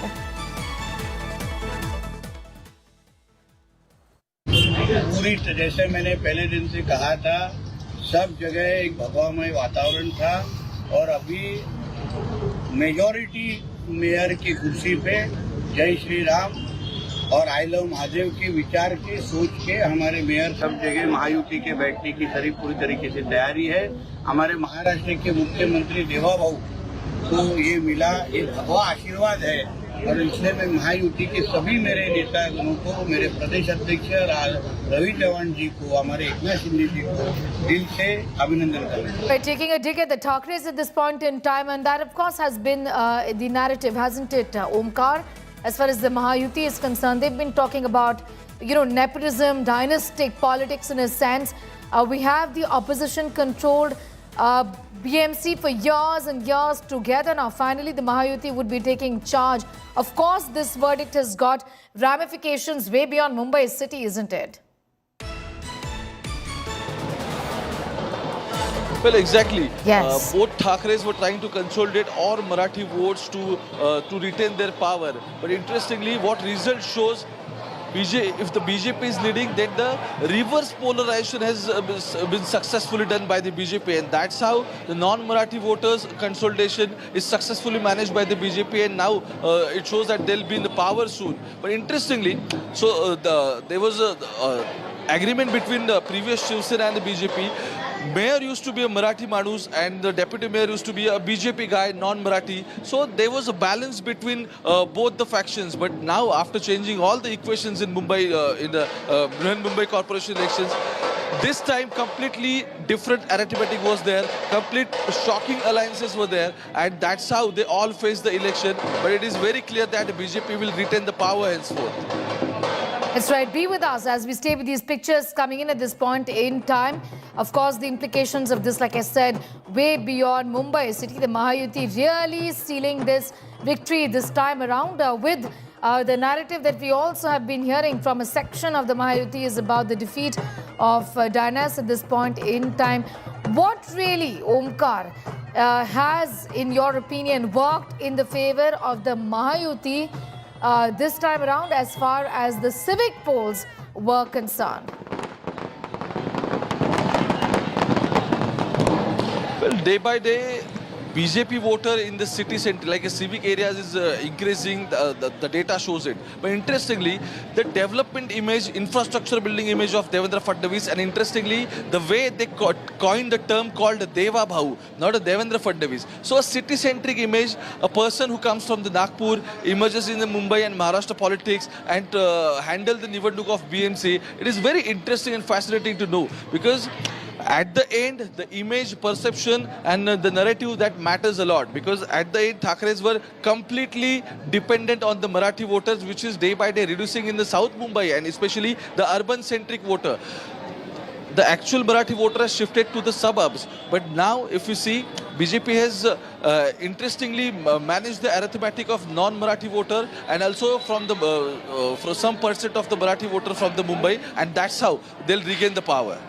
Be with us. I'm coming back to you for more on that in a moment from now. Omkar Wable with the very latest, because at the end of the day, this victory is, in a way, strengthening the grip of the Mahayuti as far as urban Maharashtra is concerned. A series of reactions also coming in. Let's take a listen. मुझे लगता है कि जेन जी ने उस दिशा में हमें पुरजोर समर्थन देकर और शक्ति प्रदान की है। आपने देखा कि पहले बिहार में हमें सफलता मिली, उसके बाद केरल में सफलता मिली, अब महाराष्ट्र के नगर निगम में यह अभूतपूर्व सफलता निश्चित रूप से देश के भविष्य के लिए एक बहुत शुभ संकेत है, सकारात्मक संकेत है। और इसके साथ साथ नकारात्मक राजनीति करने वालों को महाराष्ट्र की जनता ने एक करारा जवाब दिया है। मैं ये स्पष्ट करना चाहता हूं, सभी 29 महानगर पालिका के चुनाव में मतदाताओं ने सहभागिता दी और इस लोकशाही महोत्सव में साथ दिया, इसके लिए मतदाताओं का धन्यवाद। महाराष्ट्र की जनता ने प्रधानमंत्री मोदी जी की नीतियों को, उनके राष्ट्रवाद को,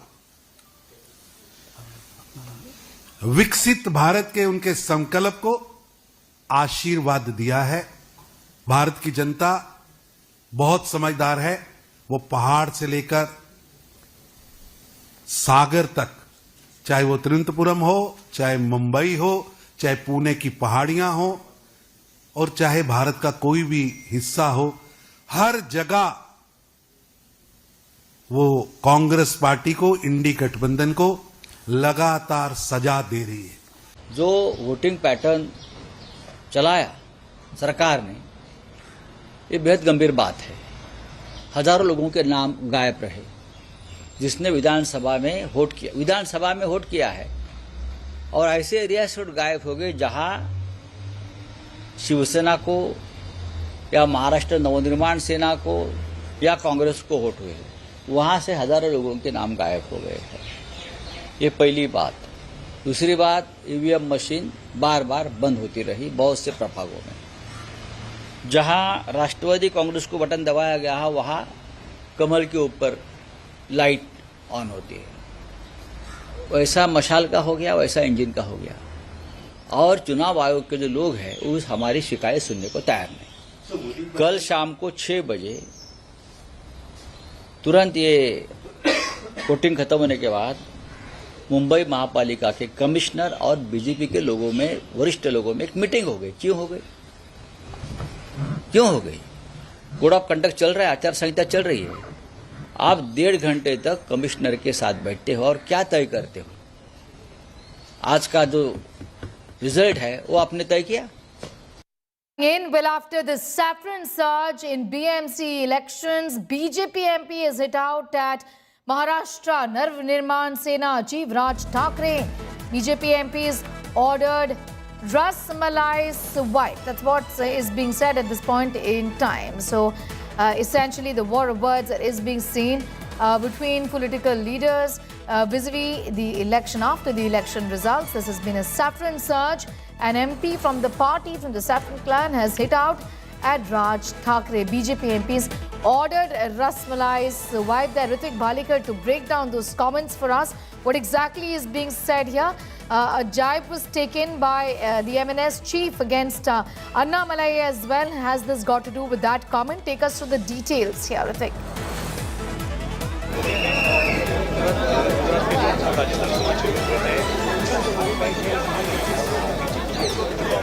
Rajdeep Bhalikar, if you can hear me, I was asking you about the comments that have been made by a BJP MP hitting out at MNS chief.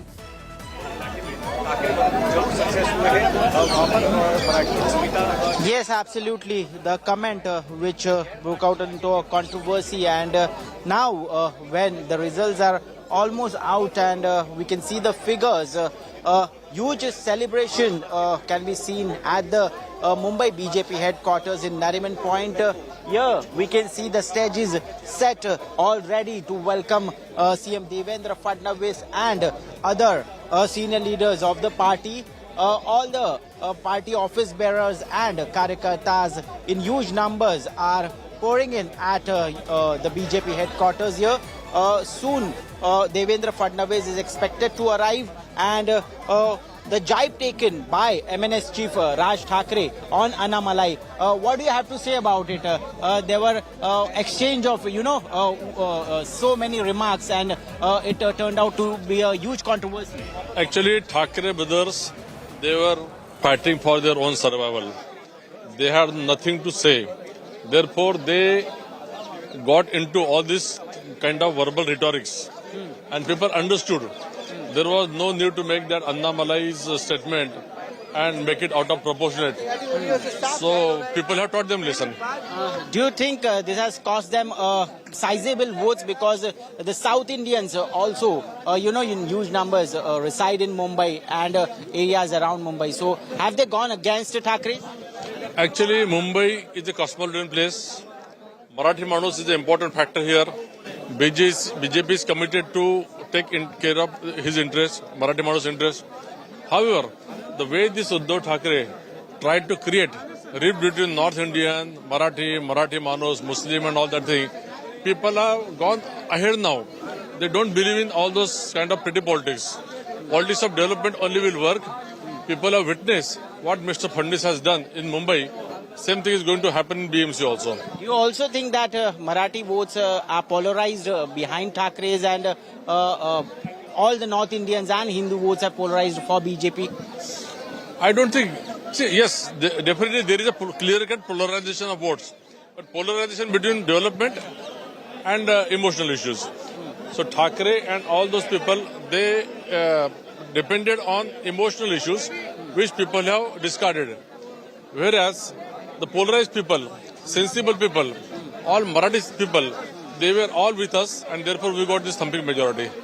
He said so. The developmental agenda of BJP, which is portrayed by BJP and Shinde Sena Mahayuti alliance, has taken over the emotional card played by Thackeray, is what BJP office bearers are saying. Thus, coming back to you in a moment from now, also getting in more details on that story from my colleague Vidya also has been tracking. Vidya, at the end of the day, it was opposition-controlled civic body of BMC. It's been there citadel for years together now. And this time around, it's a big loss for the opposition as well, isn't it? Well, I'm right now at the Balasaheb Bhavan. This is where the Eknath Shinde's party's headquarters is located. And this is the emotion that's running high right now. They are sharing sweets right now. They are bursting crackers. And of course, they're putting out flags. In fact, let's speak to them. So what do you think is the issue that really helped garner votes for you? See, you must have seen this Mumbai has been conceived under the leadership of Balasaheb Thackeray. 106 martyrs have given their life. But the Thackeray's haven't got the majority. The Balasaheb Thackeray I am talking about. He is our leader and our honorable Eknath Shinde sir is carrying his ideology ahead with the bow and arrow and Shiv Sena. So you will see the Marathi Manus will be a mayor of this city. So Marathi Manus and Hindu and a Mumbaikar for sure. Definitely. Hindutva is a Hindutva. So certainly, as you heard, emotions are running high. They're very sure that in the next few days the parties will sit down together, form a decision as to who the mayor would be for the city, and accordingly the entire the entire form of the BMC governance would really take place. Coming back to you in a moment from now, even as we have more news coming in at this point in time, a series of political reactions, and now Milind Deora has hit out at the UBT Sena Uddhav Thackeray faction at the Maharashtra Narv Nirman Sena led by cousin Raj Thackeray. Deora says BMC results have put an end to the soap opera of Mumbai politics. City prefers progress and accountability over melodrama and masala, says Milind Deora. So it's a dig that has now been taken, talking about the loss of the Thackeray cousins in these elections and the win of the Mahayuti, saying that the people have chosen. Ritvik, a voice really from within the Mahayuti, talking about the fact that the opposition has lost out, the Thackerays have lost out, and of course the narrative that has been here is that dynastic politics, in that sense, will never triumph, isn't it, given that it's been a loss for the Thackeray cousins.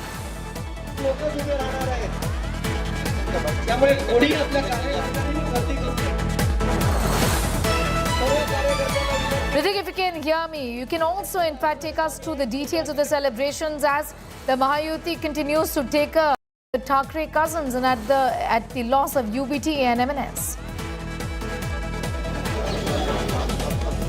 Yes, absolutely. BJP headquarters all set for huge celebrations, and within some time, CM Devendra Fadnavis expected with a grand welcome, planned here at BJP office. And if I can ask my VJ to just show in the atmosphere around the BJP headquarters in Nariman Point. The stage is already set, and we can see the banner where the poster which clearly says in Marathi that now the era of corruption has ended and Mumbaikars has taken a sigh of relief is what the poster says. And they have also taken jibe at the Thackeray brand, so-called Thackeray brand, which was in the epicenter of the campaign of Thackeray brothers. They are saying that Mumbai se sevak hates Mumbai se nagar sevak, which also means that the one who will serve Mumbai will only be the corporator of Mumbai, and there will be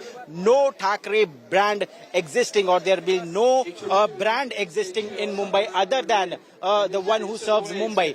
So this is how a befitting reply is being given by BJP to the Thackeray brothers through all these symbolic, posters, be it the flags where we can see not just BJP flags but also RPI flags can be seen together, which also symbolizes that how they fought in unity, in alliance together and not in bits and parts. And like MVA had no relevance together because Congress chose to fight alone, and Thackeray brothers united with NCP Sharad Pawar faction. But here they want to show that they were united, they were fighting together. We can see not just BJP but also Shinde Sena and RPI. Also here, if we come inside the office, if we go inside the office, we can see how BJP Karyakartas in huge numbers have gathered here to welcome the Deva Bhau, what he's fondly called now. And we can also see a band, a brass band, which is the iconic the face of Mumbai, the brass band, which has been called, and it also symbolizes the Koli community of the Mumbai. So be it Koli community, be it fishermen's community, or be it Dabewalas of Mumbaikar, everyone has come here to BJP headquarters to join in the celebration of BJP, who are now going to, claim BMC after 30 years of rules of Thackeray's. I'm going to continue to keep coming back to you, Ritvik Balekar, getting in those details. We're getting you all the visuals, the pictures, and celebrations that have broken out of the Mahayuti camp. Of course, like Balekar was pointing out, as far as the MBA is concerned, it wasn't a joint effort, evident. It wasn't a joint fight. And that's, in fact, perhaps one of the reasons why even within the MBA, supporters of the MBA would have thought about this alliance not being given a chance this time around. Remember, the Thackeray's have had control of the civic body for years together, almost 3 decades, and it's been a big loss for them, essentially losing their last citadel. Trends, celebrations continues to be a top focus story. For the moment, we are pausing for a quick commercial break.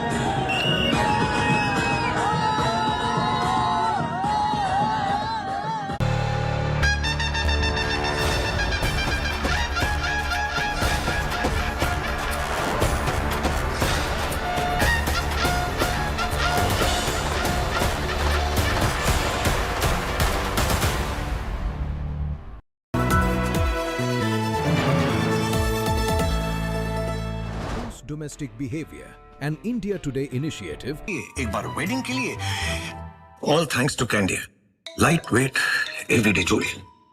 Sir रोक तो आप भी नहीं पाएंगे, try कीजिए। ओह वाह, सब पे दिल आ जाए तो मल्टी लेयर पहन लीजिए। This is ये मुझे चाहिए। Oh my God, this is so देख क्या रही? मैं भी तो यही कह रहा था कि ज्वेलरी सबके लिए होनी चाहिए। Candy, lifestyle jewelry.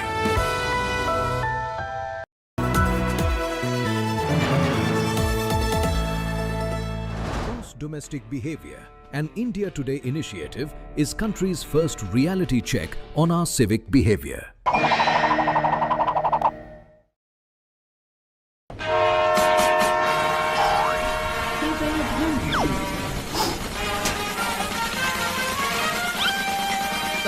ticket.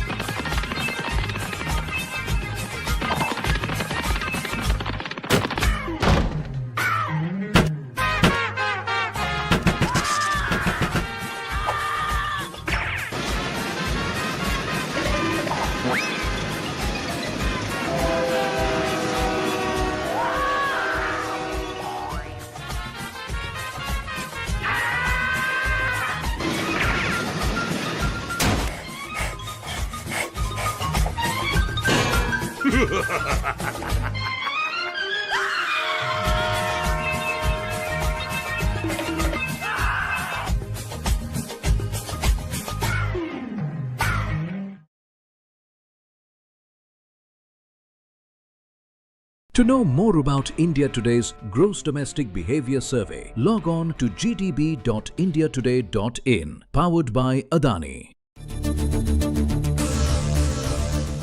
The world's most powerful double-engine coverage, where access meets expertise. Davos Brainstorm, 19th to 23rd January, only on India Today and Business Today.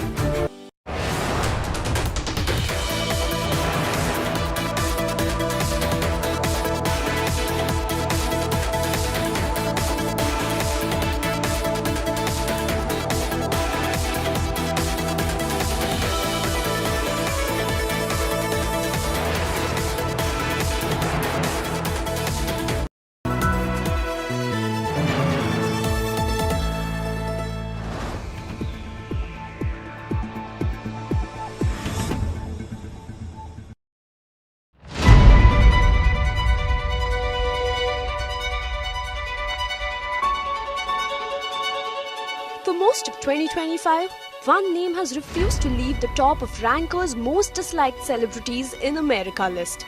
And that's none other than Duchess of Sussex, Meghan Markle. Ranker's poll is crowdsourced and live. Over 95,000 viewers voting in real time.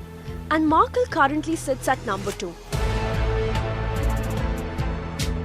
Just behind Sean Combs, better known as PDD, who is now serving a federal prison sentence after being convicted on charges related to prostitution and abuse. Well, let that sink in. On the same list, Bill Cosby ranks lower, despite decades of sexual assault allegations. So do Amber Heard and Ellen DeGeneres. Even Prince Harry. Yes, Prince Harry appears at number 6, making the Sussexes the only couple both landing in the top tier. This isn't a morality scale, it's a reaction meter. Critics point to staff turnover, branding missteps, and reports from former employees describing a difficult work environment. Supporters argue she's unfairly scrutinized, overexposed, and relentlessly targeted. But one thing is undeniable. While others feed from the rankings, Meghan Markle doesn't disappear. New projects, new headlines, new votes. Love her or hate her, America can't stop reacting. And on Ranker, reaction is everything. With Kshitija Gosavi, Bureau Report, India Today.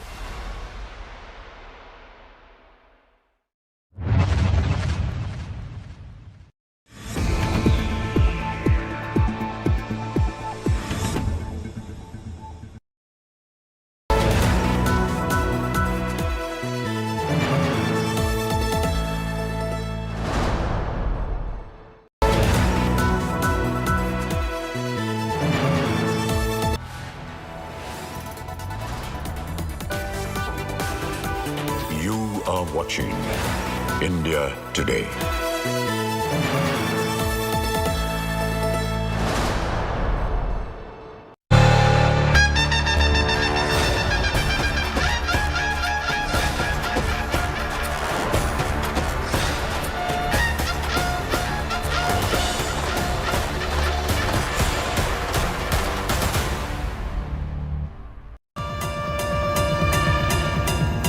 And we have more news coming in as far as the BMC elections are concerned. The Chief Minister Devendra Fadnavis has congratulated the state president Ravindra Chavan after the win. Let's take a listen.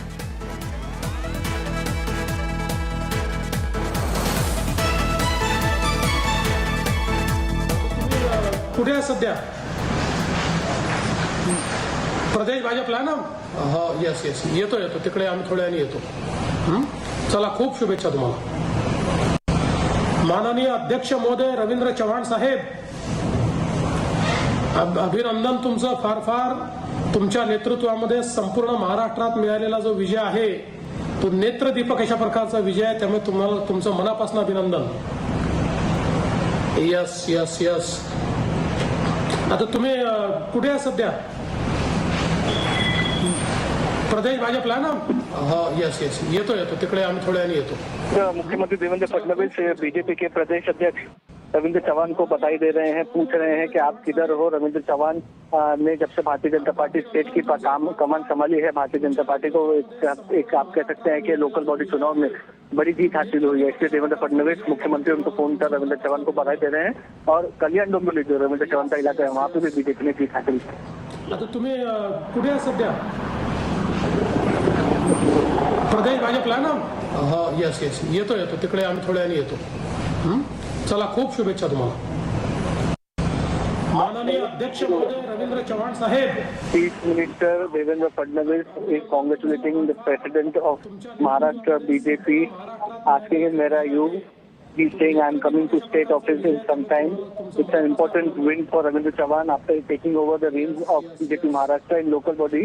BMC has done well and hence he's been congratulated by Devendra Fadnavis, the chief minister. प्रदेश भाजपला ना हा yes yes येतो तिकडे आम्ही थोड्या वेळाने येतो चला खूप शुभेच्छा तुम्हाला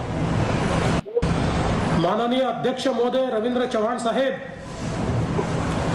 अभिनंदन तुमचं फार फार तुमच्या नेतृत्वामध्ये संपूर्ण महाराष्ट्रात मिळालेला जो विजय आहे Chief Minister Devendra Fadnavis also giving credit to Ravindra Chavan. Chief Minister is giving credit to State BJP President Ravindra Chavan, saying that under your leadership, BJP has won such a huge mandate, and he's saying let's meet soon and celebrate. Yes yes येतो तिकडे आम्ही थोड्या वेळाने येतो चला खूप शुभेच्छा तुम्हाला माननीय अध्यक्ष महोदय रवींद्र चव्हाण साहेब अभिनंदन तुमचं फार फार तुमच्या नेतृत्वामध्ये संपूर्ण महाराष्ट्रात मिळालेला जो विजय आहे तो नेत्रदीपक अशा प्रकारचा विजय आहे त्यामुळे तुम्हाला तुमचं मनापासून अभिनंदन It's a decisive victory there for the Mahayuti and the Chief Minister. They're congratulating the state president after this win. Mustafa Sheikh continues to be with us on that story.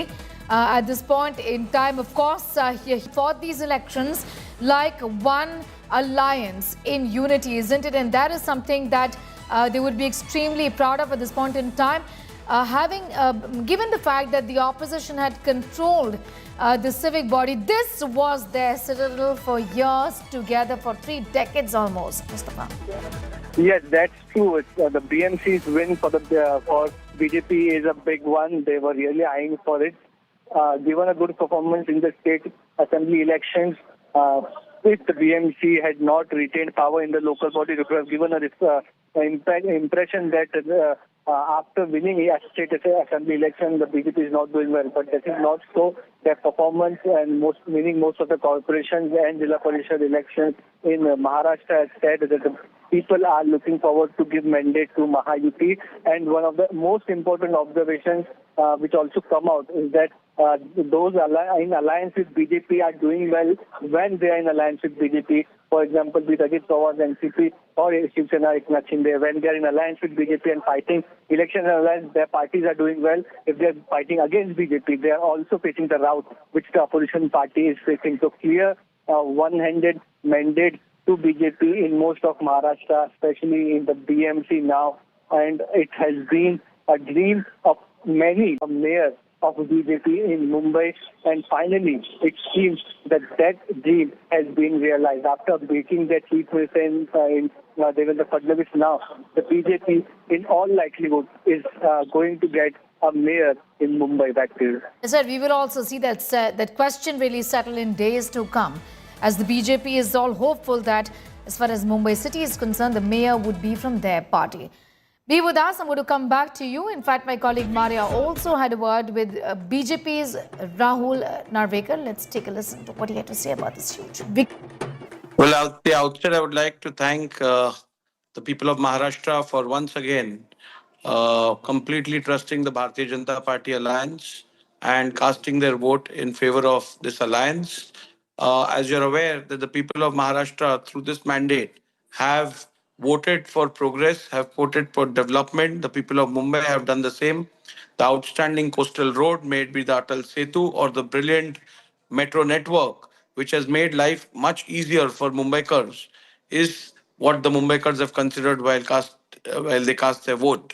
So I would like to once again thank Mumbaikars for this support and trust that they've expressed in the Bharatiya Janata Party alliance. After 30 years, now it is the BJP-led Mahayuti which will be dominating it, and perhaps BJP will also get its mayor in BMC.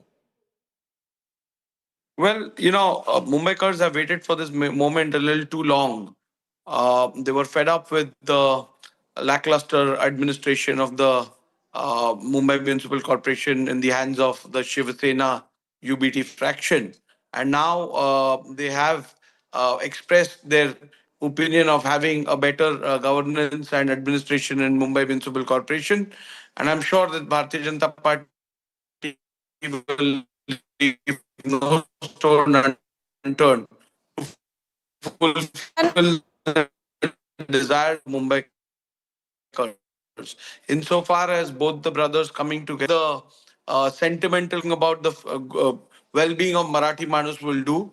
The Marathi Manus will stand up with the party that actually delivers and works towards the progress of the Marathi Manus, who creates job opportunities for Marathi Manus, who creates infrastructure for Marathi Manus, party that makes life easier for the Marathi Manus. Not this sentimental statements and attempts to sway people sentimentally is not going to work any longer. Right. In fact, you heard that from the Bharatiya Janata Party talking about the fact that they've waited for this day for a very long time. At the end of the day, the Mahayuti has in fact, at least as far as the trends are concerned, winning the elections to the country's richest civic body. The Sena, Uddhav Thackeray and the MNS, Raj Thackeray, have lost these elections, losing the citadel, the control that they had over this body for years together. Ritik continues to be with us. I'm going to go straight back to him for all the celebrations. The BJP has also got a celebration planned. I understand the Chief Minister would be there at the headquarters as well. Ritik, what more can you tell us about those celebrations which are now planned throughout the evening?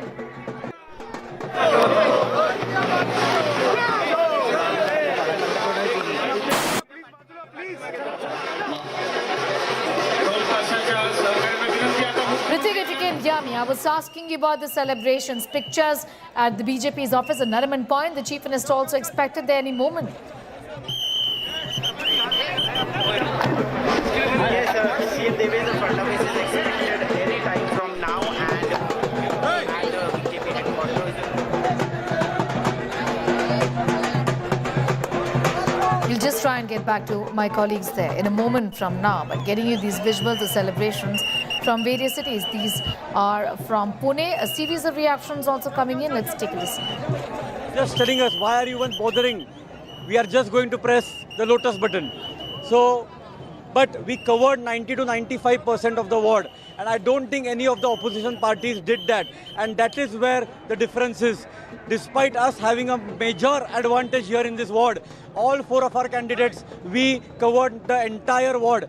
We went door to door, met every citizen, spoke with them, understood their problems, and gave them the assurance that once we get elected, we will work utmost with hard work for them. A lot of confidence and trust was shown by your leadership in you, especially to be with us, even as those reactions are coming in and pictures of celebration from different parts. The Chief Minister would be soon there. Ritik, if you can hear me, get us the details of the celebrations and the celebrations planned throughout the evening today. Yes, absolutely. From any time from now, CM Devendra Fadnavis will arrive at BJP headquarters in Nariman Point, Mumbai, and we can see behind me the stage is set for the celebrations, and the banner, the poster which has been put up here clearly indicates that it is taking a jibe at Thackeray brand, because the banner says that now Mumbai is free from corruption and Mumbaikars will take a sigh of relief. At the same time, it is also saying that only the one who serves Mumbai, who does the service to Mumbai, will be the corporator of Mumbai, and it indirectly, takes a jibe at Thackeray brand, which was at the epicenter of the campaign during BMC elections.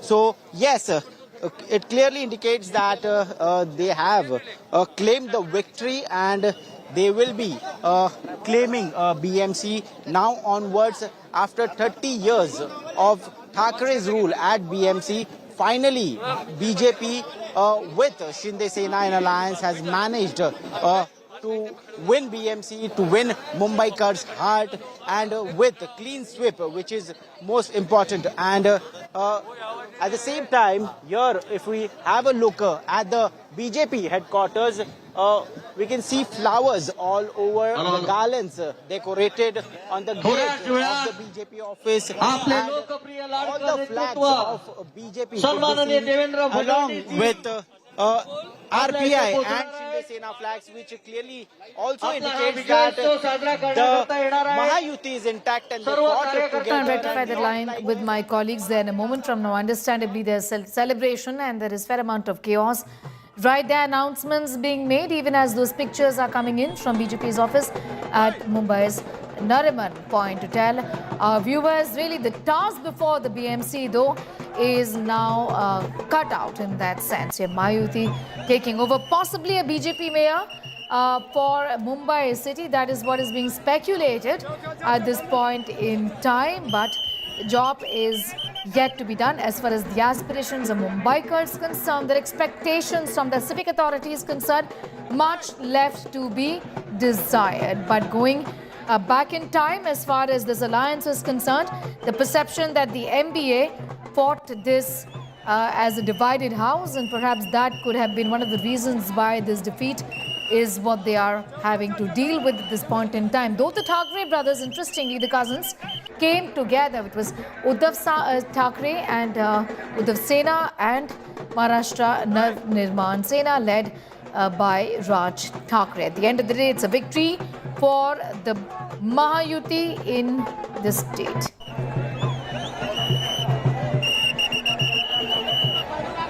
Of course, the BJP has said that the people have given their verdict, even as the opposition has in fact raised concerns about the functioning of the machines, the EVM machines in that sense, voicing concerns about the fact that all is not well and that there was foul play, and hence this victory was assured for the Mahayuti. That's what a section of the opposition is saying at this point in time.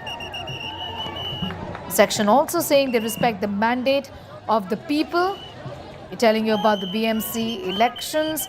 A section demanding, in fact, re-evaluation in that sense, saying that there were several voters who had problems. There would have been more amount of voting. Many spoke about the fact that marker pens were used instead of indelible ink, and that's the reason why this was unfair. The opposition accusing the election body of colluding with the Mahayuti alliance. Pictures on your screen of celebrations that are broken out in Pune and also in Mumbai at the BJP headquarters right there.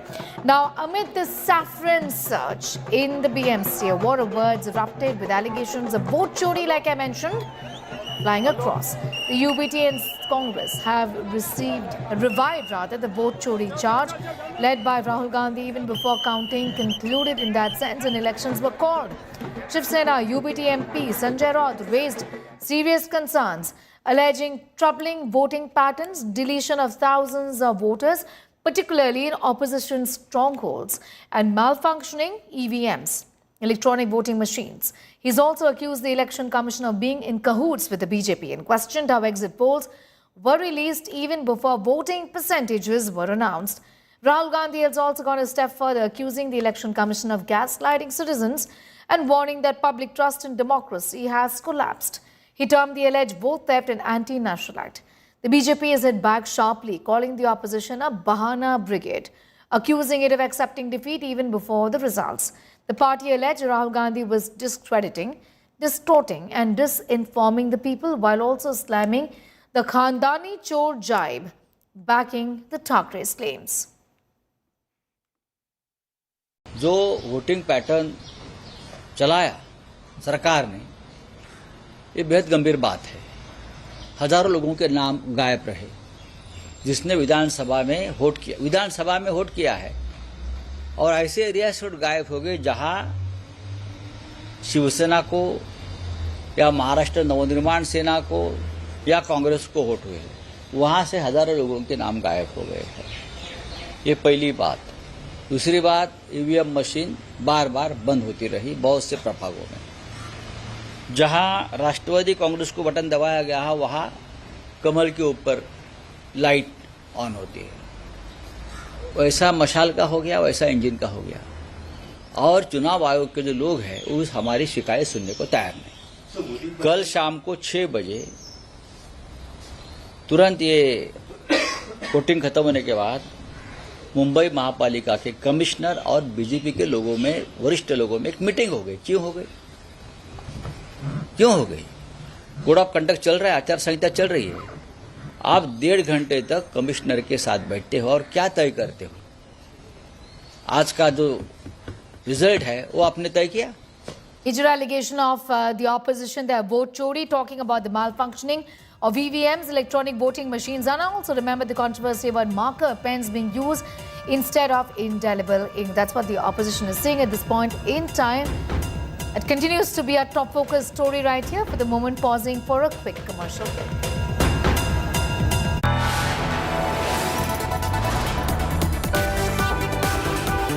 You are watching India Today.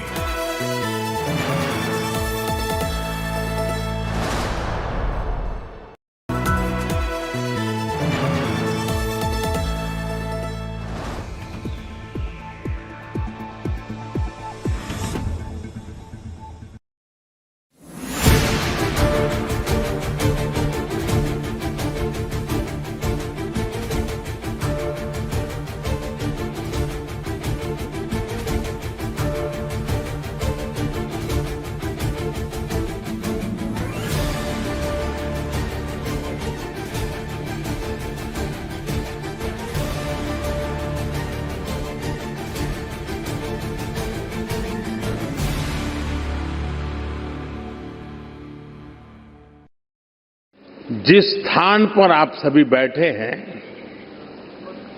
वो भारत की democratic journey का बहुत ही महत्वपूर्ण स्थान है।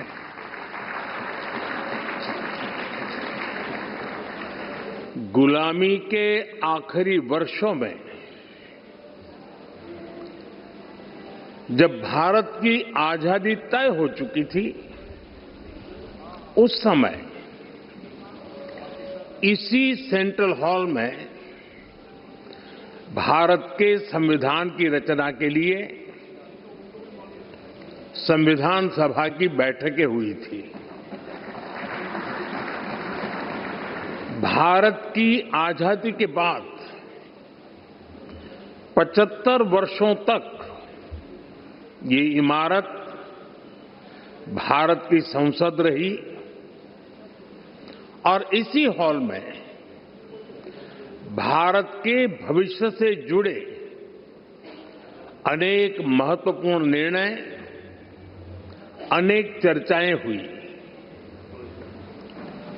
अब लोकतंत्र को समर्पित इस स्थान को भारत ने संविधान सदन का नाम दिया है।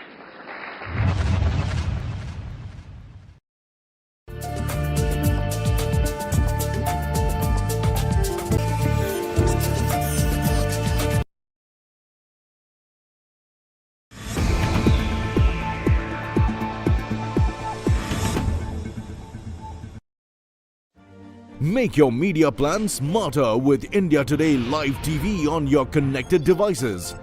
Amplify your brand with 100 million smart internet viewers. To advertise, mail us at sales@aajtak.com.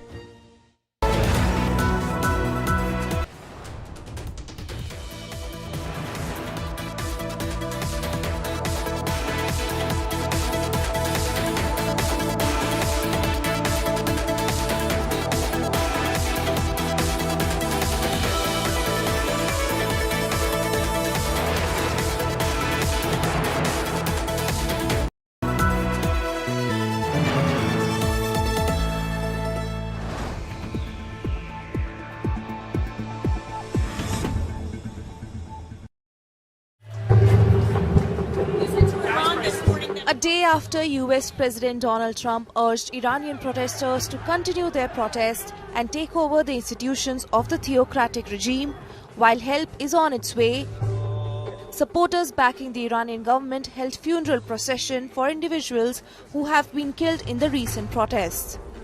Trucks carrying coffins moved through crowds of people, many displaying photos of Iran's Supreme Leader Ali Khamenei. US-based HRA-NA rights group said it had so far verified the deaths of 2,403 protesters and 147 government-affiliated individuals. Meanwhile, Trump declined to answer about what kind of help was he referring to. Russia has also condemned what it called subversive external interference in Iran's internal politics and said US threats of new military strikes against the country were categorically unacceptable. Certainly, when the US starts acting in the ways that neglect the very rules Americans themselves promoted, calling it globalization, and then abandoning their own principles, it suggests that our US colleagues appear unreliable when they behave in such a manner. They always bet on oil and other critical resources, focus solely on advancing their own interests, and use threats and direct pressure methods such as tariff partners of Iran, for instance, are subjected to 25% tariffs. Наши американские коллеги, когда действуют подобным образом. The US has issued advisory to its citizens to leave Iran. India too advised all citizens to leave Iran by available means of transport, including commercial flights. It has also cautioned Indian citizens and PIOs in Iran to exercise due caution, avoid areas of protest or demonstrations. The citizens have been urged to remain in contact with the Indian embassy in Iran and monitor local media reports for any developments.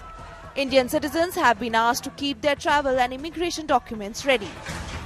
With Mahashweta Lala, Bureau Report, India Today.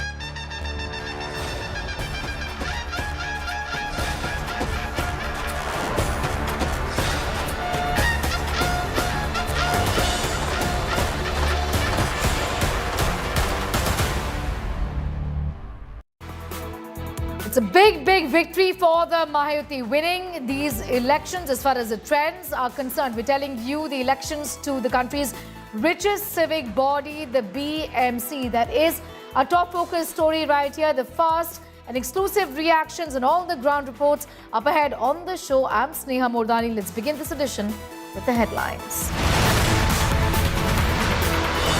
Mumbai trends indicate good news for the Mahayuti. Chief Minister Devendra Fadnavis to arrive at the Mumbai headquarters of the party shortly. BJP shatters its 2017 record. Thackerays lose their 25-year-long BMC caucus.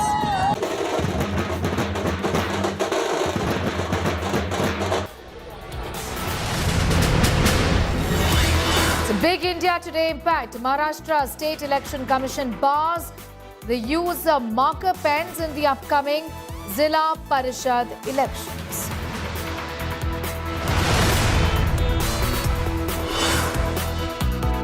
Ahead of the Tamil Nadu polls, India Today speaks exclusively to AIADMK General Secretary E. Palaniswamy.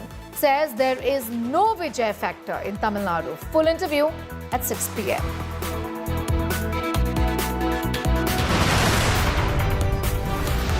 International Monetary Fund lauds India's growth, says strong consumption has pushed GDP figures better than expected. BJP mocks Rahul Gandhi's dead economy jibe.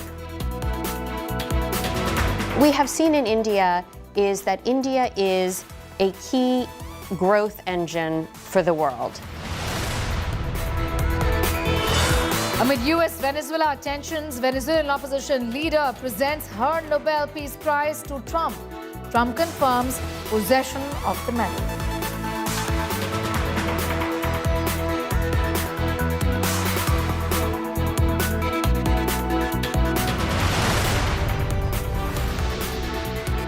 Mumbai has decided the Saffron surge delivers a triple-engine sarkar for Amchi Mumbai. BJP clinching victory in the financial capital of the country. I'm going to go straight across now to my colleague Maria Shakil for more on that. Let me go straight to Maharashtra, where Deputy Chief Minister Eknath Shinde ji is joining us. Eknath Shinde ji, बहुत-बहुत बधाई, इतनी बड़ी जीत. कैसे देखते हैं आप इस जीत को? मैं बहुत ही हमारे मुंबई वासियों को धन्यवाद देना चाहता हूँ, उनका शुक्रिया अदा करना चाहता हूँ, क्योंकि मुंबई वासियों ने भाजपा शिवसेना को भारी जीत दिलाई है और हम ये चुनाव डेवलपमेंट के मुद्दे पे लड़े थे। लोग डेवलपमेंट चाहते हैं, डेवलपमेंट को लोगों ने स्वीकारा है और एंटी डेवलपमेंट को नकारा है और इमोशनल मुद्दों को भी नकार दिया है।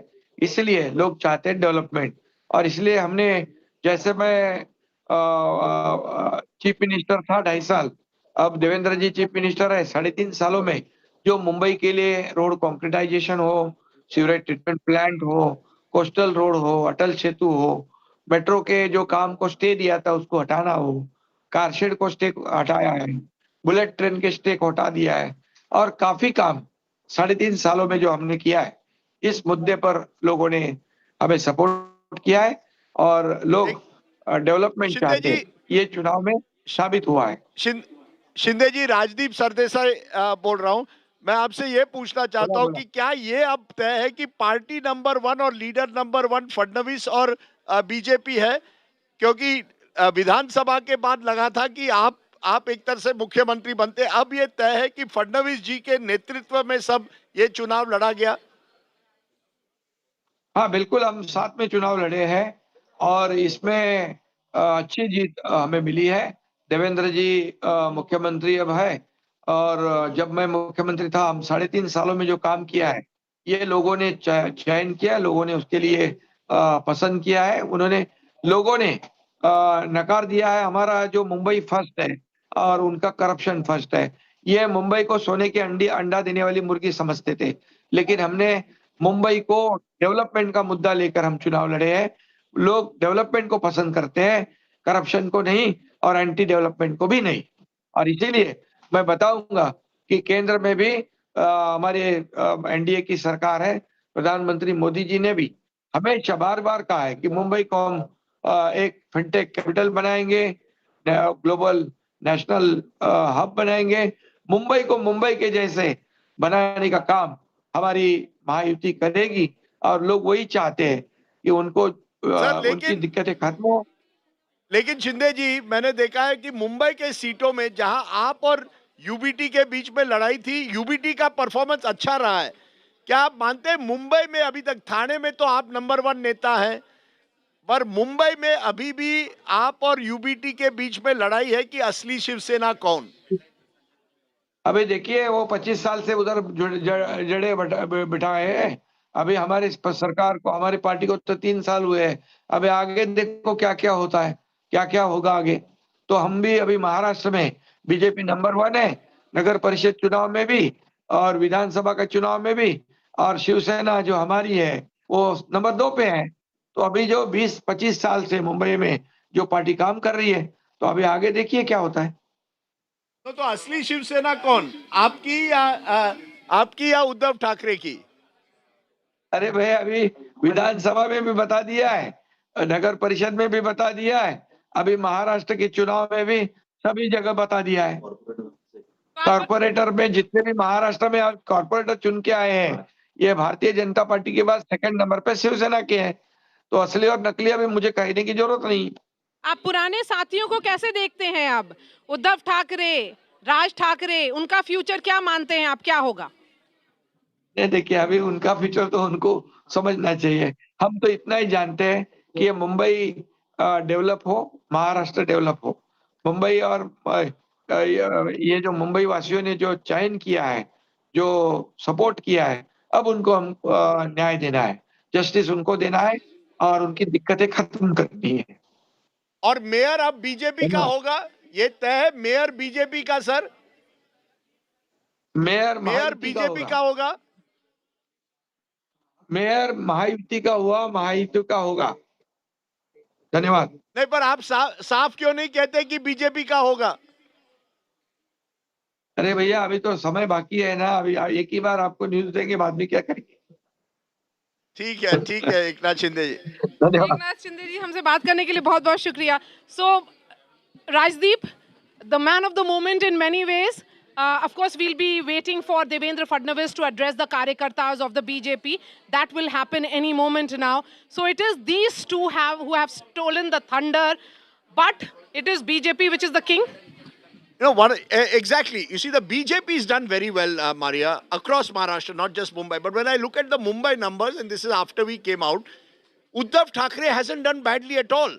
His vote percentage is more or less the same. He won 84 seats as a United Sena last time. When I looked at the numbers last, he's at about 70 odd seats on his own. So he has wherever he's directly contested, especially in the Sena heartland areas of Mumbai, he's given more than a fight. MNS has fallen behind of Raj Thackeray. And you could argue, therefore, that among the traditional Maharashtrian middle class voters of Mumbai, Uddhav Thackeray is still possibly seen as the leader of the Shiv Sena. Moment you go beyond that, Eknath Shinde has established himself in Thane, Kalyan, Dombivli. And it's interesting, every time you ask them the question, kaun banega mayor, they say Mahayuti. They don't say, in an ideal world, what they would like is 2.5 years. I don't think the BJP is going to concede that. The BJP is not the Congress there. But I think it's interesting to see how Mumbai's Maharashtrians have voted and whether having Raj Thackeray, is it a liability or an asset for the Shiv Sena UBT? Because suppose they had the Congress instead of Raj Thackeray, could they have got a wider vote? This, of course, is for the future. But Eknath Shinde has shown, Maria, that he is the first successful Shiv Sainik to break with the Shiv Sena and become a sort of independent entity of his own. Was it because the Thackerays, Uddhav Thackeray here, was largely seen as inaccessible? And here is the man who is the real Shiv Sena. As he said, कि मैं कितने बार ये debate settle करूं, when you asked that question to him, कि ये तो मैंने debates पहले ही settle कर दिया, because when he was the chief minister, Rajdeep, that chief minister's office was open till 2 a.m., 3 a.m. for everyone. That's right. I interviewed him once. I remember at 5 a.m. in the morning. And there were about 100 people waiting to just shake his hand. Look, he's been a more accessible Shiv Sena leader. His office is like a shakha in a way.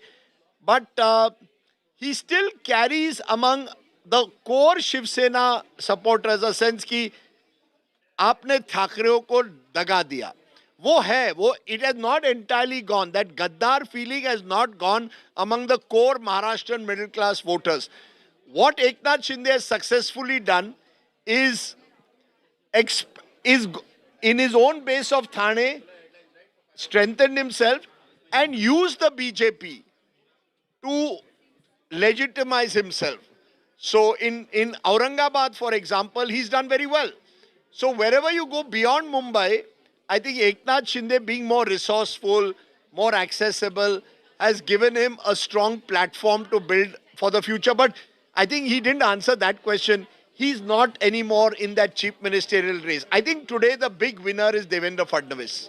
And the Shinde Sena is also not appearing to be confrontationist. They have accepted the role that the BJP is the big brother and they have to be number 2 in Maharashtra. With one or two exceptions, there were clashes in Kalyan, Dombivli between the two workers, and Ambernath, where there was a tug of war as to who will get the mayor's post. You see, where Shrikant Shinde, that is Mr. Shinde's son, he's the MP from Kalyan, Dombivli. Thane, Kalyan, Dombivli, Eknath Shinde wants to see as his fortress. The BJP has been breaching it slowly. So there is tension. But beyond that, I think Eknath Shinde has more or less accepted that I have to go along with the BJP. All right, Rajdeep, thank you so much. So Rajdeep there speaking to Eknath Shinde, and the big news point that he certainly that he gave was that as far as the mayor's chair or the mayor's post is concerned, it will be of Mahayuti. Playing it safe, understanding fully well that it is BJP which has been instrumental in ensuring that this BMC election is won. That's right. Besides that, a pan-Maharashtra victory for the Mahayuti has been in many ways scripted by the BJP. That's right. You know, Maria, you pointed out interestingly that at least the tone and tenor wasn't really that of confrontation, in a way, an acceptance that BJP really is the big brother in this alliance and there will not be any struggle. Little bit of a heartburn maybe, but I think the mayor question in that sense for Mumbai is settled here, isn't it? Because that's something that's going to be deliberated upon perhaps for the next few days. Yes, I don't think the BJP will be giving up the mayor's chair. Because if you look at it, Sneha, this entire campaign was for the BJP fought in the face of Devendra Fadnavis. Yes. That Mr. Fadnavis is the infra man, that he is acceptable to an aspirational class, the youth or the yuva of Maharashtra.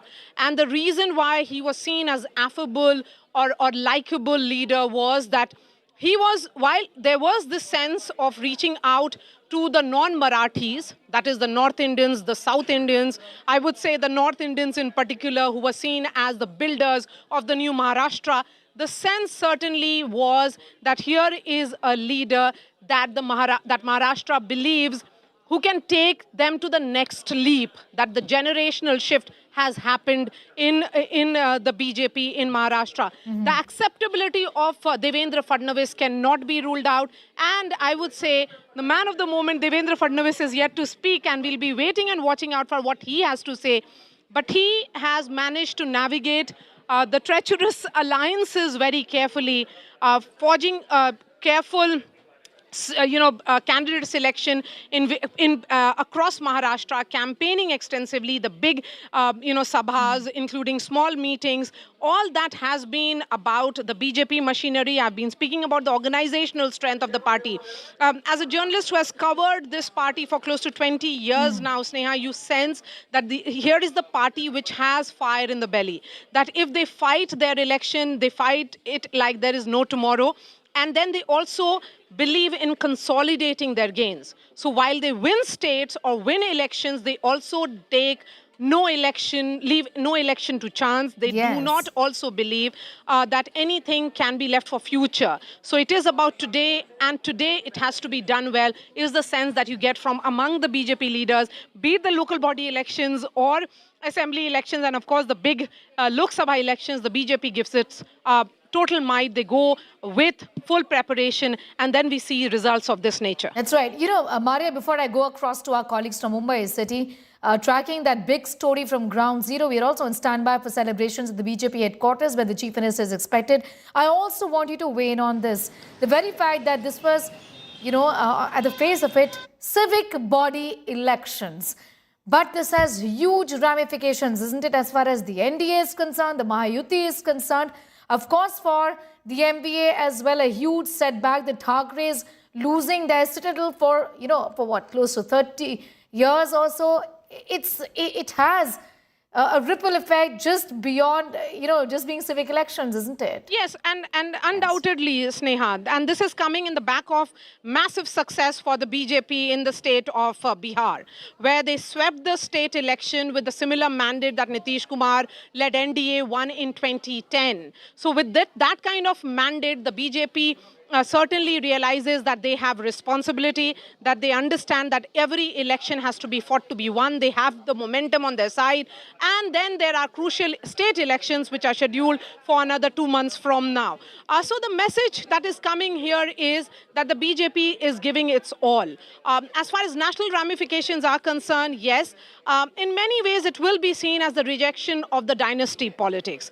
Look at the Thackerays. They have ruled in many ways, have had complete control of BMC for the last 30 years. That control is gone now. Where do the Thackerays go from here on? As Rajdeep was pointing out, that Uddhav Thackray in his pockets, where he has fought the elections, his party appears to be more acceptable than that of MNS. So MNS hasn't really been a force multiplier. The sense was that if the two cousins come together, it will be a double effort that will be put out. It will be more sympathy, more brand recall of the Thackeраys. That is not there. So I would see this as a rejection of Parivarwad as well. If you look at the Pawars, the uncle and the nephew, what has happened in the entire Pune belt, there is a rejection We'll continue, in fact, Bhalia, that conversation in a moment from now. I'm going to, in fact, come back to you, but be with us. Going across now to my colleagues, Vidya is with us. I'm going to get an update from Vidya also on how, on the celebrations at this point in time. Mustafa also from ground zero telling us about the mood there, really. The mood, of course, for change, clearly visible, Vidya, isn't it? The Mahayuti with their stupendous victory, as all trends indicate at this point in time, Mumbai has voted and has indicated that they really want a change this time around. Well, I'm right now at Balasaheb Bhavan, which is the headquarters of the Eknath Shinde faction. They just had a whole lot of celebrations where they burst crackers, had all kinds of sweets. But of course, they're refusing to accept the fact that, when they had actually taken in about 60 corporators from the original Shiv Sena, and yet they have managed only about 30, they still say that it is a win for them, even though they are riding the wave of the BJP, but they still feel. And right now, if I can just show you, the BJP head office is right next door. You can see the BJP flags way larger in number, only except this particular portion of the Balasaheb Bhavan, where you can really see just a few flags of the Shiv Sena actually being flying high. However, the party spirits are high. They're waiting for their party leader to come from Thane, leave the bastion at Thane and reach here so that the celebrations can catch on a little more further excitement.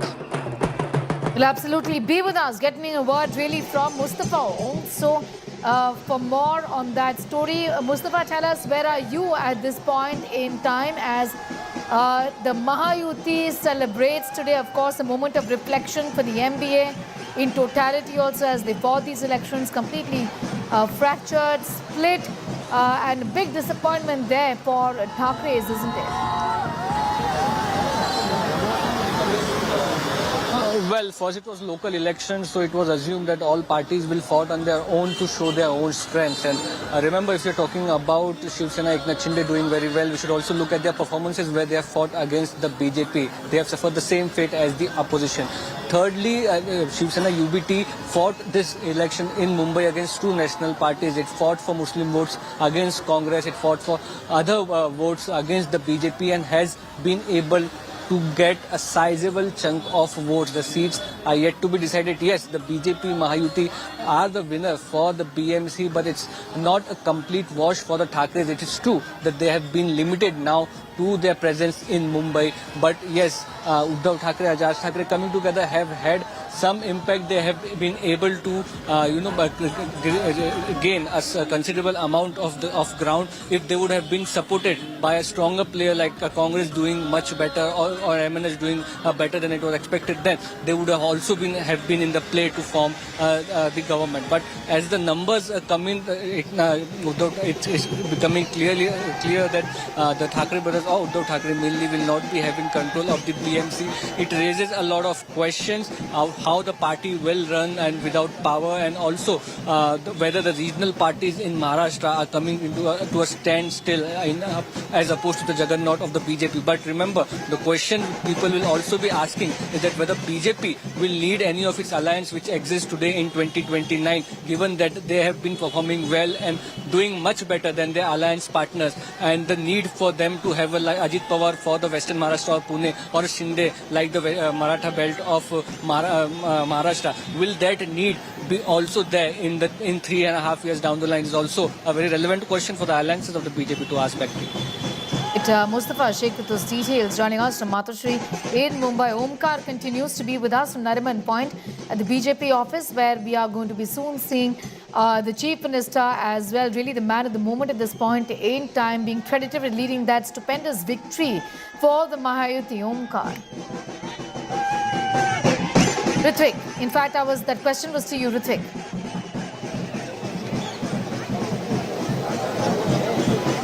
Yes, absolutely. I am at the BJP headquarters in Mumbai right now, and at any point of time from now onwards, CM Devendra Fadnavis is expected to come here.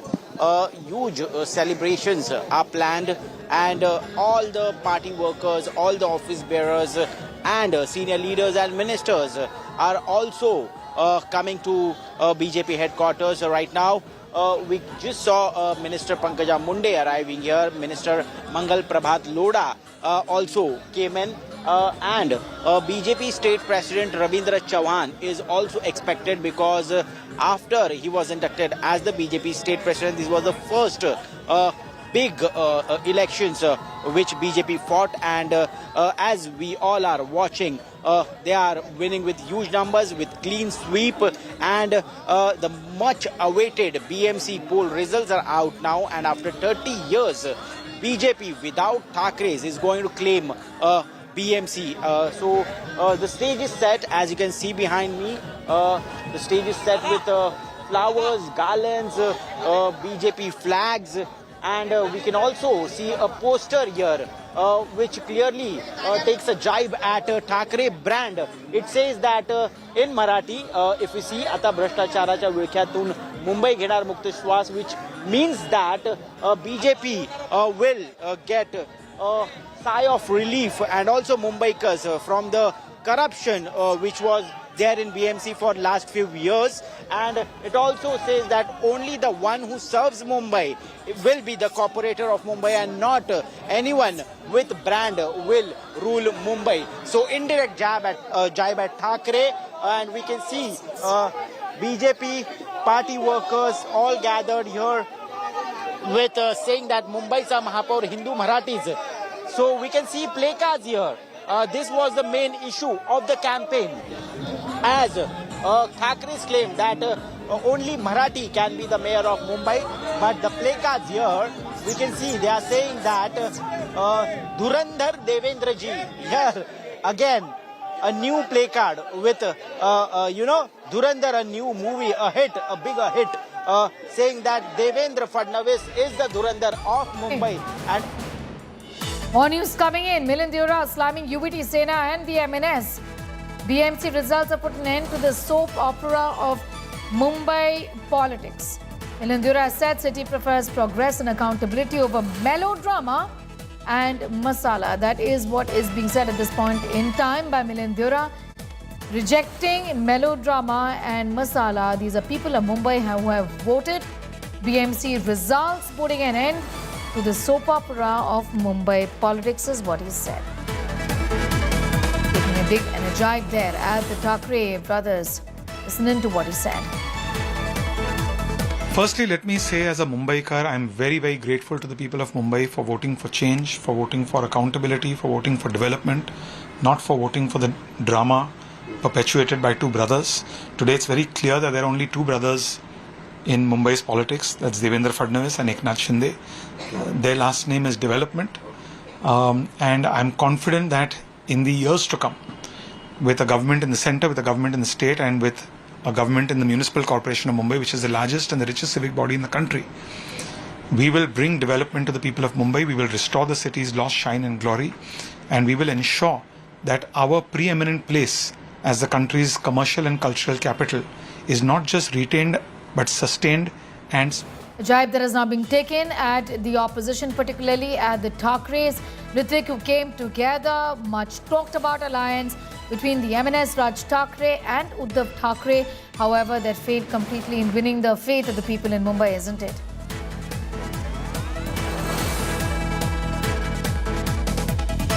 Hrithik. We'll just go back to him in a moment from now, and we stay with these pictures of celebration at this point. In time on your screens, Milind Deora has spoken about rejecting the alliance of the Thackeray brothers, Uddhav Thackeray and of Raj Thackeray. Remember, Shiv Sena UBT joined hands with the MNS to fight the elections in fight the civic body elections in Mumbai, in the state of Maharashtra. We've heard in fact a section of the Mahayuti talking about the failure of this alliance. Hrithik continues to be with us. I'm going to go back to him. He, of course, is at the BJP office, but we've heard from Milind Deora there taking a jibe at the loss of face, really, for the Thackeray cousins this time around. Hrithik. Absolutely. The slogans of Jai Shri Ram, Bharat Mata Ki Jai could be heard here, and also we can see the placards in the hands of the party workers saying that Thackeray brand has now been defeated.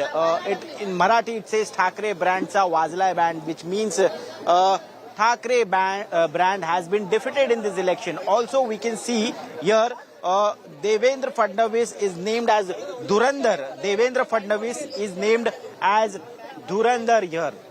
And the next placard, if you could see, Mumbai's Mahapaur will be Hindu Marathi is what that placard says, which means that not just Marathi, but a Hindu Marathi mayor will be elected in Mumbai. And this was the main issue of the campaign between the Thackeray brothers and Mahayuti alliance, that who will be the mayor of Mumbai, who will be elected as a mayor in BMC. So what Thackeray said, they said that they claimed that it will be only Marathi who will be elected as a mayor of Mumbai.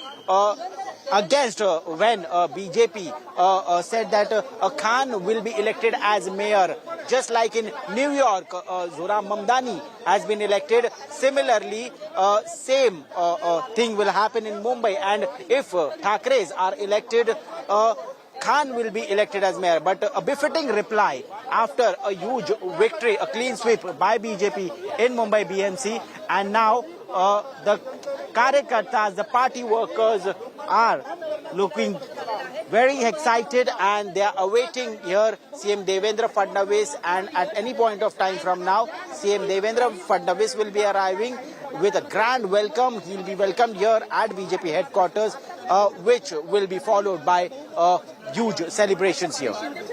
That's right. We are waiting for, in fact, a word really from Devendra Fadnavis. He's, of course, congratulated the state chief of Maharashtra, the BJP state chief. Of course, a huge victory there for the Mahayuti in these elections. Be with us to take a series of reactions also coming in.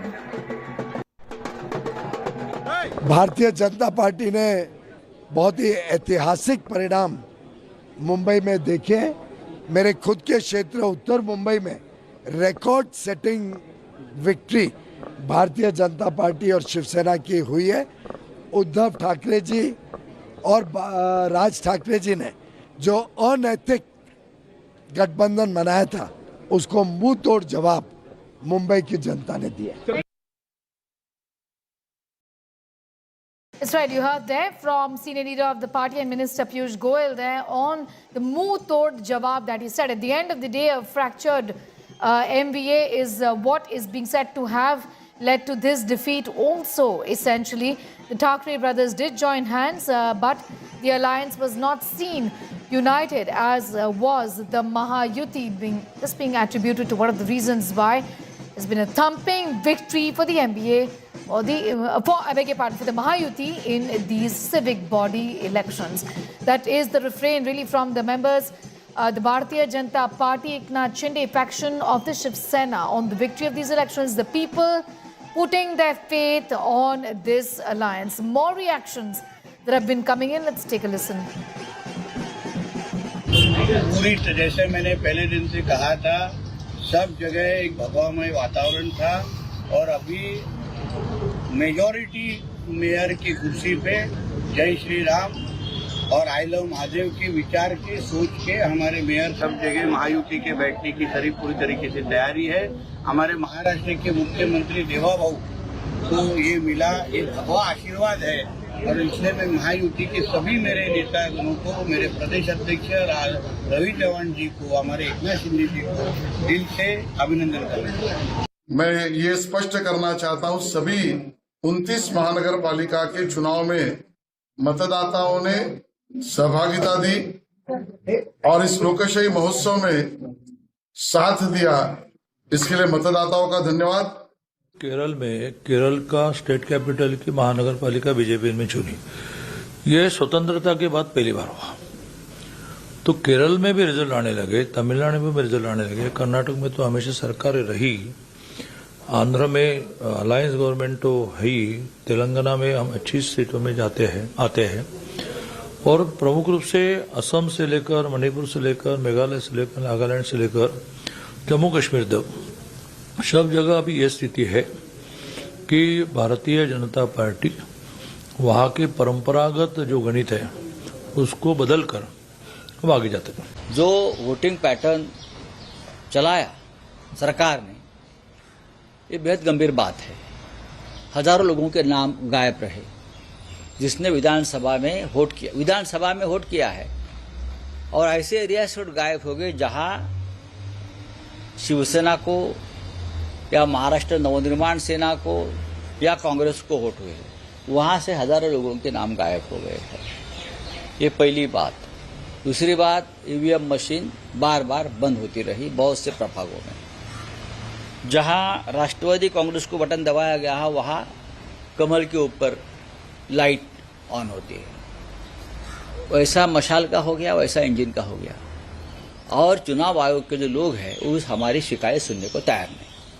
कल शाम को 6 बजे तुरंत ये voting खत्म होने के बाद मुंबई महापालिका के कमिश्नर और बीजेपी के लोगों में, वरिष्ठ लोगों में एक मीटिंग हो गई। क्यों हो गई? कोड ऑफ कंडक्ट चल रहा है, आचार संहिता चल रही है। आप 1.5 घंटे तक कमिश्नर के साथ बैठते हो और क्या तय करते हो? आज का जो रिजल्ट है वो आपने तय किया। आप पहले उम्मीदवार बनी कांग्रेस की तरफ से मुंबई में, जिन्होंने जीत हासिल की, क्या कहेंगे, कैसा लग रहा है?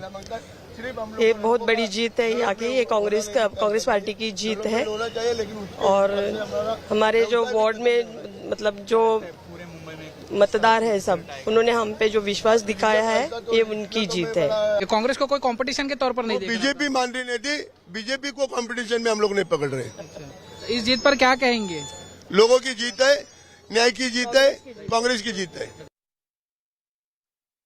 There continues to be with us at this point in time, getting in pictures of the celebration for the Mahayuti across Mumbai city and beyond. Vidya, an election. In fact, just coming back to Vidya, this of course is a moment where we have several reactions also coming in. Let's take a listen.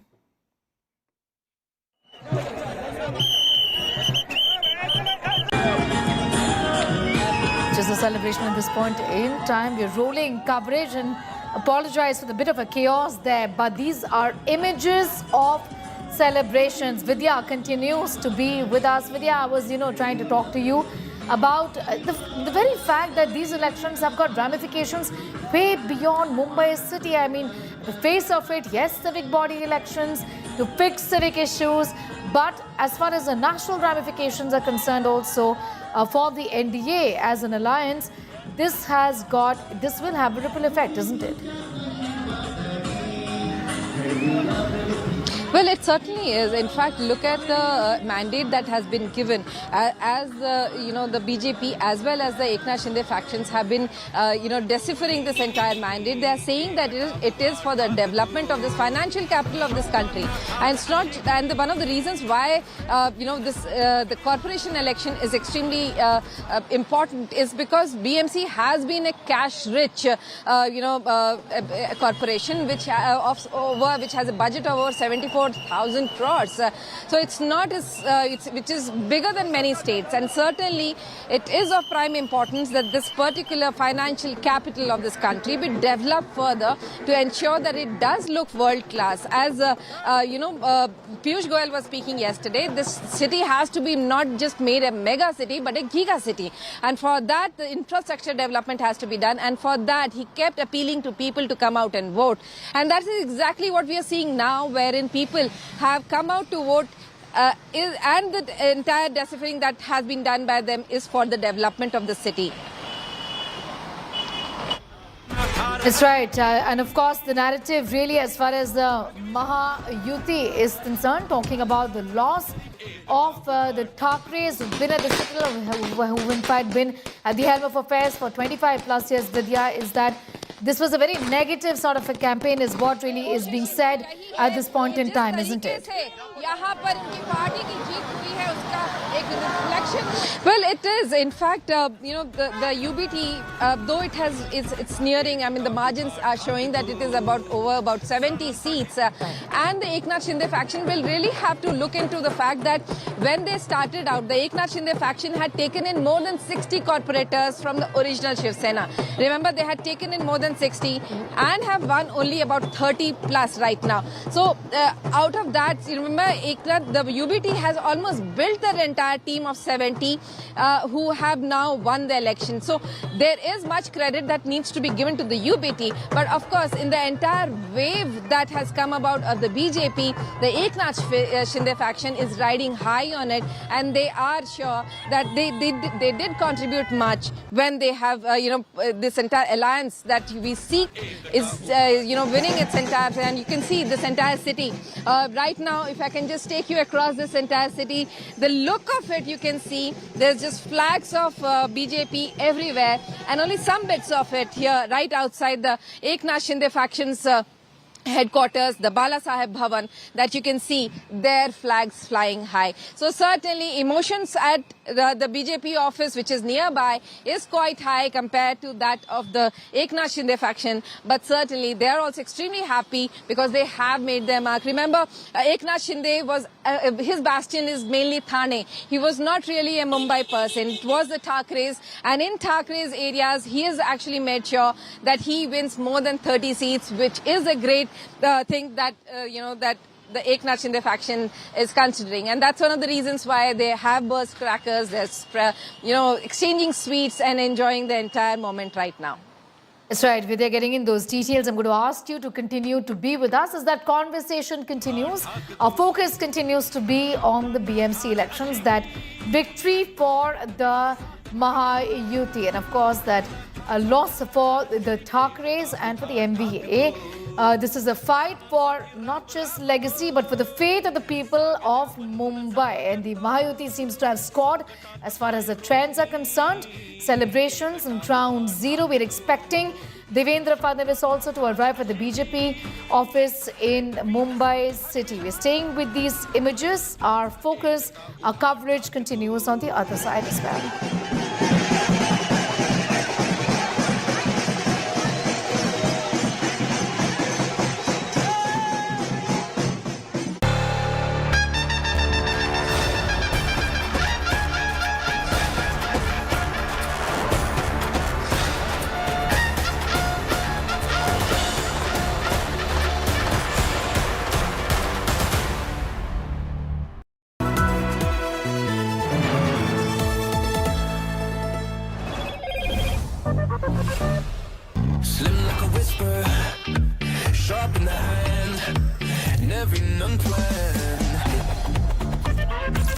Motorola Edge 70, impossibly thin.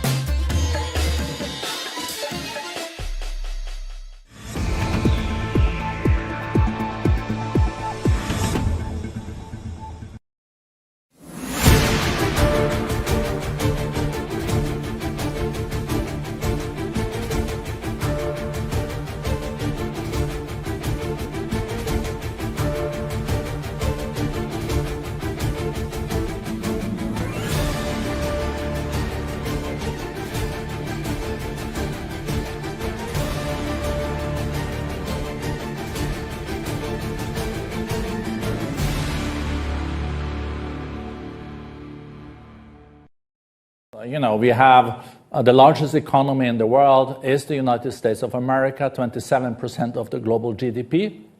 And we're pleased to welcome back President Trump to Davos, and he's bringing the largest U.S.